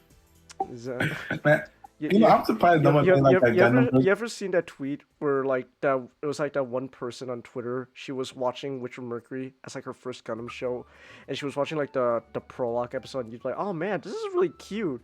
She and she's calling like the little baby girl Eric like oomph, like, oh, oomph is so cute. Oomph is killing people. It's really funny. Like, I'm surprised no one made like a meme out of that. And the meme out of that's using that Venture Brother scene. Again, because it's like the perfect scene for that show. I'm surprised that the I'm sorry, Black Comet. What were you gonna say? I'm just saying that scene from Adventure Brothers would have been perfect for that, to make a meme version, a Gundam meme out of it. Yeah, but for I that don't, show. I don't think a lot of people who watch Wish from Mercury knew what Venture Brothers was, so. Or is, so. I am surprised that we had, we have a plot point that comes from Evangelion. that preceded a show made by the people who made Evangelion. It all comes full circle, cause Anno was watching a bunch of Gundam when he was writing Evangelion. He was like, oh man, he was going, oh man, my boy Shinji, it's kind of like Amuro. Damn, I'm gonna write that down. Hell yeah. It's great. It comes full circle. It goes full circle. So SGD. Well, we know what happened. Well, we'll get to SGD, but now that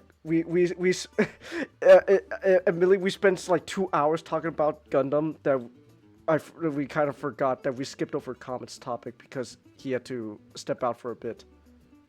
Oh, that's true. That's true. Yeah. Comet, read better things. I read a lot of things. Read better things. If you want to be into horse girls, Comet, again, Uma Musume Pretty Derby is free to download on PC and your phone. It's an app. Like you could get it on Steam. It's on your phone. You could download it for free. And Side Games is literally going out of their way to make it so you don't have to spend as much money as possible under gacha. Okay. I'll download the game when they put Gaia Force in. You got it.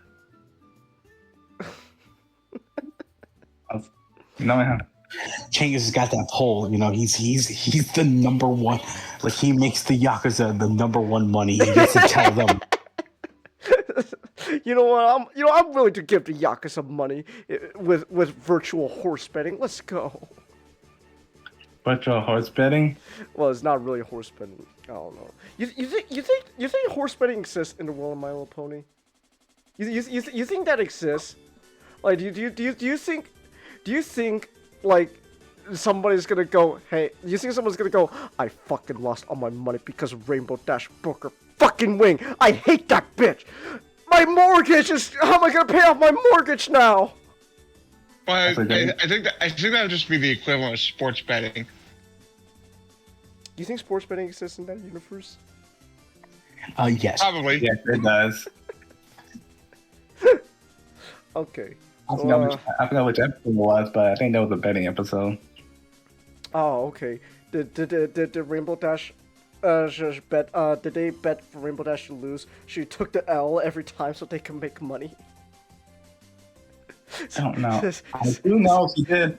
I do know there was an alternate time. There was an alternate time she did lose a wing. But it's like Porky betting on Captain Hero to lose.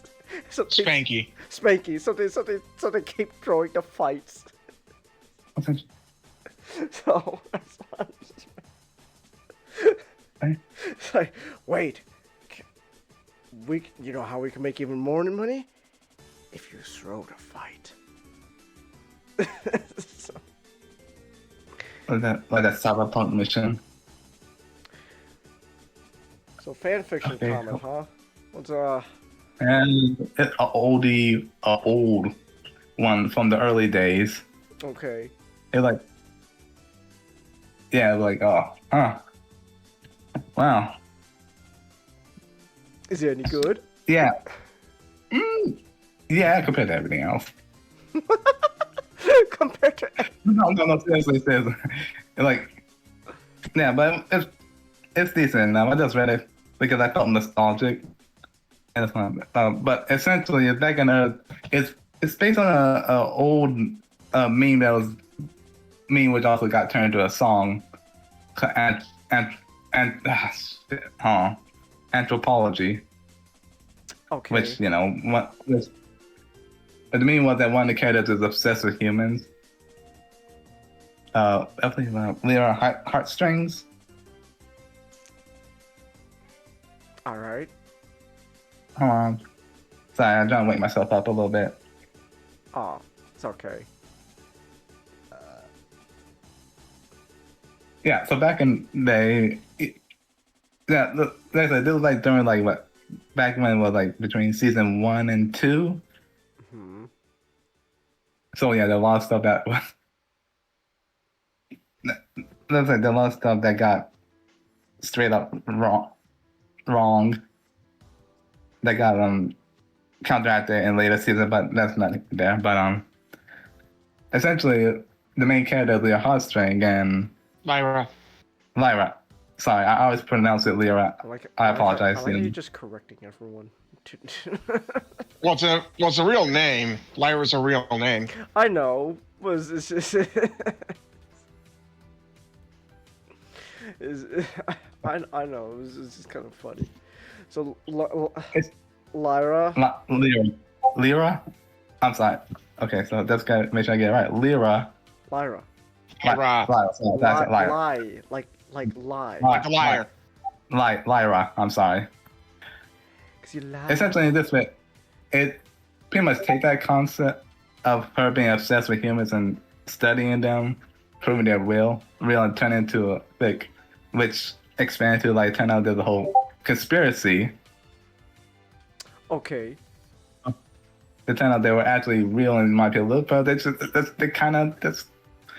Discord happened and he caused a little bit too much chaos and they end up going extinct. It's kind of like how people like overthink it, like, wait, they're horses, why are there doorknobs everywhere? In fact, why are there a lot of human instruments? Did they have to discover the Greek genocide?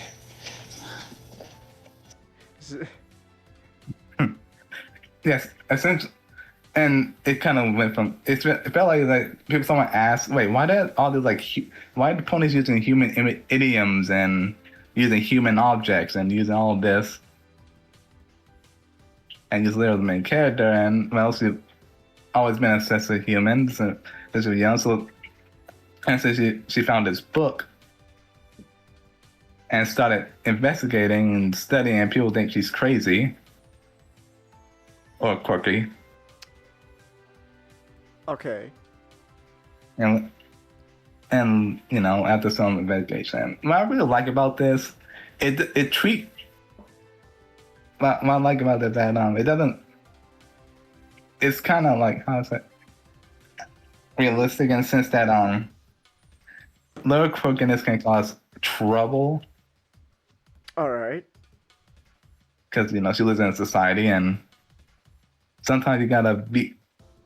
Essentially, her roommate Bonbon kind of asked her, like, Lyra, please just act normal. Lyra. Her name's literally the instrument on her ass. I'm sorry, I've been calling Lyra. I wouldn't be so adamant if one, it's not a real, if it wasn't a real name, and two, if it wasn't literally on her ass. It's a reference to the liar. I'm sorry. I've been calling Lyra for years. I'm sorry, Lyra. And I like Mama. Okay, Mama essentially in this fic is the Dursley character. Okay. The Dursley type character. She does want. I just want things to be normal. Lyra, can you just be normal? Please. I'm trying to get this job. Just be normal. Just trying to get Meatball into a good church.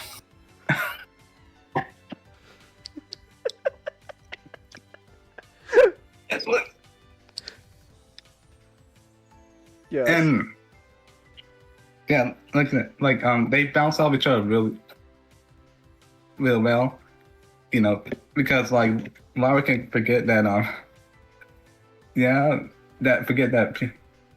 that she looks weird.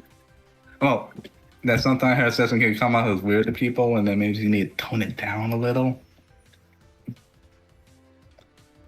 at the same time, Bulma can be a little too. At the same time, Lyra kind of don't loosen up because Bulma can be a little too stick up their butt. Okay. Yeah, and they're just roommates, which is, and I just thank you, not.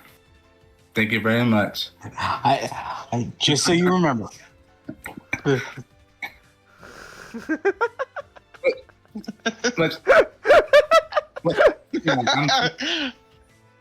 Yeah, but the first half of it is pretty much like she's, investigating and, investigating like, okay, we have all this stuff. There's so much evidence that humans existed, but why why there's so few records of them? And two, why no one questioning any of this? Then later on, during the later chapters, when she finds how like she went to Celestia, when she went to the second gala, which has some references to the episode Galvin Gala. Yeah, the main characters did not leave a good impression. Okay. So yeah, but listen up. So she's got on the Monarch's bad side. No, well, like they might brought her, after she plays an instrument and she was called to play, and she's really good. She was invited to play for the gala. Then she was called to the side by the Celestia because she was being watched. Well, she was being watched through Twilight, who she assigned an assignment to, gather up things on humans. And when Celestial talked to her, be like, "Oh yeah, they existed." But the thing is, they can be a little chaotic and Discord-like chaos. So he amped them up until they went to war with each other, and well, when the world went to, and they kept making more devastating weapons and annihilating each other. Yeah. Is this what happened in Archie Sonic, Nick? They just drove the huge. Is that like was that one issue? Like they drove, like Robotnik helped drive all the humans off. Yeah. Yeah.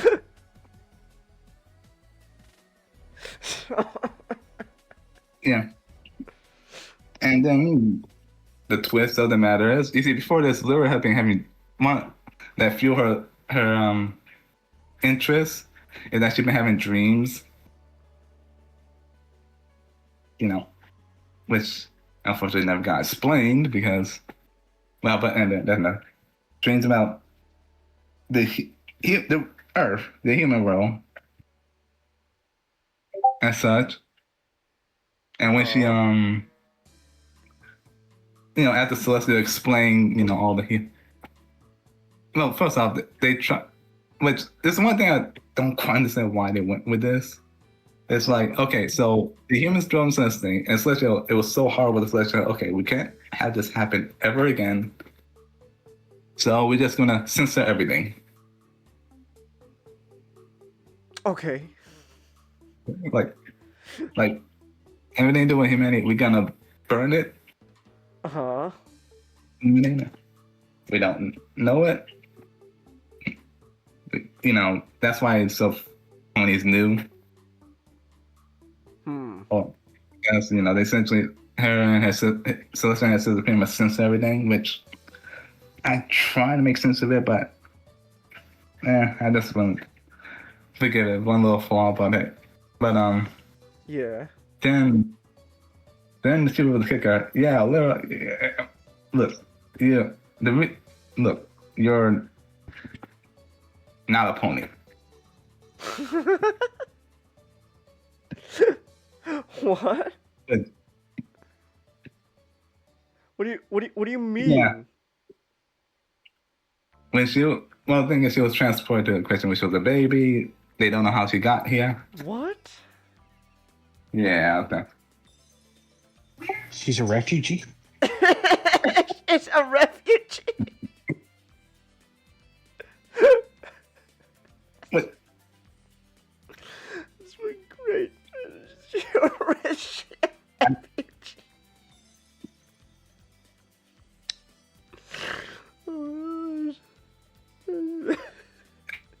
It's not too far off.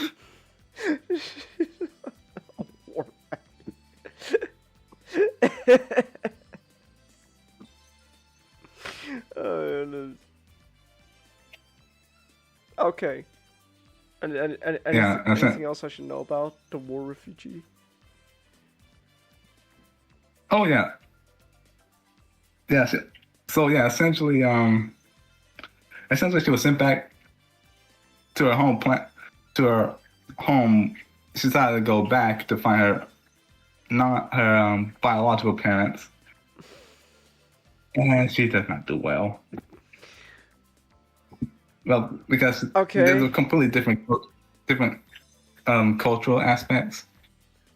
Like ponies mature much faster and expected to move out sooner. So like while humans are in high school, ponies are already moved out and had a job and everything. Okay. And yeah, but from here on, it's still pretty well done. I mean, pretty good in my opinion. Is cultural aspects, and I like how usually they don't humans are usually the human characters read. Oh, okay. No, they probably worried about her, but is this girl? Is she a little too naive? Is she a little right? Is she right in upstairs? Because she's clammy, she want to talk about where she come from, and why child service is not involved. Yeah, but why is child service not involved? No, that's literally what they said. Like, should we get child service involved? Because something. She's not passing the smell test, and she's very naive. Because she grew up in a rainbow wonderland. But then she eventually found her parents, and thing is, it's my criticism. I don't like how fast it was when she found, how it went. Oh, I'll be honest. This sounds like this story just went off the rails a bit Yeah. ago. So.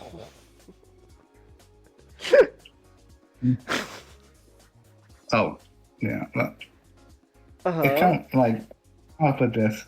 It's kind of sad that I feel like they start losing steam because they seem like it kind of went too quick, way too fast. Okay, so she had this picture that came with her when she was a baby of her parents and such. Okay, and your dad is apparently this author.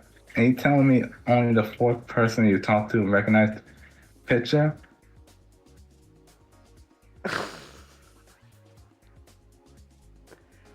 No, most people don't know what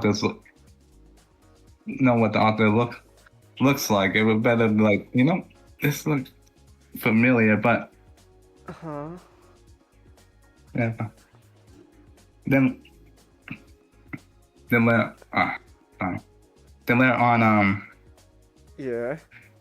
The family, they did DNA test, blah blah. Well, I think also.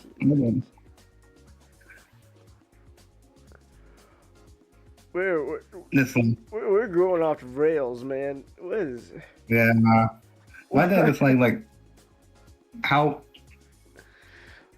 I'll be honest, I just didn't like how she treated her adopted parents, because she rarely mentions them. You figure you get away from home, you'd be a little more homesick at that point. Okay. Well, then Yeah.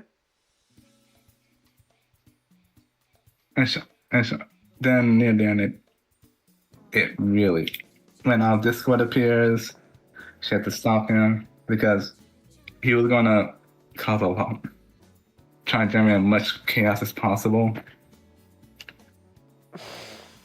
And because this is about when Discord was freed, as it was freed again, and I believe was it season 1? Wasn't it season 1? Early season? What? I think it was season 2. Yeah. I'm sorry, Carl. I'm gonna be honest. You're starting to lose me, man. This whole fan fiction thing has gone off the rails, and I'm having trouble, man, keeping up. What is happening?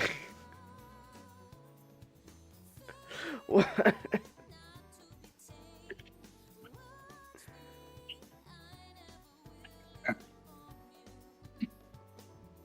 You know, did you at least enjoy this story? Comment. I enjoyed it until near the end, then I can't, because it left too many questions.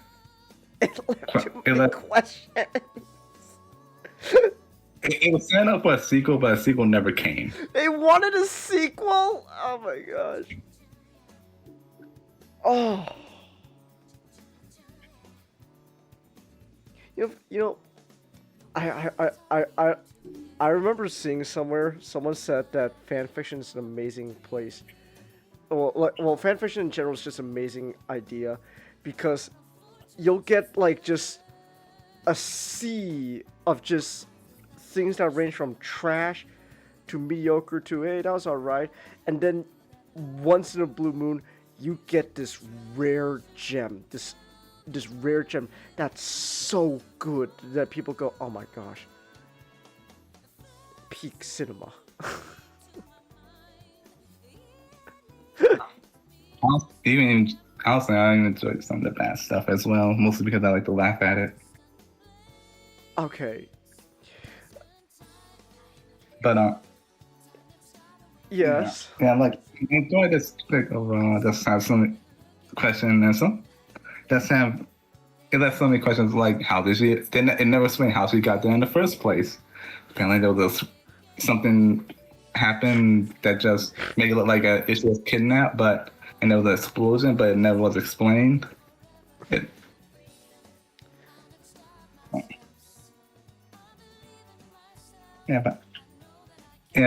overall, it's good, but I think it's all right. It was enjoyable. It's like if you want, it's like if a movie to be a popcorn thing. You just sit and watch it, and sit and watch. But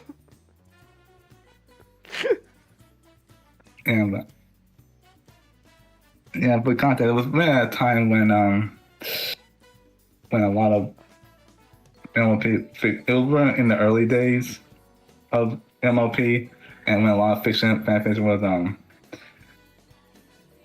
how to put this gently? What? Wish fulfillment. Okay.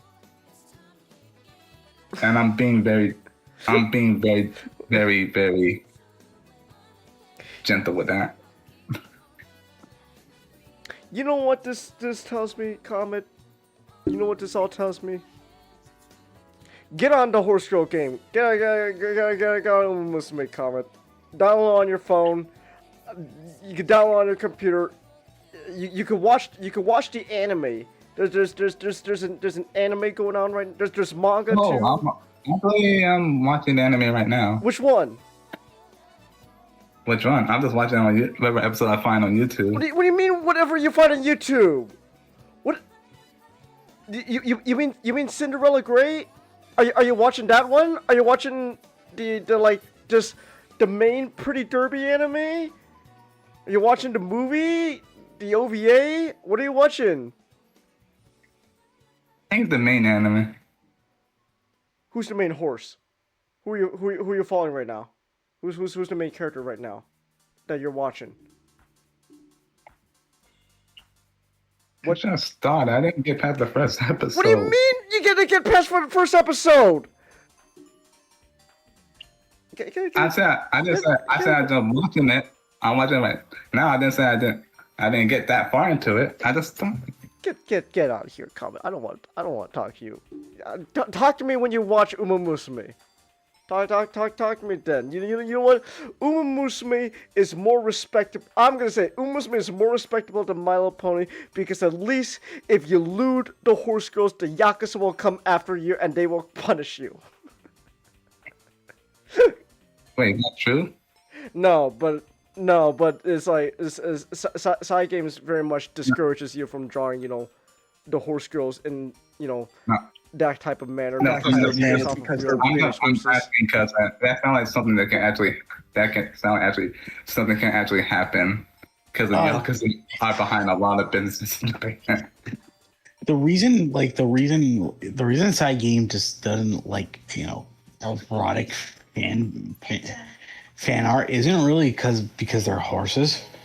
It's because like they saw some of the more grosser there was like inflation starting to happen and they kind of just saw that. Yeah, cut that. They have the power of God at their feet. And you choose inflation? What is wrong with you? Inflation should never be used to draw anything but Geckomon because that's canon. Look. Wait, they never been on the internet before? No. They didn't know the rule? No comment. They just don't want to see fucking Tokateo all of a sudden have fucking a shat fetish. A silent truth is the fact that like most internet most Japanese companies really don't mind sexual works because like in the end of the day doujins are still going to be made. Yeah. But they when it comes to the kind of deviant art fetishers, they don't want the game to be associated with that, so that's why they stamped their foot down solely because of that. I kind of want to see like an animation, like a parody video, or like a funny video of them like just going to on their computer. No, you're not gonna get that. The fan base for Uma Musume is so different from My Little Pony. You go back to My Little Pony for that type of stuff. Comment. No, I was making a joke. Like they were going in that, then they see all the images, and then like their face smells off like Indiana Jones. I don't think that's gonna happen. Like, you have to understand. Like, the people who interact with Uma Musume is like a completely different creature from the people who interact with My Little Pony. There's some crossover. There's a little bit of crossover, but not much.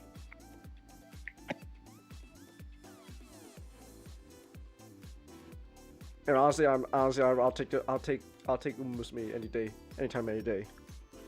When it comes to people to interact with, because I think we don't need fucking Rainbow Dash inflation stuff.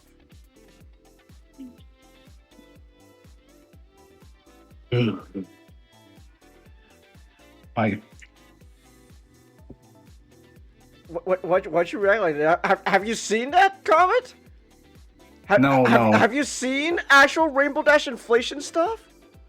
No. When you mentioned that, I just got this creep. I'm like, don't put that dot on my head. Don't envision it, comment. Gosh. Oh my gosh, this. Oh my goodness. I don't know what you're talking. You know what? I bet you anything. You know what? I bet $5 comment. I bet $10. I bet $10 comment that there's so much more better fanfiction for Uma Musume than My Little Pony. I won't be surprised. Oh my goodness. Oh my gosh. Anyways, it's oh my gosh, it's already 11 o'clock where I am. Holy shit, we've been going for fucking three and a half hours now. We still got more stuff to talk about. You were talking about Seed for almost 2 hours. Oh my goodness. Anyways, we gotta move on now. Is there anything else you have to say about this My Little Pony fan fiction? No. Okay. No. All right. Thank you, comment. Thank you, comment. Oh, no. You know what, comment? You know what, comment? Real quick. I'll. You know what, comment? Give me 1 second. Give me 1 second. What's her name? What's? I'll give you. Alright, comment. Alright, comment. Hold on. Give me 1 second. Give me 1 second. Here we go. Here. Hold on. Here we go. I'm looking up screenshots for you to give you a reason to watch Uma Musume. All right. You're talking about Gaia? No. Hold on. So currently, from the anime Cinderella Grey and the manga, of the same name, there's a horse girl named Michelle My Baby.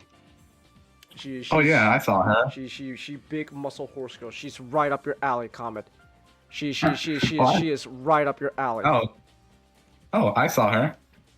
Yeah, so why fucking watch that shit, man. She's right up your alley. Why do you think I started anime? You said you were. Oh my gosh. You know what? Let's go to Digimon. Let's go to Digimon already. You're getting on my nerves, Comet, with your fucking. You're getting on my nerves. SGD. Let's talk about good Digimon stuff. This is good Digimon stuff, right? Yeah, it's pretty good. All right, there we go. Let's go. What's so good about Digimon Knuckles? Well, I'll get there when we get there. What? The story is about a young boy, or a teenager, named Haruka, whose father has recently gone missing amongst a string of disappearances in his vicinity. When Gankumon, the Royal Knight, literally falls into his life and says, I am going to be your father figure now that your father has gone missing. And that's how the story starts. Thank you, Gankumon. Very cool.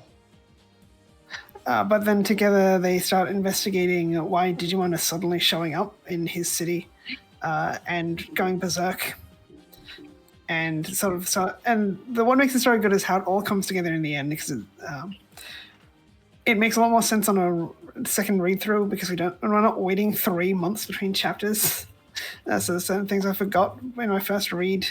Like, we find out from the very beginning, the villain of the manga is Leviamon of the Seven Great Demon Lords. Alright. Across the 4 chapters, like, Digimon randomly show up, and at the same time, people disappear. And as we learn, Haruka's father was working with Digimon in the digital world,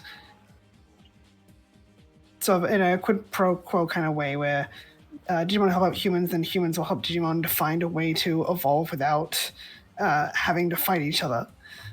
Because almost every Digimon, except for a small few, have a natural combat instinct. So they fight each other instinctually. And there's a bit of the story about Genkomon sort of being a father, but it's unfortunately because the manga is so short, it's not really that thoroughly explored. Like there's a few comedic moments come out of it. And they go with Genkumon because Genkumon's an old man. That's his thing. One of his attacks is literally a Japanese saying, which basically means that a father is worse than any natural disaster, or just as bad as any natural disaster. Wait, what? You should fear. Basically, one should fear their father in the same way they fear a natural disaster. Okay. Is what it means. It's translates to earthquake, lightning, conflagration, father. Huh. So earthquake, lightning storms, massive fires that burn down buildings, and your father.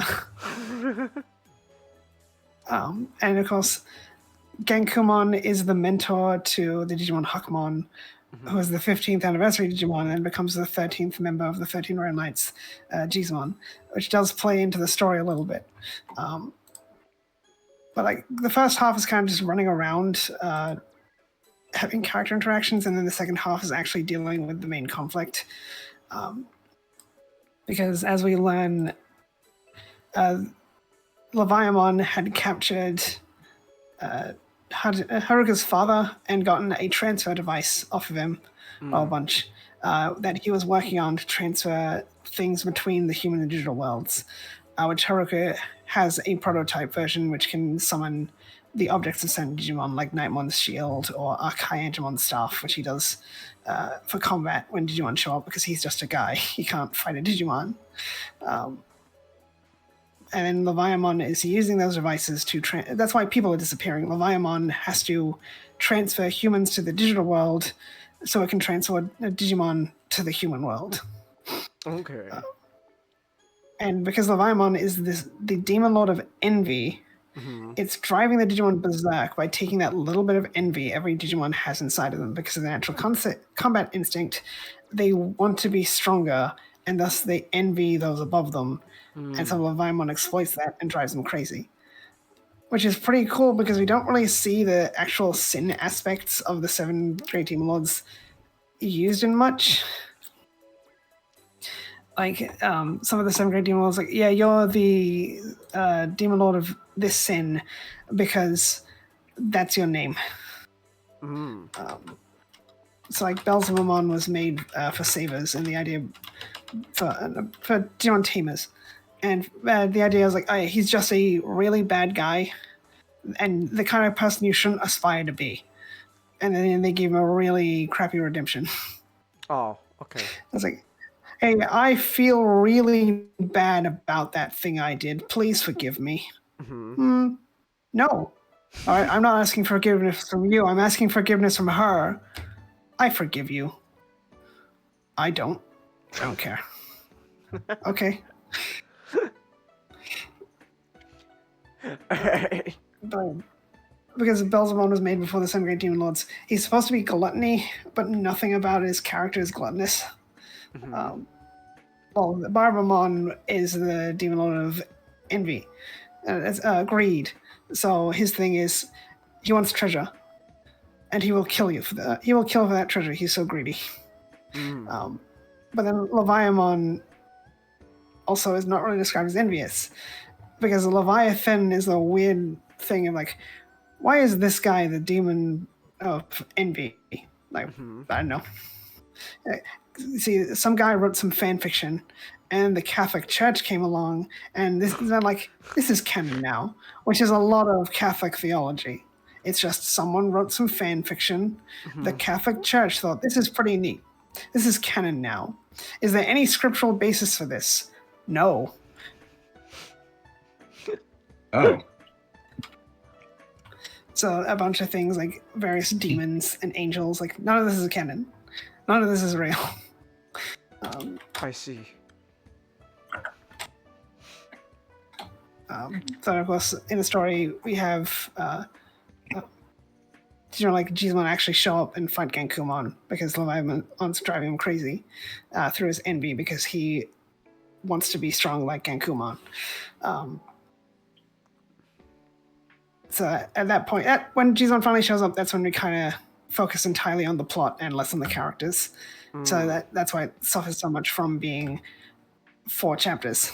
But I really like how they depict Leviamon, because when Leviamon's formally introduced into the story at the end of chapter 3, he says,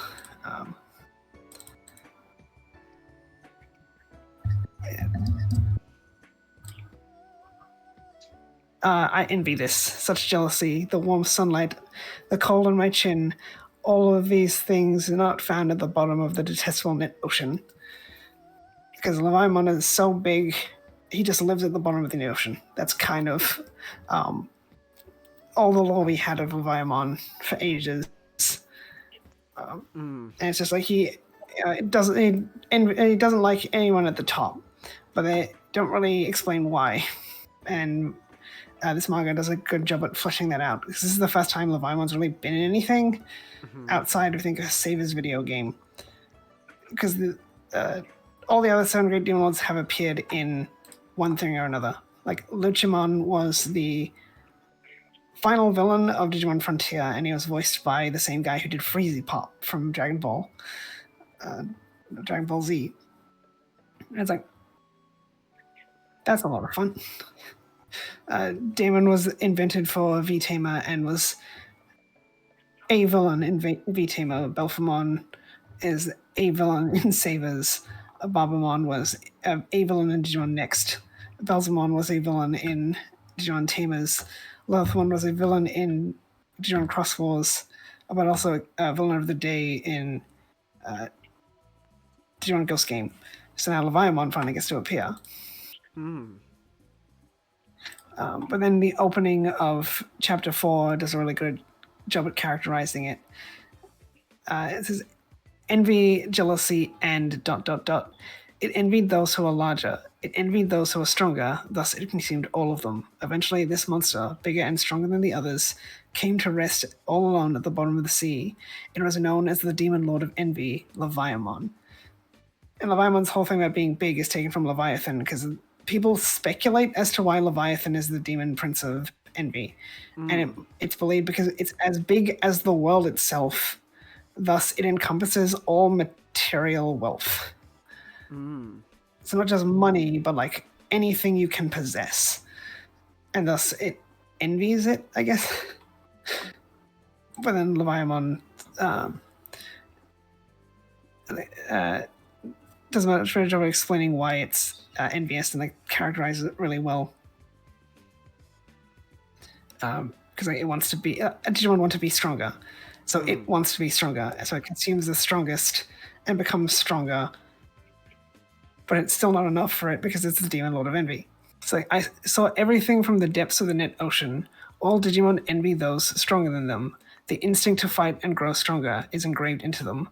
By speaking to that part of them, they can easily be driven mad, which is how Leviamon was getting Digimon to go rampant and attack anything in sight, even Deva or Royal Knights like Gizmon, because the Deva, Vajramon, and Pajiramon show up because, of course, it's those two, because those two are always together, because they were together in one episode of Tamers, and thus it was decreed that they must always appear together in everything else. Humans offered up machines and continue their exchanges with the Digimon. Gradually, the two worlds grow more connected. Humans are also slaves to their own jealousy. I'll swallow it all. Everything will end up in my belly. Then I'll have nothing left to envy. It's like, wow, that's the best characterization I've seen for any of the Demon Lords. So yeah, Leviamon itself is driven mad by its own envy, and thus the only way to satiate its envy is have nothing. Is there's nothing left for it to envy. Of course, the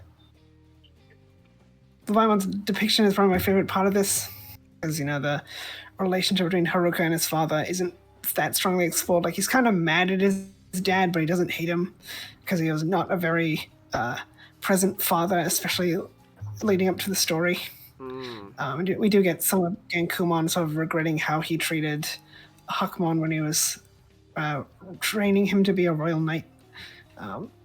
Like Haruka says, like he wants like Genko's like actions speak louder than words, but and then Haruka's like, yeah, but words are good too.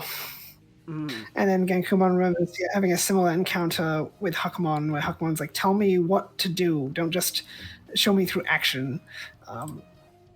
It's a bit about fatherhood, but then, kind of fades away because of the big fight scenes.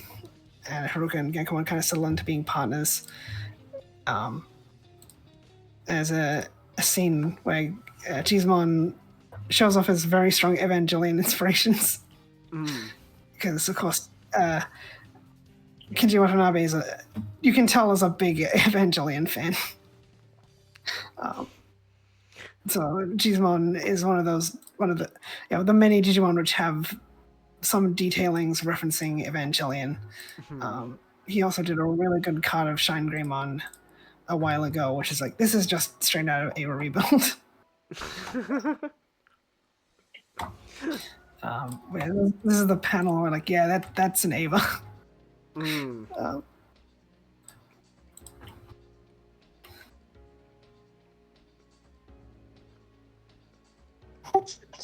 That is just Unit 1. No. That may look like an Eva, but do the internet will calculate a lot. That's great. That is just Ava. I love it. I love it. It may look like Eva, but due to international copyright laws, it is not. No, that's just Ava. That's just straight up. I love it. It's so funny. Yeah, like there's a moment at the end where Leviamon's trying to manipulate Genkumon, like, why aren't you being manipulated by me? Like, I'm too stubborn. I'm too stubborn. Because that's Genkumon's whole thing. He's a stubborn old man. That's great. Which is also the sourcing of his name. It's an Okinawan term for like a stubborn old man. But not really much else to say. Like, it's a fun read, not very long. It had a good idea of what it sought out to accomplish, and I think it did it pretty well. It's just unfortunate that I couldn't really realize it as much as I would have liked due to its short nature.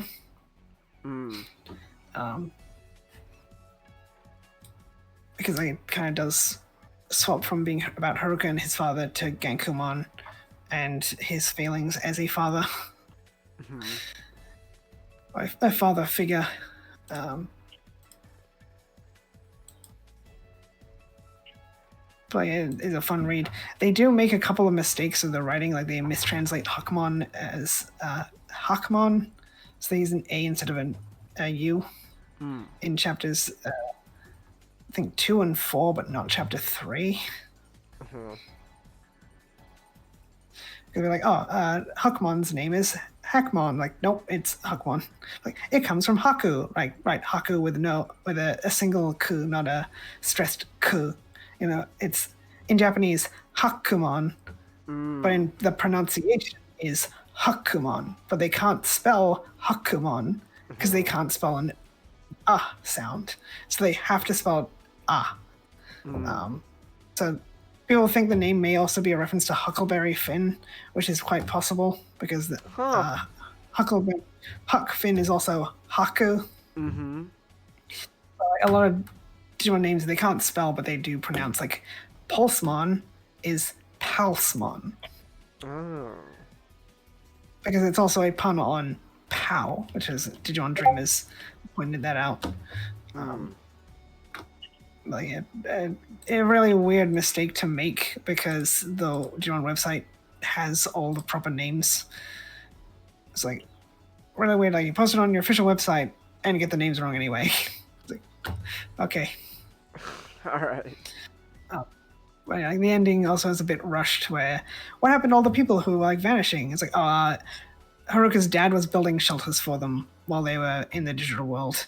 So they were all okay. They didn't get eaten by Leviathan or anything. Don't worry about it. Let's go.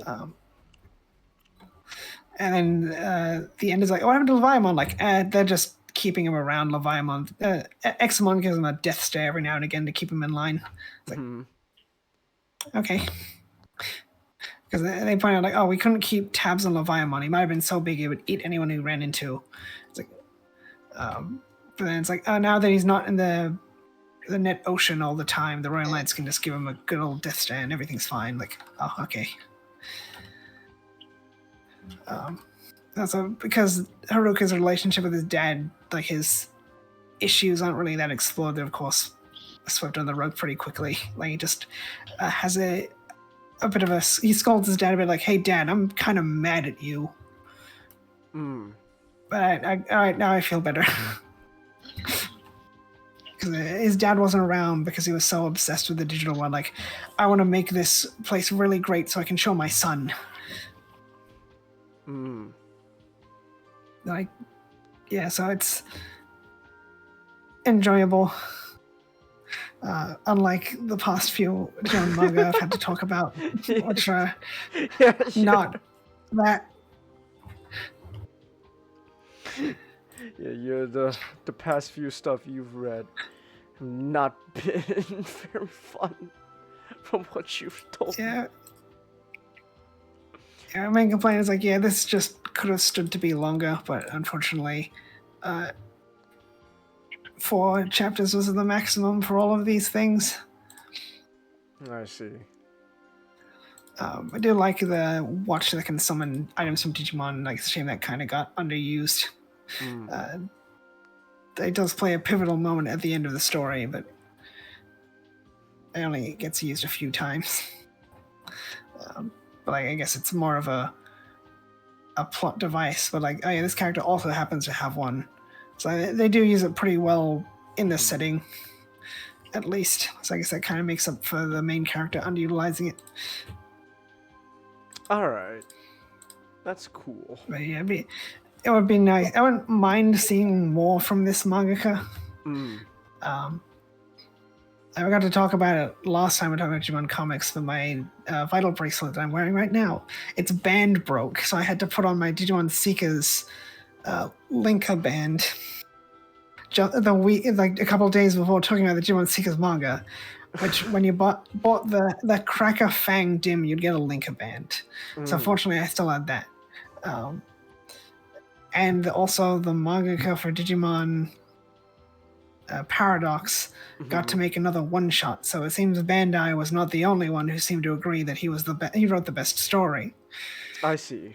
It's like, I thought he wrote like Digimon Paradox is the best of these, and Bandai seemed to agree with me. It's like, here, have another one-shot. All right. I haven't read it yet. I don't know if I'll review it because I don't plan on reviewing the other manga contest winners. Things. Just the stuff that Bandai uploaded for the Digimon comics. Okay. If it's good and if Bandai uploads it on their website, maybe. But maybe. All right. But yeah, next time we'll have to talk about Digimon Get Back. Get Back? Not like Get Away From Me. More like we gotta get SpongeBob back. Or get back to it. And Hiragana Digimon, Story of the Royal Knights. Because Get Back's just a one-shot they announced before the Volume 4. It's like, oh yeah, we're going to do an extra one-shot along with the 4 chapters and everything. And then Hiragana Digimon is just a series of short comics, short comic strips, essentially.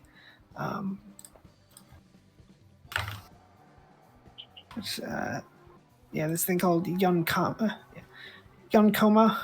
manga, which are like 4-panel manga, and their lengths are similar to that. They're not all 4 panels, but that's kind of the whole thing. It's like just short stories about Awanyamon hanging out with Dinismon by Tenya Yabuno. So, of course, I thought it was going to be good going in, and it ended up being pretty good. because it's 10-year Yabunel. Alright, let's go. And then Digimon Get Back is just, what if a chosen child refused the call to adventure? Ooh, that sounds fun. That sounds fun. Alright. But yeah, Digimon Knuckle ultimately, definitely, I think one of the reasons why it was better than the previous stuff was they actually had an idea of what they wanted to do, and especially reading through it again, you could tell from chapter 1 they knew everything they were going to do with the story. Compared to the other ones where it's like, I don't have 4 chapters worth of story and just had to make do. Or in the case of the Digimon Seekers ones, I don't even have 2 chapters worth of story. Except for the Witch from 3 Roads, where they absolutely had 4 chapters worth of story, but had to write it in 2 chapters. Damn, what a shame. Well, I'm glad that at least you're getting to read more good stuff now. Yeah, so once I get through Get Back and A Story of the Royal Knights, I can talk about Digimon Paradox, which is peak. Peak. Knuckles, Get Back, and Story of the Royal Knights are good, but Paradox is peak. It's peak fiction. I see. Alright then.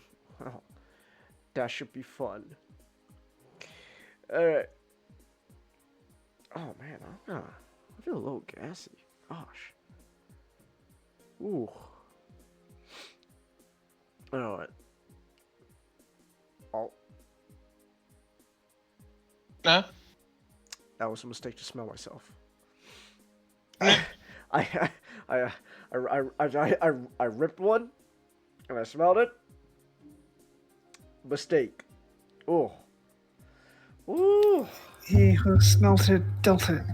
He smelled. I know I dealt it, but damn. Ooh. That's a stinker. Yowzers.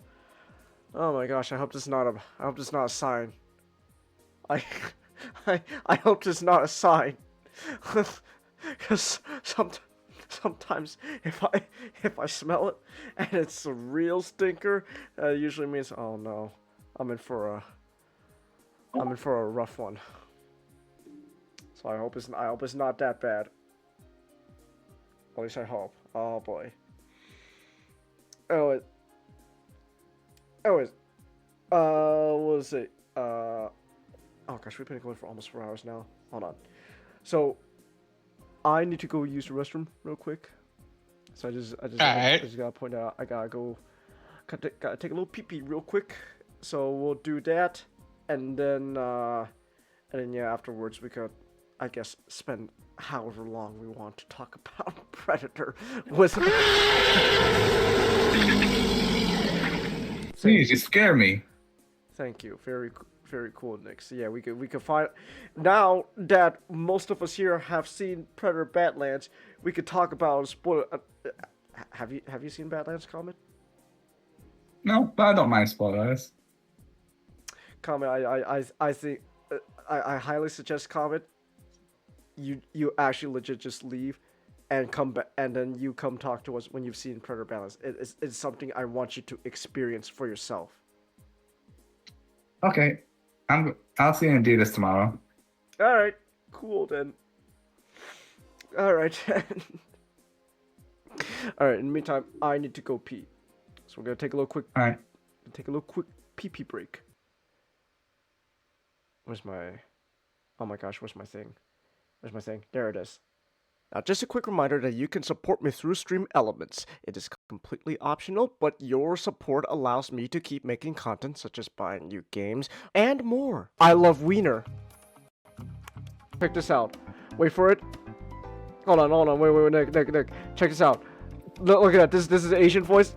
Okay. Nick, Rick, Rook, I'm an American. I think I gotta use my credit card. Is there there anything non-dairy? Anything gluten-free?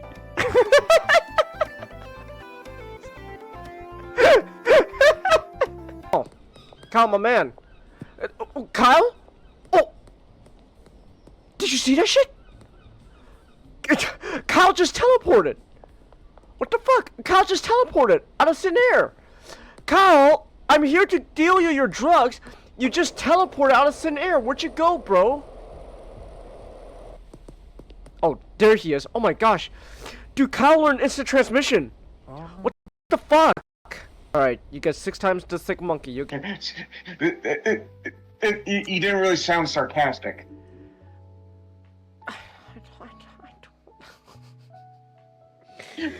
Nick, don't ask me to put an effort into a thing that I don't like. Okay? Unfortunately, Nick, I'm not Hugo Weaving, where even me half-assing sounds genuinely good. Alright? I can't be Why aren't you? Because I'm not Hugo Weaving. Alright? I'm not... Why can't you be? Because I'm not Hugo Weaving! I'm not Megatron, okay? Why can't you be? Because I'm not! Because I don't want to! Because I don't want to, Nick! I don't want to give effort for this! I don't want to!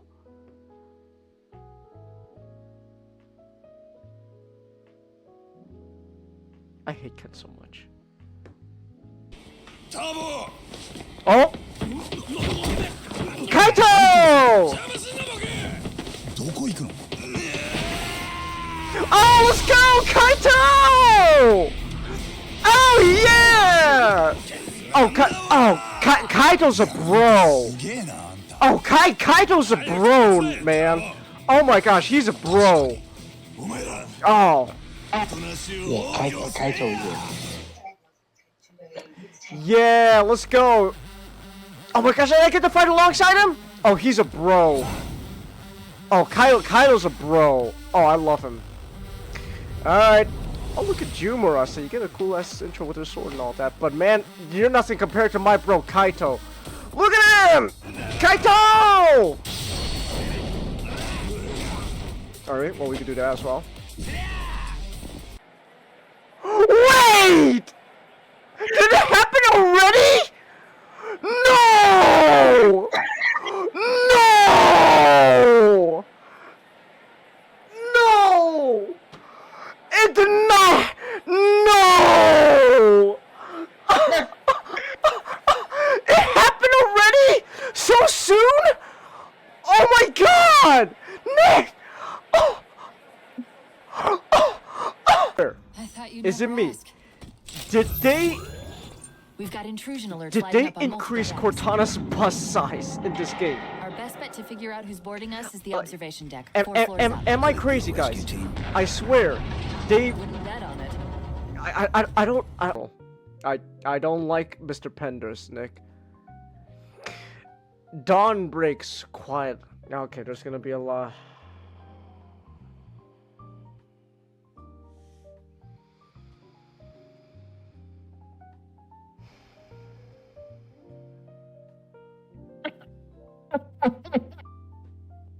I'm gonna go grab a drink of water real quick. I'll be back. I'll be back, guys. I'm gonna grab some water. Oh my gosh.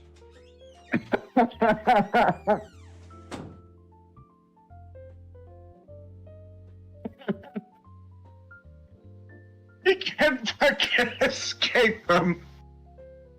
You can't escape them. Oh, it's fucking great.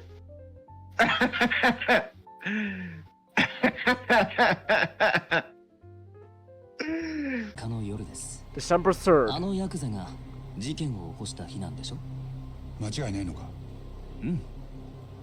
俺は今、 Gosh, he has so much. I'm sorry, but like the host there, I know it's a CG but like I could just tell, dude's got like just tons of makeup on his face. Gosh. No. He's an actual. Oh, he is? He is an actual host that like the RGG guys. Oh my gosh, why is his face so soft? Jenkins, that's just what host looks like. just look like they all look like But look at my boy Yuya though. That's a man's host right there. And this guy though, his face is so soft. Yuya, he's built different. Yuya's built different. Wait, what the fuck is this? The Dark Falcon? Oh, hold on. I'm back. What are you streaming, Comment? Oh, that's only not something. What is it? What are you? Oh, Fall of Tainted Grail, Fall of Avalon. Oh, what game is this? Oh, it's like a mixture of Skyrim Oh. and Dark Souls. You got the Ardurian Legend and myth and such. And I'm playing the demo. Is it good so finish far? it up. Yeah. So something. It's good so far. Okay, cool. Alright. Oh man, SGG Steffened. I was gonna mention something about Gaia Force to him, but he's not here, so damn. What a shame. Oh well. It is what it is. Let's see. Oh yeah? You gonna say something? I was you about to talk about Predator right now, or? Yeah, we're gonna talk about Predator pretty much about now. Just gotta double check something real quick. Alright, good night, guys. Good night, Comet. Okay, it is 11:36. My time. We've been going for a little over 4 hours now, and the game is at 10 o'clock in the morning. God damn it! Why is it 10 o'clock in the morning? Damn it! Damn! Ooh, you bastards! Ooh, I have to. Oh my gosh, I have to watch it at 10 a.m. Oh my gosh, and where Nick is, he gets to sleep in for an extra hour because now it's no longer at noon for him. The game is at 1 for him. Damn you! It is. What? Are you still in Ohio? Well, yeah, I just think, fuck, I thought it'd be, time zones are fucking confusing me, man. Because you're in Eastern Standard Time now, so if the game is at 10 for me, then, was it? It'd be at 1 for me, yeah. Yeah. So Gosh, I thought it was, Chase, this is how it, Chase, I'm having flashbacks to back when I first showed up and thought it was coming earlier, man. So you get to sleep in a little bit more, because you can wake up at 1 to watch the game. Well, I gotta wake up early so I can catch the game at 10. Damn you! I hate time zones. Oh my goodness. Anyways, where are you guys even gonna? Is it where are you guys playing? Is it a home game or is it the Vikings' home turf? I don't know. You know, I might as well fucking look this up right now. But Chicago Bears versus Minnesota Vikings.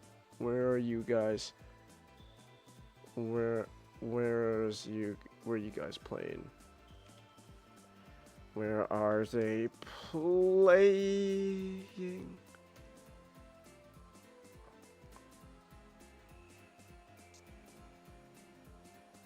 Oh my gosh. You know what? It doesn't matter where they're playing. Oh wait, no. Location U.S. Bank? I don't know. Who fucking cares at this point? I don't know. Anyways. Anyways, you think you're gonna win, Nick? Our defense, man. Okay.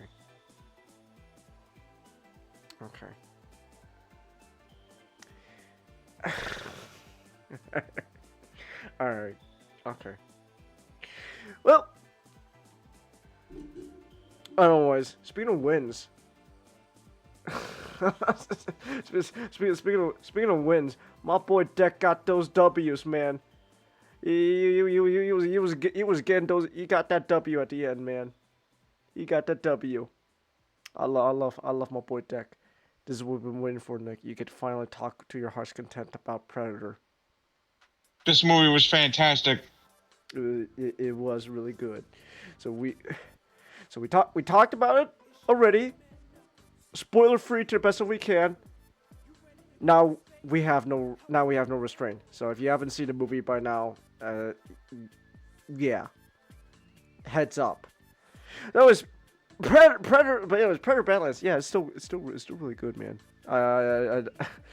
It's still really good. Just don't watch Predator Badlands on a Sunday afternoon when you wake up early without eating breakfast and then spend all your energy yelling at your phone watching the Bears play. Because then you go to the movie theater and you're watching a movie and it's still a good movie. It's still a damn good movie. But I'm not gonna lie, there's just a part halfway through where I just all of a sudden the movie like skipped for me. I was like, what? And I was just realized, oh, I fell asleep. Oddly specific. It is oddly specific. So don't wake up early to watch a football game and not eat breakfast before you go see a movie later that afternoon. You're gonna tucker yourself out. So just but either way though, it was still a good movie to rewatch. My real MVP of the movie is still my boy Quay. Quay was the MVP, man. He was. Oh yeah. He was great. Oh my goodness. Oh man. Hey. Oh man. Dude. Oh man. You know what? Now I could just gush about Quay. now I could just gush about Quay. Quay's my boy, man. He's like Quay. Very. This is most definitely intentional. Quay is very much like everything Deck wants to be. Like from physicality to just like the trophies he has and everything. Quay was like he was the guy Deck was like inspiring, but like I mean you look at Quay and like he very much feels like they designed him to be like like Deck, but like older and bigger. Like if Deck wasn't a runt, he'd probably look a lot like Quay. Quay was just so. It's almost like he's his older brother or something. I know. Ooh. Shocking. I know.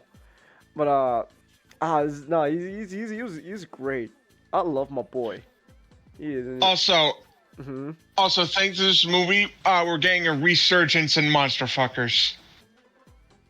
Oh, people are thirsting over Deck. Over all the Predators in general, but yeah. Okay. Well, I mean, I literally I saw a TikTok of a drawing of a really muscle bound Yautja. Oh. I saw and someone replied with this image. I saw a thirst trap.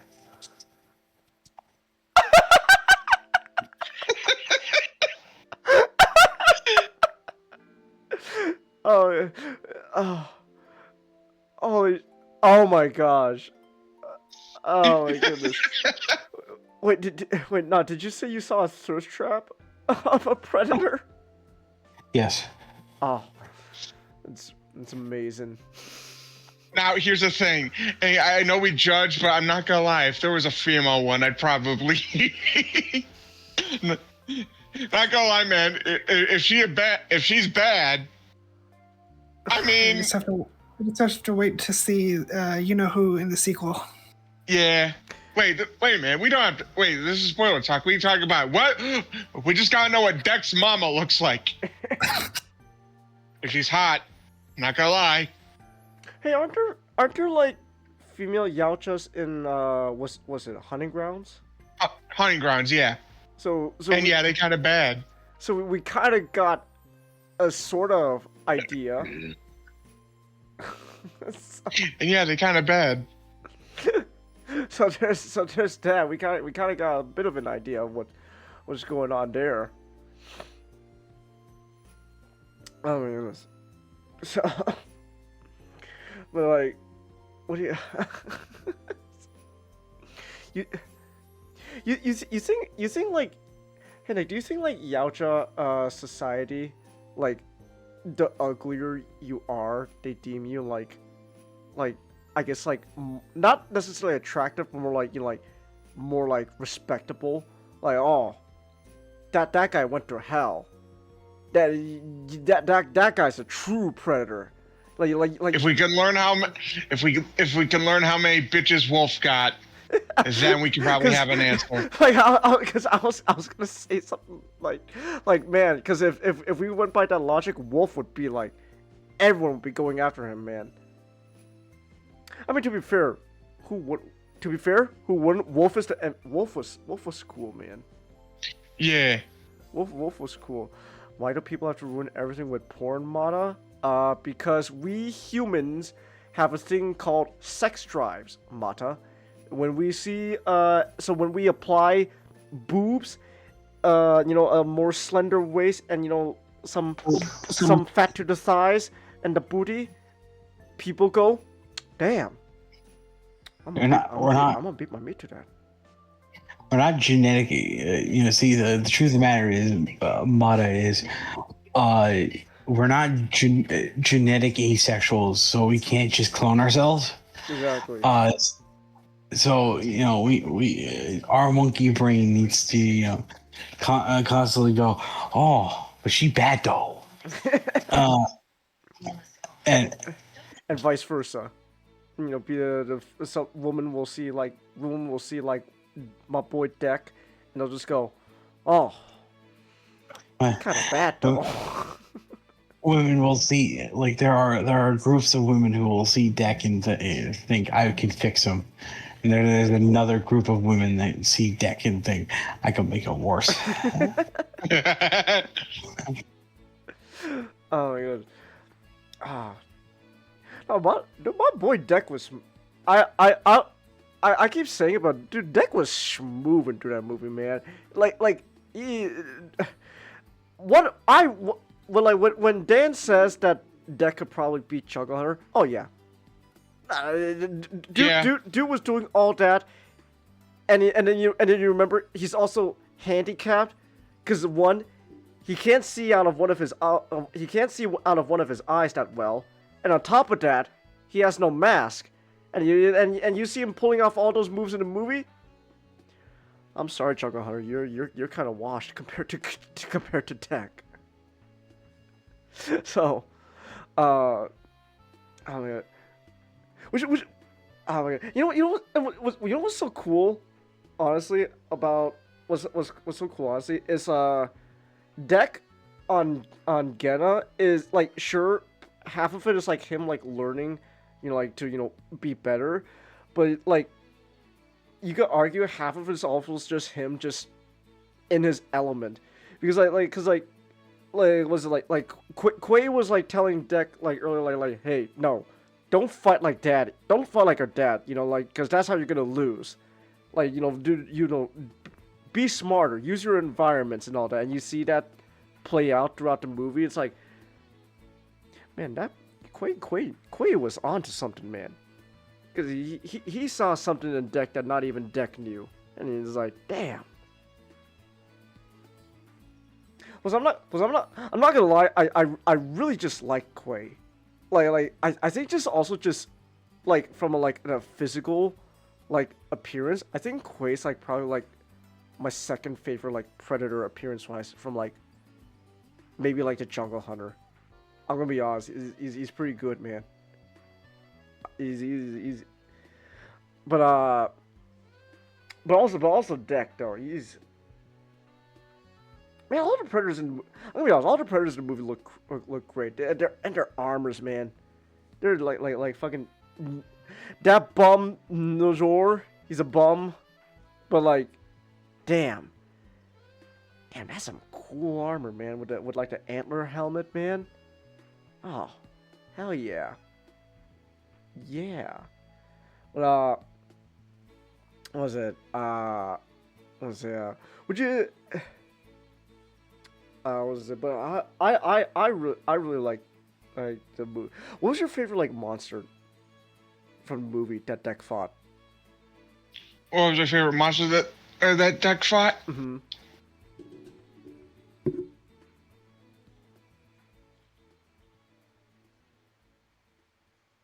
It gotta be the Callus Man. Just like I mean, with all like the different. I mean, the fact that he was. I knew it was like a good way. He ran and grabbed that gun and started blasting. But I'm not gonna lie, really, it's the power loader actually. Oh yeah, yeah. That's probably. Yeah, no, I get. I really like this like new power loader, cause like it was it like they redesigned it to be like almost bestial of its own, man. Like half the time Tesla was like driving that thing, it was like walking like all fours. It's like it was really cool.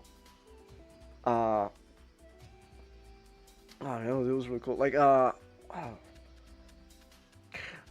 what was it? Oh, and then also, you know what? Might as well just say, is, like speaking of fighting the Power Lord Tesla, just a whole final act, man. Just like not Quay, Deck, just going around killing all the synths, and then he's used like like the nature around of the planet. Yeah. To, like, create new weapons and armor. That was really cool. It's pretty much the Predator having to do what Arnie did. Yeah, it's a really cool like role reversal situation, but it works. Like how like Quay like his armor is made out of like the bone bison, and then like and then like the acid spitting snake is like his plasma You caster. said Quay again? I said Quay. I'm sorry. He's just really cool, man. I'm not gonna lie. He was really cool. He was the hidden MVP of the movie. I'm gonna keep saying that. But Deck, he got the acid spitting snake on his shoulder, like the plasma caster. That was really cool. And then like, oh my gosh. And then like he used the horn of one of the animals to like be like his wrist claws, his wrist blades. That was really cool. Like, oh yeah. I think wasn't he using razor glass? Like the glass, like he used a razor glass to like make like a whip. Because like he used the blades of the grass.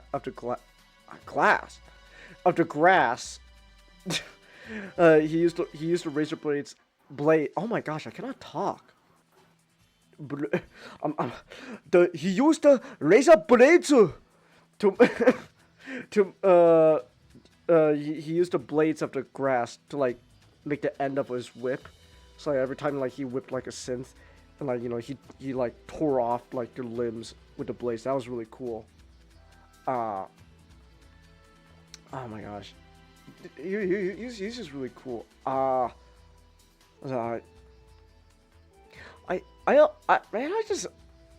It's just a really good movie. Oh my gosh, it's just so much fun. Like was it like I really liked I just really liked Deck's whole character arc through this movie of him. Yeah. Just him learning to like hey, a real like him learning about like the idea of like what it means to be the wolf, the alpha. That was really cool. And again, I'm predator pilled. So when Thea mentioned wolf, I just immediately assumed, oh, she talked about my boy, but no, she meant the actual animal, which that means then wolves also, that means then either, because the way she was talking about wolves were still that means wolves were still around. So that means just is it only Paris that's fucked up then in the future? Probably. Like in the end of Alien Resurrection, is it just France? Considering what the French do when they're upset, probably. Like, there was no natural disaster or societal collapse. It's just the French got really mad about something. I think that'd be really funny if like Alien Resurrection is still somewhat canon, but like it's only Paris that's just a complete wasteland. Everywhere else is fine. That'd be really funny. Oh my gosh, like oh man, but I really like Deck just like learning to like it's essentially becoming a better version of himself. It's like a coming of age story. He's becoming more mature, better version of himself, and he's able to, you know, kill his piece of shit dad at the end of the movie. Well, technically, he didn't. You know, if we want to speak technically, Bud was the one that killed the jour. So, you know, hey, it's not technically, it wasn't on Deck's hands. Just saying. So you know.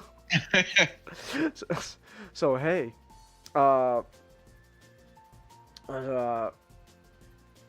it's like, what?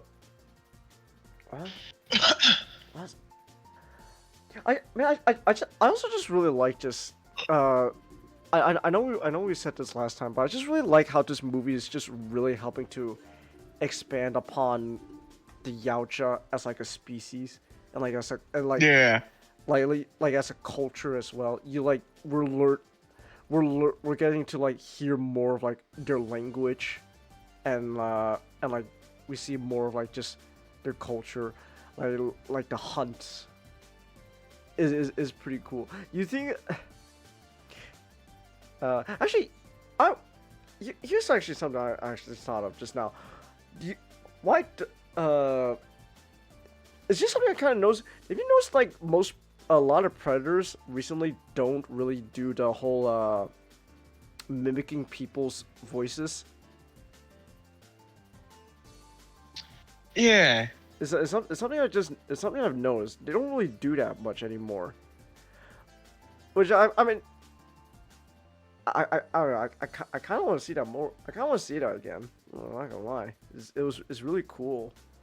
Like is that like the it's interesting. Do you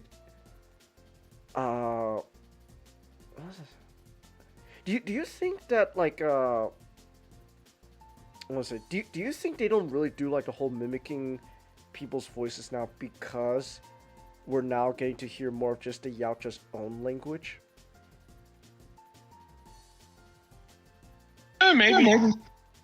I do get a sense that like the more as the Predator movies have kind of gone on, they don't like the Predator's never really shown as being like a taunter. I think largely because like I think in an effort to maybe just like try to get them to be, you know, look maybe heroic. I mean, Deck is really the first time that has been, you know, it's really the first attempt of that. But even with like a wolf or like a scar, like I don't think they've done things like that. And like, because like the AVP films are specifically presenting them as not hunters but warriors. You know, they're not stalking prey. They're not setting up traps. They're just they're you know, they're there to take out their weapons and just slaughter an entire room. And with like and because of that, you don't need the mimicry.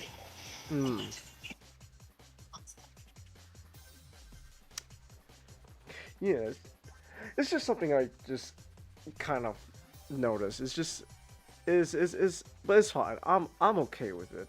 I just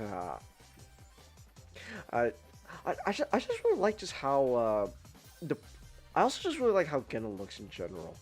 The planet is it very much is like, you know, like it's there's a beauty to it, even though literally everything there wants to kill you. So what's that? I just like the moment Deck like first like entered like Genna's atmosphere, like already he has the risk of dying from like, you know, either crashing to his death, and then he's got to deal with like the plant, like the weird like plant monsters. And dude, you even get like an hour to like fucking breathe. His like first day on the planet, it was just one thing after another. It was honestly a miracle that he met Thea, because he straight up would have just died. But that, you know, that's the point of the movie though. That's part of Deck's character, you know, like he it's okay for Deck to, you know, rely on others. It's okay to, you know, hunt as a pack, than, you know, just be a solitary creature. It's cool, man. In fact, it's pretty cool. So I really like I also really like Thea. I like you know, and still, you know, her jokes aren't, you know, they're fine. They don't really, you know, like land. But like, I thought she was okay. But like there's like the genuine moments though she does have with Deck that I really like them at like the campfire, just like talking about like siblings. Obviously, you know, like the wolf conversation, but also like I also really like just how Thea has come to, like, you know, genuinely like Deck. So like when Tessa's, you know, like, oh, we're just gonna, you know, kill Deck, essentially torture him. She batted for him. That was cool. Oh my god. Was there I don't know, what else is there? A toy for children. that was okay. That was pretty funny. I'll admit that was really funny. It's like it's a toy for Yautja children.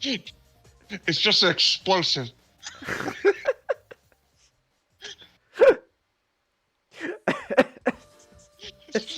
It's really... Children are taught to play with live grenades. Gosh, all I can think about now is that joke we made about Silver's future.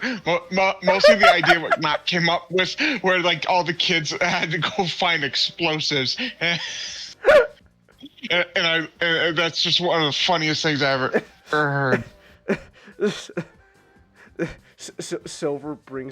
Silver keeps from his future a toy from his childhood. It's like I don't know. I think I don't know. Fuck, I was like, maybe it's like Amy or something. Like she just was Silver, just things explode. That's a toy for children, at least in the future. It's just an explosive. That's great. That's a great one. But I don't know, what was it? What was it? I was trying to what do you, oh my gosh, I'm stumbling over my words. God, and my thoughts. Oh my goodness. Man, damn it. It's like we finally get an opportunity to just completely get unrestrained talk about this movie, and I'm struggling.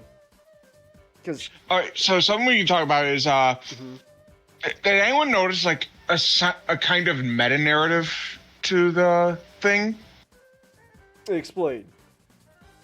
All right, so like the whole because like with how Deck is not like other Yautja, and he had to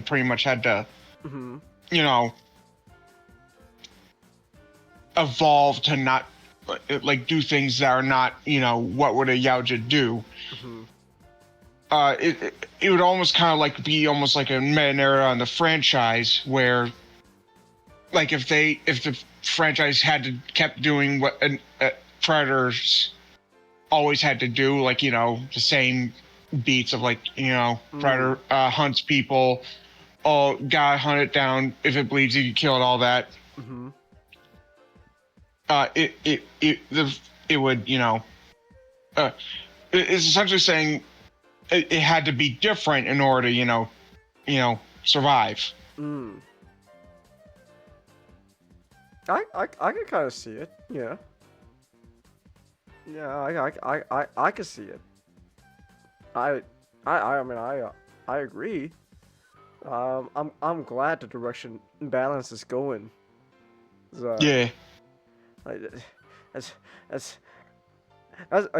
honestly kind of why I don't really want a follow up of that ending of Killer of Killers, because like that would just be going, because that's essentially going down old territory. We've already seen that stuff. I don't need Danny Glover to go on another adventure. He's fine.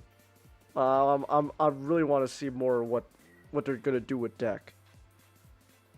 So I think it'd be a good idea for the franchise to do both. At least in the sense of, okay, we get a movie where the Predators are, hunting people and killing people. We got to take this thing out. And then we can do a movie where, like, okay, let's see what Deck's doing.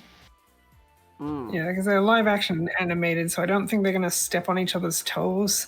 In fact, like, we got Badlands not that long after Killer of Killers. So I think even from the studio side of things, they can see multiple Predator projects coexisting in the pipeline.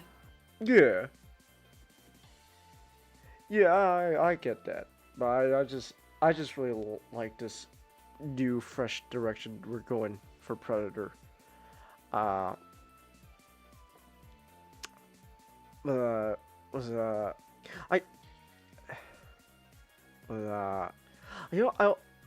also oh my gosh, what was I gonna try to say? What?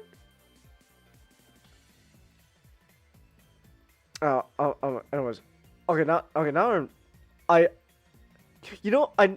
this is okay. There's not so much Badlands in general, but it's just I've said it before, but like I think it's kind of funny how Dan's like personal style he wants to bring to Predator is very visible, like with like the red glowing technology, like the plasma blades and stuff. He really likes the color red. I mean, I get why blood and all that, but I think it's just kind of funny, cause like cause like when you have like when you bring in like this like new like technology for like the Yautja to use, it's kind of funny, cause like you kind of look at like the previous movies and you just go, so how come they're still using outdated stuff? Like Feral Predator is doing his own thing, like red glowing stuff, and then meanwhile there's Jungle Hunter out there doing things the old-fashioned way. I mean, you could probably excuse it as like different clans and stuff. Maybe that one clan likes doing things the old-fashioned way, but I think it's just funny. Like you think they like you think like they will like look down on the other, like, you don't do things the old-fashioned way. Like, oh man, you're still using those old outdated masks? Oh, look at you, relying on your fancy glowing sword. So I think it's just a little funny. Oh my god, what's this? What is the? Oh,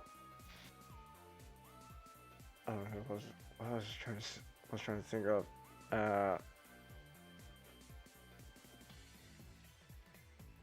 Oh yeah, just the Tessa herself as an antagonist was really neat.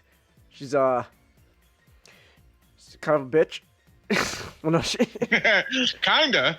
yeah, just kinda, Nick, just a little bit, just a tiny bit. Just saying, Yes, and Starscream's just kind of a pussy. Yeah, he's you know, I'm starting to think Starscream's kind of a coward. Kind of. Oh, kind of. Just kind of, Optimus.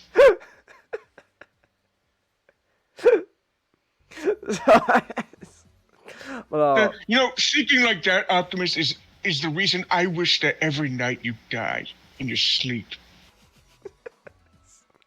I wish you died. I hope you have like some sort of spark attack.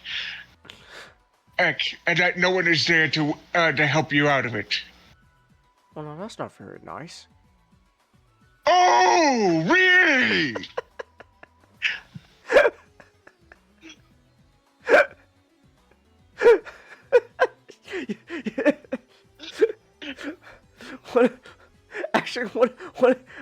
What if actually, hold on, I know we're talking about Purple, but I just really like the idea of just Optimus just unintentionally pissing off Megatron with just stuff like that. like Megatron's just like he's leaking energy on everybody's damage. He's just like he's looking at him, just like, Megatron, please, we don't have to do this. Besides, you're kind of looking in bad shape there. Oh, you don't say, Prime. Unintentionally rage baiting Megatron. It's really funny.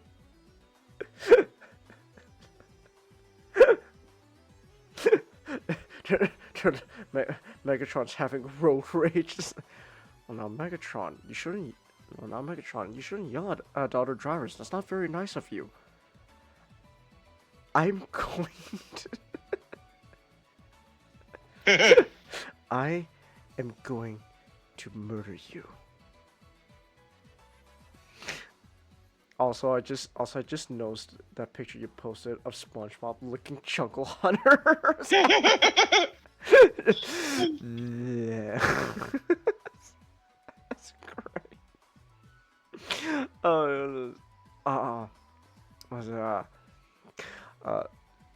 I just also really, I just want to say, I also just really like that whole fight at the end with Deck versus Najor. Oh, that was really cool. Like seeing like Deck learn, use all he's learned to face his father, and like how like when when his dad uses like the cloaking, he uses like the ship's, he used the ship to like blow dust everywhere so he could see, he could like mess with the cloaking device. That was really cool. Yeah. Also, going back, for all of Najor's like aura, with all the armor and like stuff and like yeah, and all that, he's a bitch. Oh, he fights like a coward. Like 100%. Like it's literally like, I mean, he fights cloaked. Yeah. Which is a dishonorable move. Najor represents all the worst aspects of Predator society and culture, but with none of its few redeeming qualities.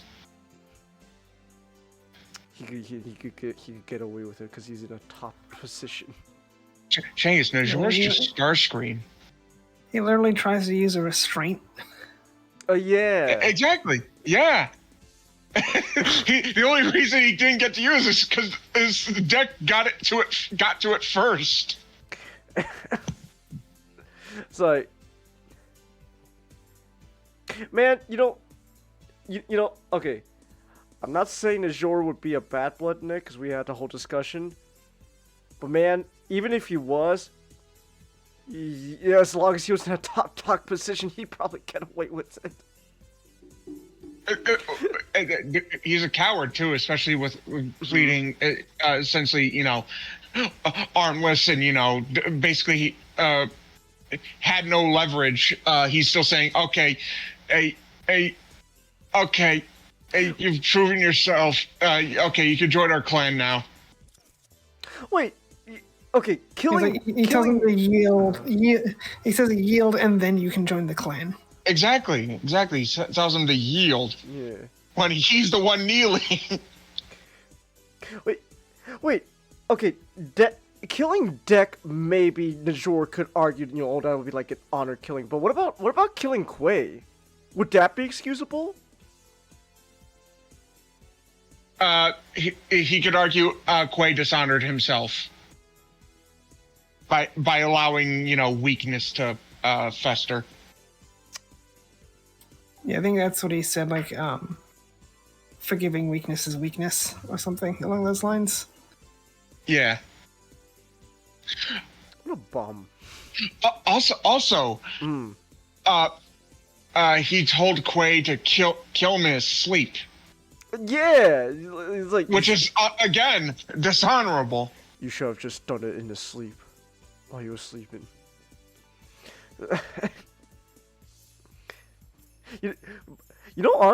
Also, Deck's reaction to that whole scene, I think it was like the first time he even like heard of the idea of Quay killing him.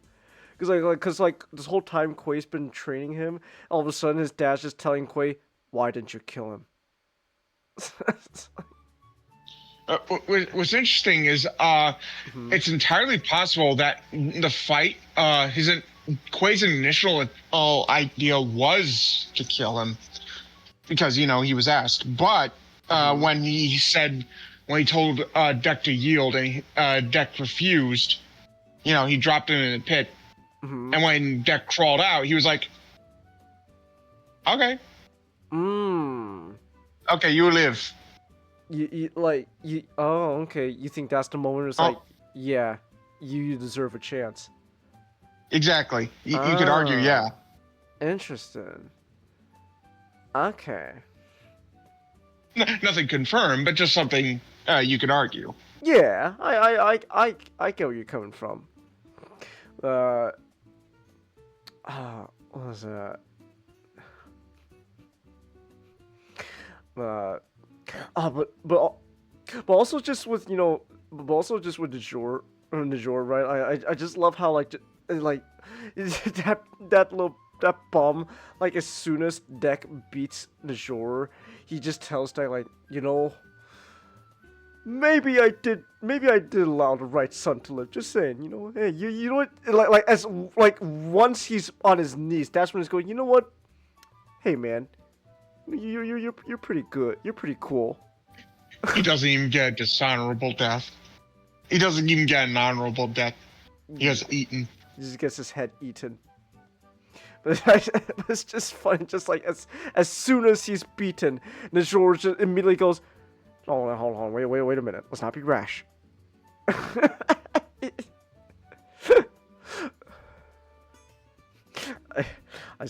I still quote that every now and then. Don't be rash. So, what was it? Oh, Bud. I like Bud. Bud was neat. Bud could have. So, people who don't like the movie, one thing they say is like, oh, Bud's like, this sidekick character, and he could have been. Well, I guess she. But Bud could have been, and then you learn what's so important about Bud, which is Bud's a callous child, juvenile callous. Which by the way, I immediately went like, oh, I knew it when the callous was on top of the deck. But instead of killing it, it just starts sniffing him. It's like, oh, yeah. Yeah. That was really cool.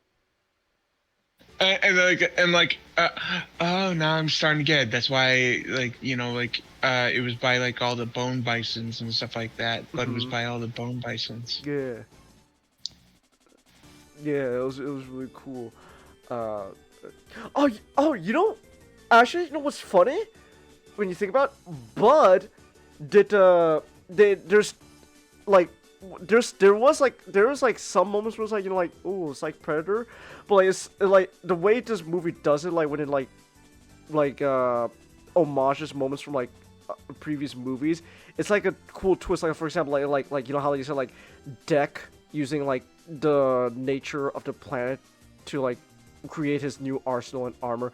It's like Dutch in original Predator was kind of a minor thing, but was really fun. Is just Bud's the one who decapitates Tessa and, you know, like raises the skull in the air. Like, it's just a fun little moment. It's like, oh, that's neat. So, yeah, it's fun. The movie's just fun. Like that's the best part of the movie. It's fun. Like at this point, I like things that are just fun, and Predator Badlands was fun. It was also really good. Are you okay? You know, I don't know if we talked about that much last week, but can I just say the music? The music, man. The music for this movie is pretty good. I'm not gonna lie, it's really good. What's her name? Shara Shatner, right? Yeah, Shara Shatner. She did the music for the movie, and man, Dekati Yaucha. Just saying. But I also just love how. But I also love how the music for this movie also like incorporates little bits of like the actual like Yautja language. Like the whole thing is just what's so cool about this music here is like it's just it really emphasizes, like, you know, the hunt from the Predator's perspective. And, you know, you got like the Yautja language going on, and it was really cool. It's kind of why I'm not gonna lie, I really love the music in Badlands, but it's kind of why I not too big on the music when it comes to Killer of Killers, because Killer of Killers uses a lot of like motifs from like the original like Predator theme, like and like you hear, and it uses it in like cool ways, uniquely. But I love how this movie decided to have like a fully like new unique musical score to it. It was really cool. It's yeah. The music is great. Also, who'd you say did the music? Sarah Schachner. I could be pronouncing that name. Schachner. I could be pronouncing that name wrong. I asked because I thought for the first few times you said Shara. Sarah. You know, let me see. What has she done? I'm gonna look at what she's done. I'm on Wikipedia right now. Sarah Schachner, nominated for. She was nominated for Grammys for Modern Warfare 2. No, not that Modern Warfare 2. The new one. Okay. Oh, she did the music for Prey. Yeah. Okay. To be fair, the new Modern Warfare 2 is not that bad. It's new Modern Warfare 3 that really just shit the bed. It's like, wow. Nick, I'm gonna keep harping on it every time. How do we do Soap's death this time? So anyway, Minecraft just pops him in the head, and that's it. That's it. That's how he dies. It's like, wow. That's how Soap dies, huh? Just popped in the head. Okay.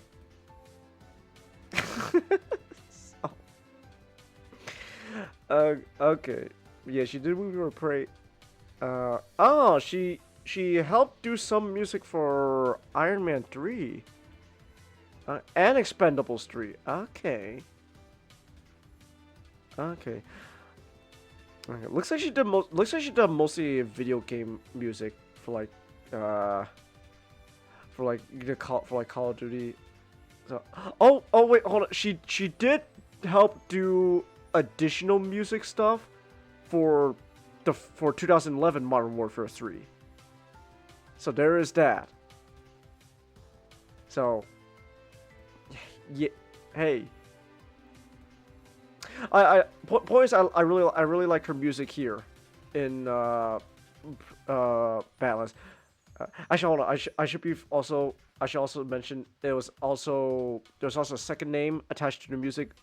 Benjamin Wallfish. Who I'm gonna look up just real quick. What has he done? Ooh, Blade Runner 2049. Ooh, okay. Hold on. I'm looking up the music these guys have done. Hold on. They're mentioning things I really like. Let me see. Oh, yeah, like Blade Runner 2049. He composed it with Hans Zimmer. So yeah. I've shown you 2049, right, Nick? No. No? Oh my gosh. What am I... Okay. Cal did. I haven't seen it either. Okay. Cal did. Oh, Cal showed you? Yeah. I want to show you. It's fine. Did you like it? That's fine. It's just yeah, it's fine? pretty good. It's pretty good. Not. You're my new best friend. You have a higher opinion of 2049 than Nick. Do you want me to say flaws about this movie? Because I don't have any. It was like fucking... When was the last time I saw 49? Shit, when was the last time I saw 49? Well, the fact that I have to think about the last time I saw 2049 should probably give it away how long it's been since I saw 2049. Well, then you know what? I'll show it to you again. I'll show it to you again. Oh, Benjamin apparently did music for Hellboy, and not Guillermo's Hellboy. So something like that as well. Oh, you did music for Mortal Kombat? The 2021 movie? Okay. Oh, Invisible Man. Oh. Okay. He did the music for The Flash. Oh, Benjamin. Benjamin, you could do so much better. Benjamin. Oh my god. Oh, hey, he did some of the music for Alien Romulus. Let's go. And then Craven. You go from Alien Romulus to Craven the Hunter. Oh, he also did music for Twisters. That's cool. Actually, he's actually done a lot of stuff for movies. He did the music for the Until Dawn movie. Okay. Alright then, per balance. He's gonna do it also with Mortal Kombat 2. He's gonna do it. He did the music for Conjuring Last Rites. That's fun. Apparently, Predator Badlands was originally going to be titled The Yautja. The Yautja. Ooh. Instead of Predator Badlands. Ooh. Ramos was boring, Mata? But Nah, I don't agree with that statement. I thought it was fun. But Trachtenberg was bullied by friends in the industry repeatedly to steer away from the title, just due to how it sounded. Okay. And you know, I kind of get, because like I don't think a lot of people would go see a movie called The Yautja. Yeah. I didn't really care for Romulus either, in all honesty. Okay. Look, Romulus is a good movie. Predator Balance is just better. Yeah.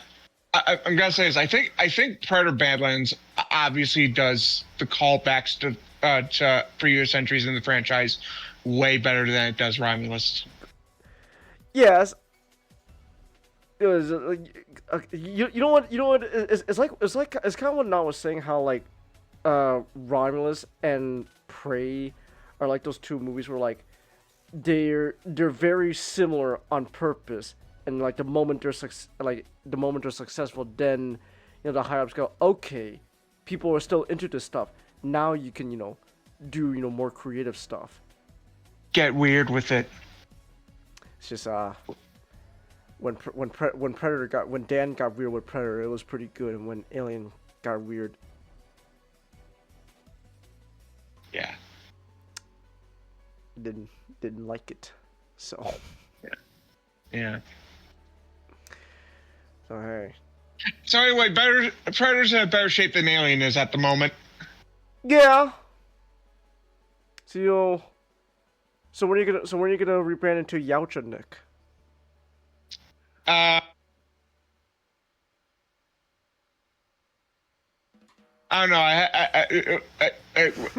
We'll need to see a few more entries of like the Predator being awesome, and see if that affects if it turns the Yautja into my favorite alien species. All right. You can always face hug a Yautja and meet him halfway. Pred alien Nick. I thought of an idea for like as a gag for Xeno for like a Predator costume. Like I'd have like the dreads and mandibles, but like taped on, and like the skin was like obviously painted on as well. That's great. I love. Oh yeah, I just remembered the tie-in prequel comic should be available now to read. Yeah, it was good. Yeah, it was pretty good. Oh, you read it? It was good? Yeah. Oh, neat. Is Najor even bigger bum in that comic? For what we see of him, yeah. Oh, let's go. I kind of like the idea of like you see like a young Deck and Quay like arguing and fighting over a toy in the background, and whereas in the foreground you just see Najor on the couch just watching TV with like a beer in his hand.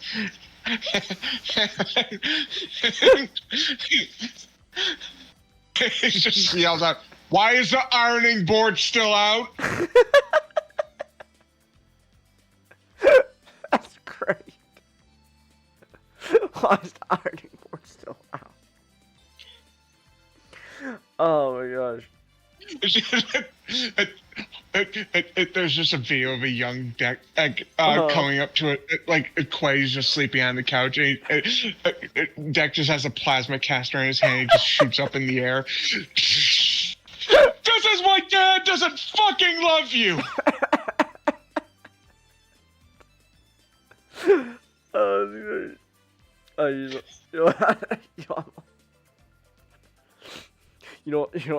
I'm honestly thinking now, just hi, I'm Deck. Hi, I'm Deck. I'm gonna wake up my dad with a plasma caster. It's just shooting. It's like I'm like auto, so it's like fucking shooting everywhere like fireworks. Just.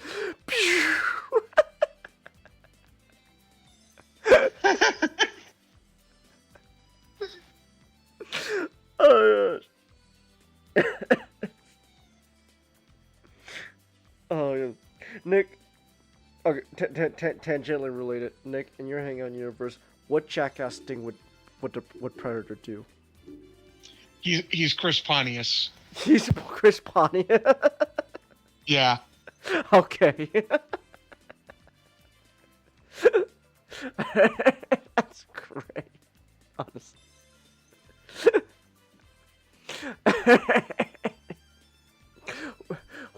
Wait, who's Lance? Who's Lance? Yeah, who's barfing behind the camera? You know, it's most likely Chuckanaka, let's be honest.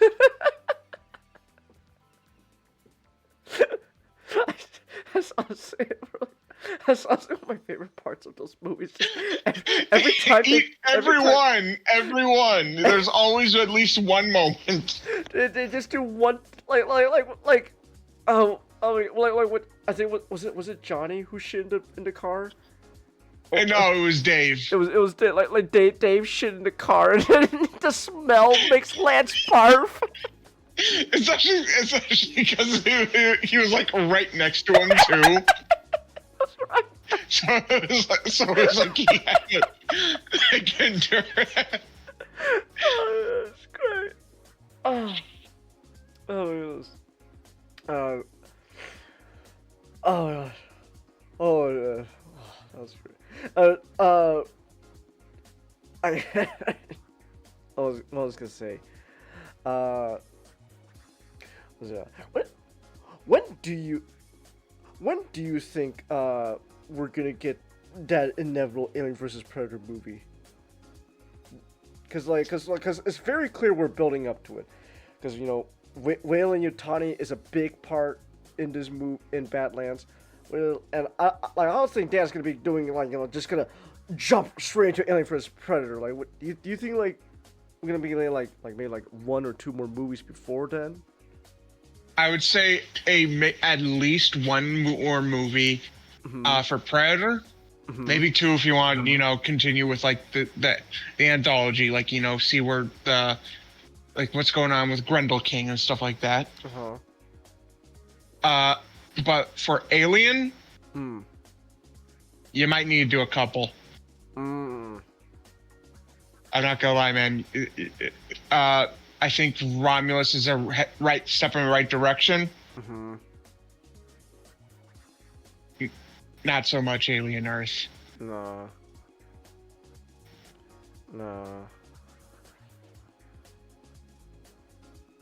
I'm gonna be honest, Alien's the hardest one to really continue.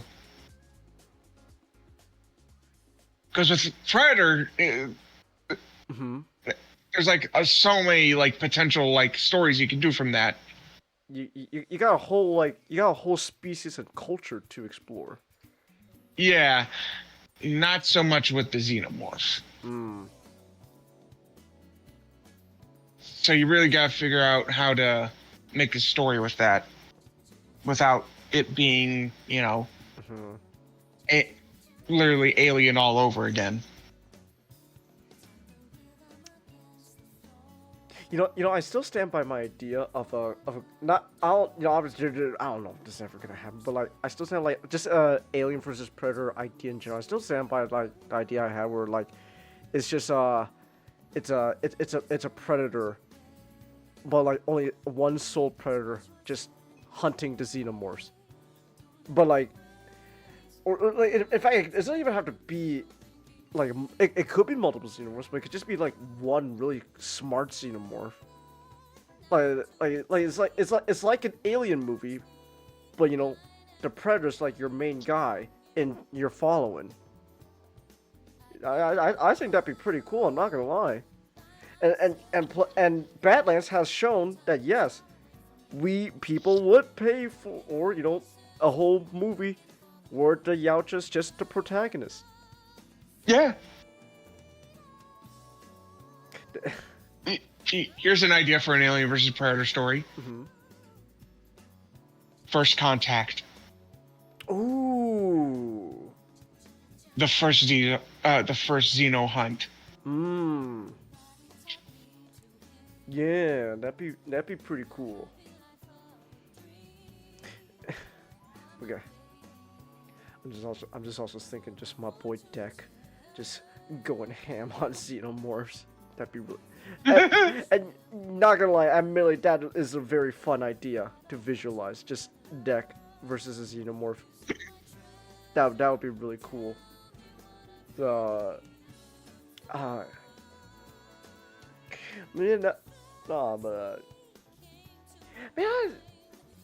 was just a good movie.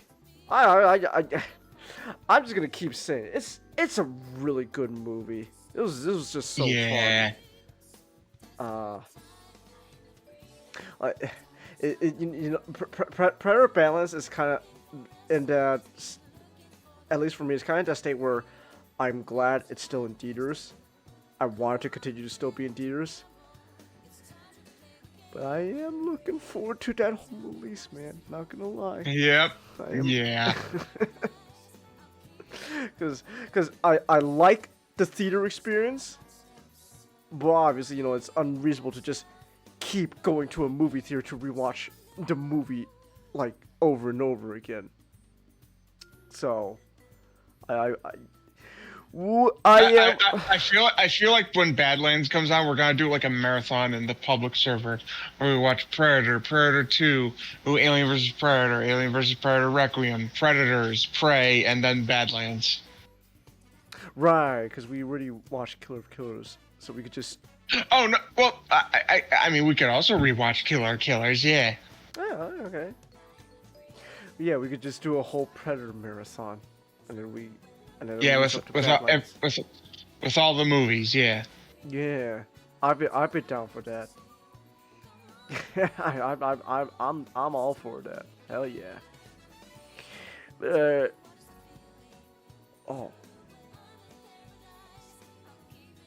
Oh boy, my body's moving. Oh boy, that stinker earlier was a sign. Oh boy. All right, which by the way, this is also a sign in general that we probably should be wrapping things up because it's almost 1 o'clock where I am. So this is all a sign. The Lord's telling me something. I guess long story short, go watch Predator Badlands in theaters while you still can, because it's that good. It really is just that good. Yeah, you got anything else to say about Badlands, Nick? I love this movie. It is really good. What about you guys? You two got any SUD? Not you got anything else you want to say about Badlands?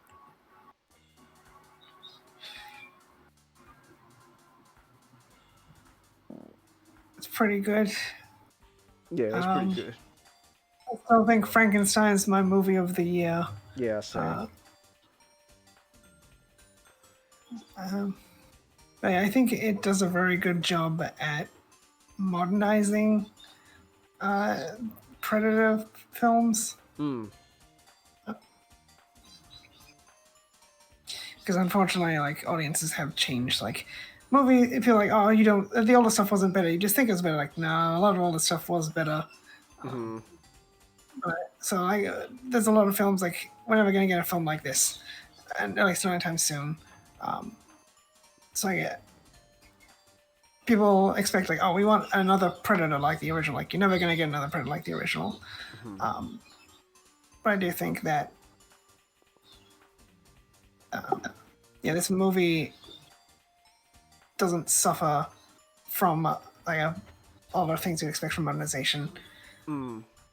It still recognizes what makes the older Predator films good, and sort of puts its own spin on that.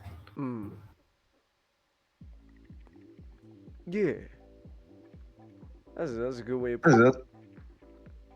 Oh, you gonna say something?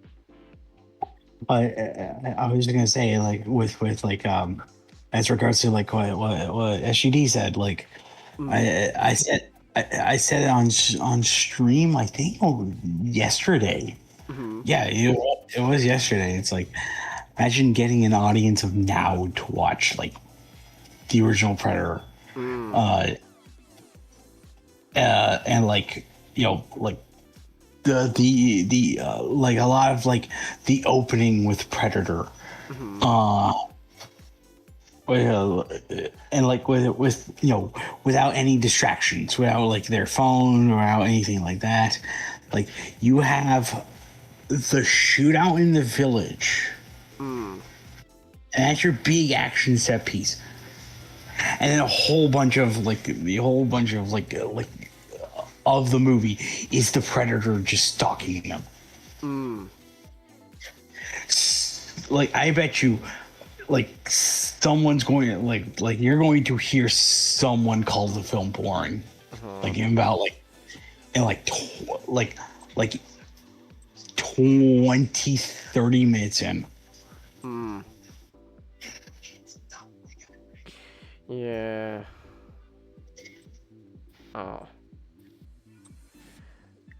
You know, it's amazing to think that, like, as just as a generation passes, like, something that's just very, that was considered very high pace, fast pace for, like, the 80s, people of the 80s, just, like, slower for the people of now. Yeah.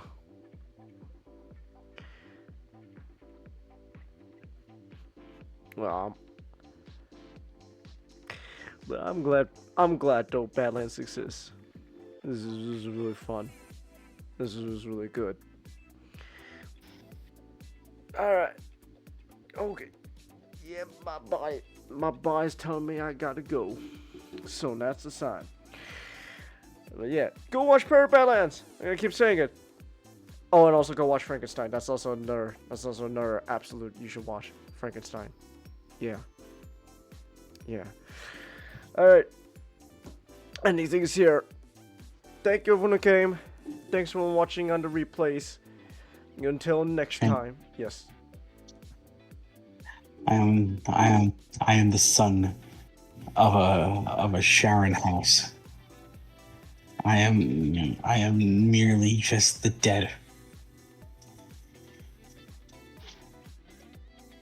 That's so good.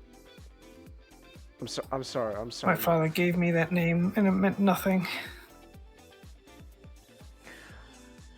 I'm sorry, Nick, but I was thinking about that line earlier today. It's so good. I'm sorry, Nick. Balance is really good, but no, Frankenstein's still #1 for me. I don't blame you. Oh my gosh, it's really good. All right, good night, everyone.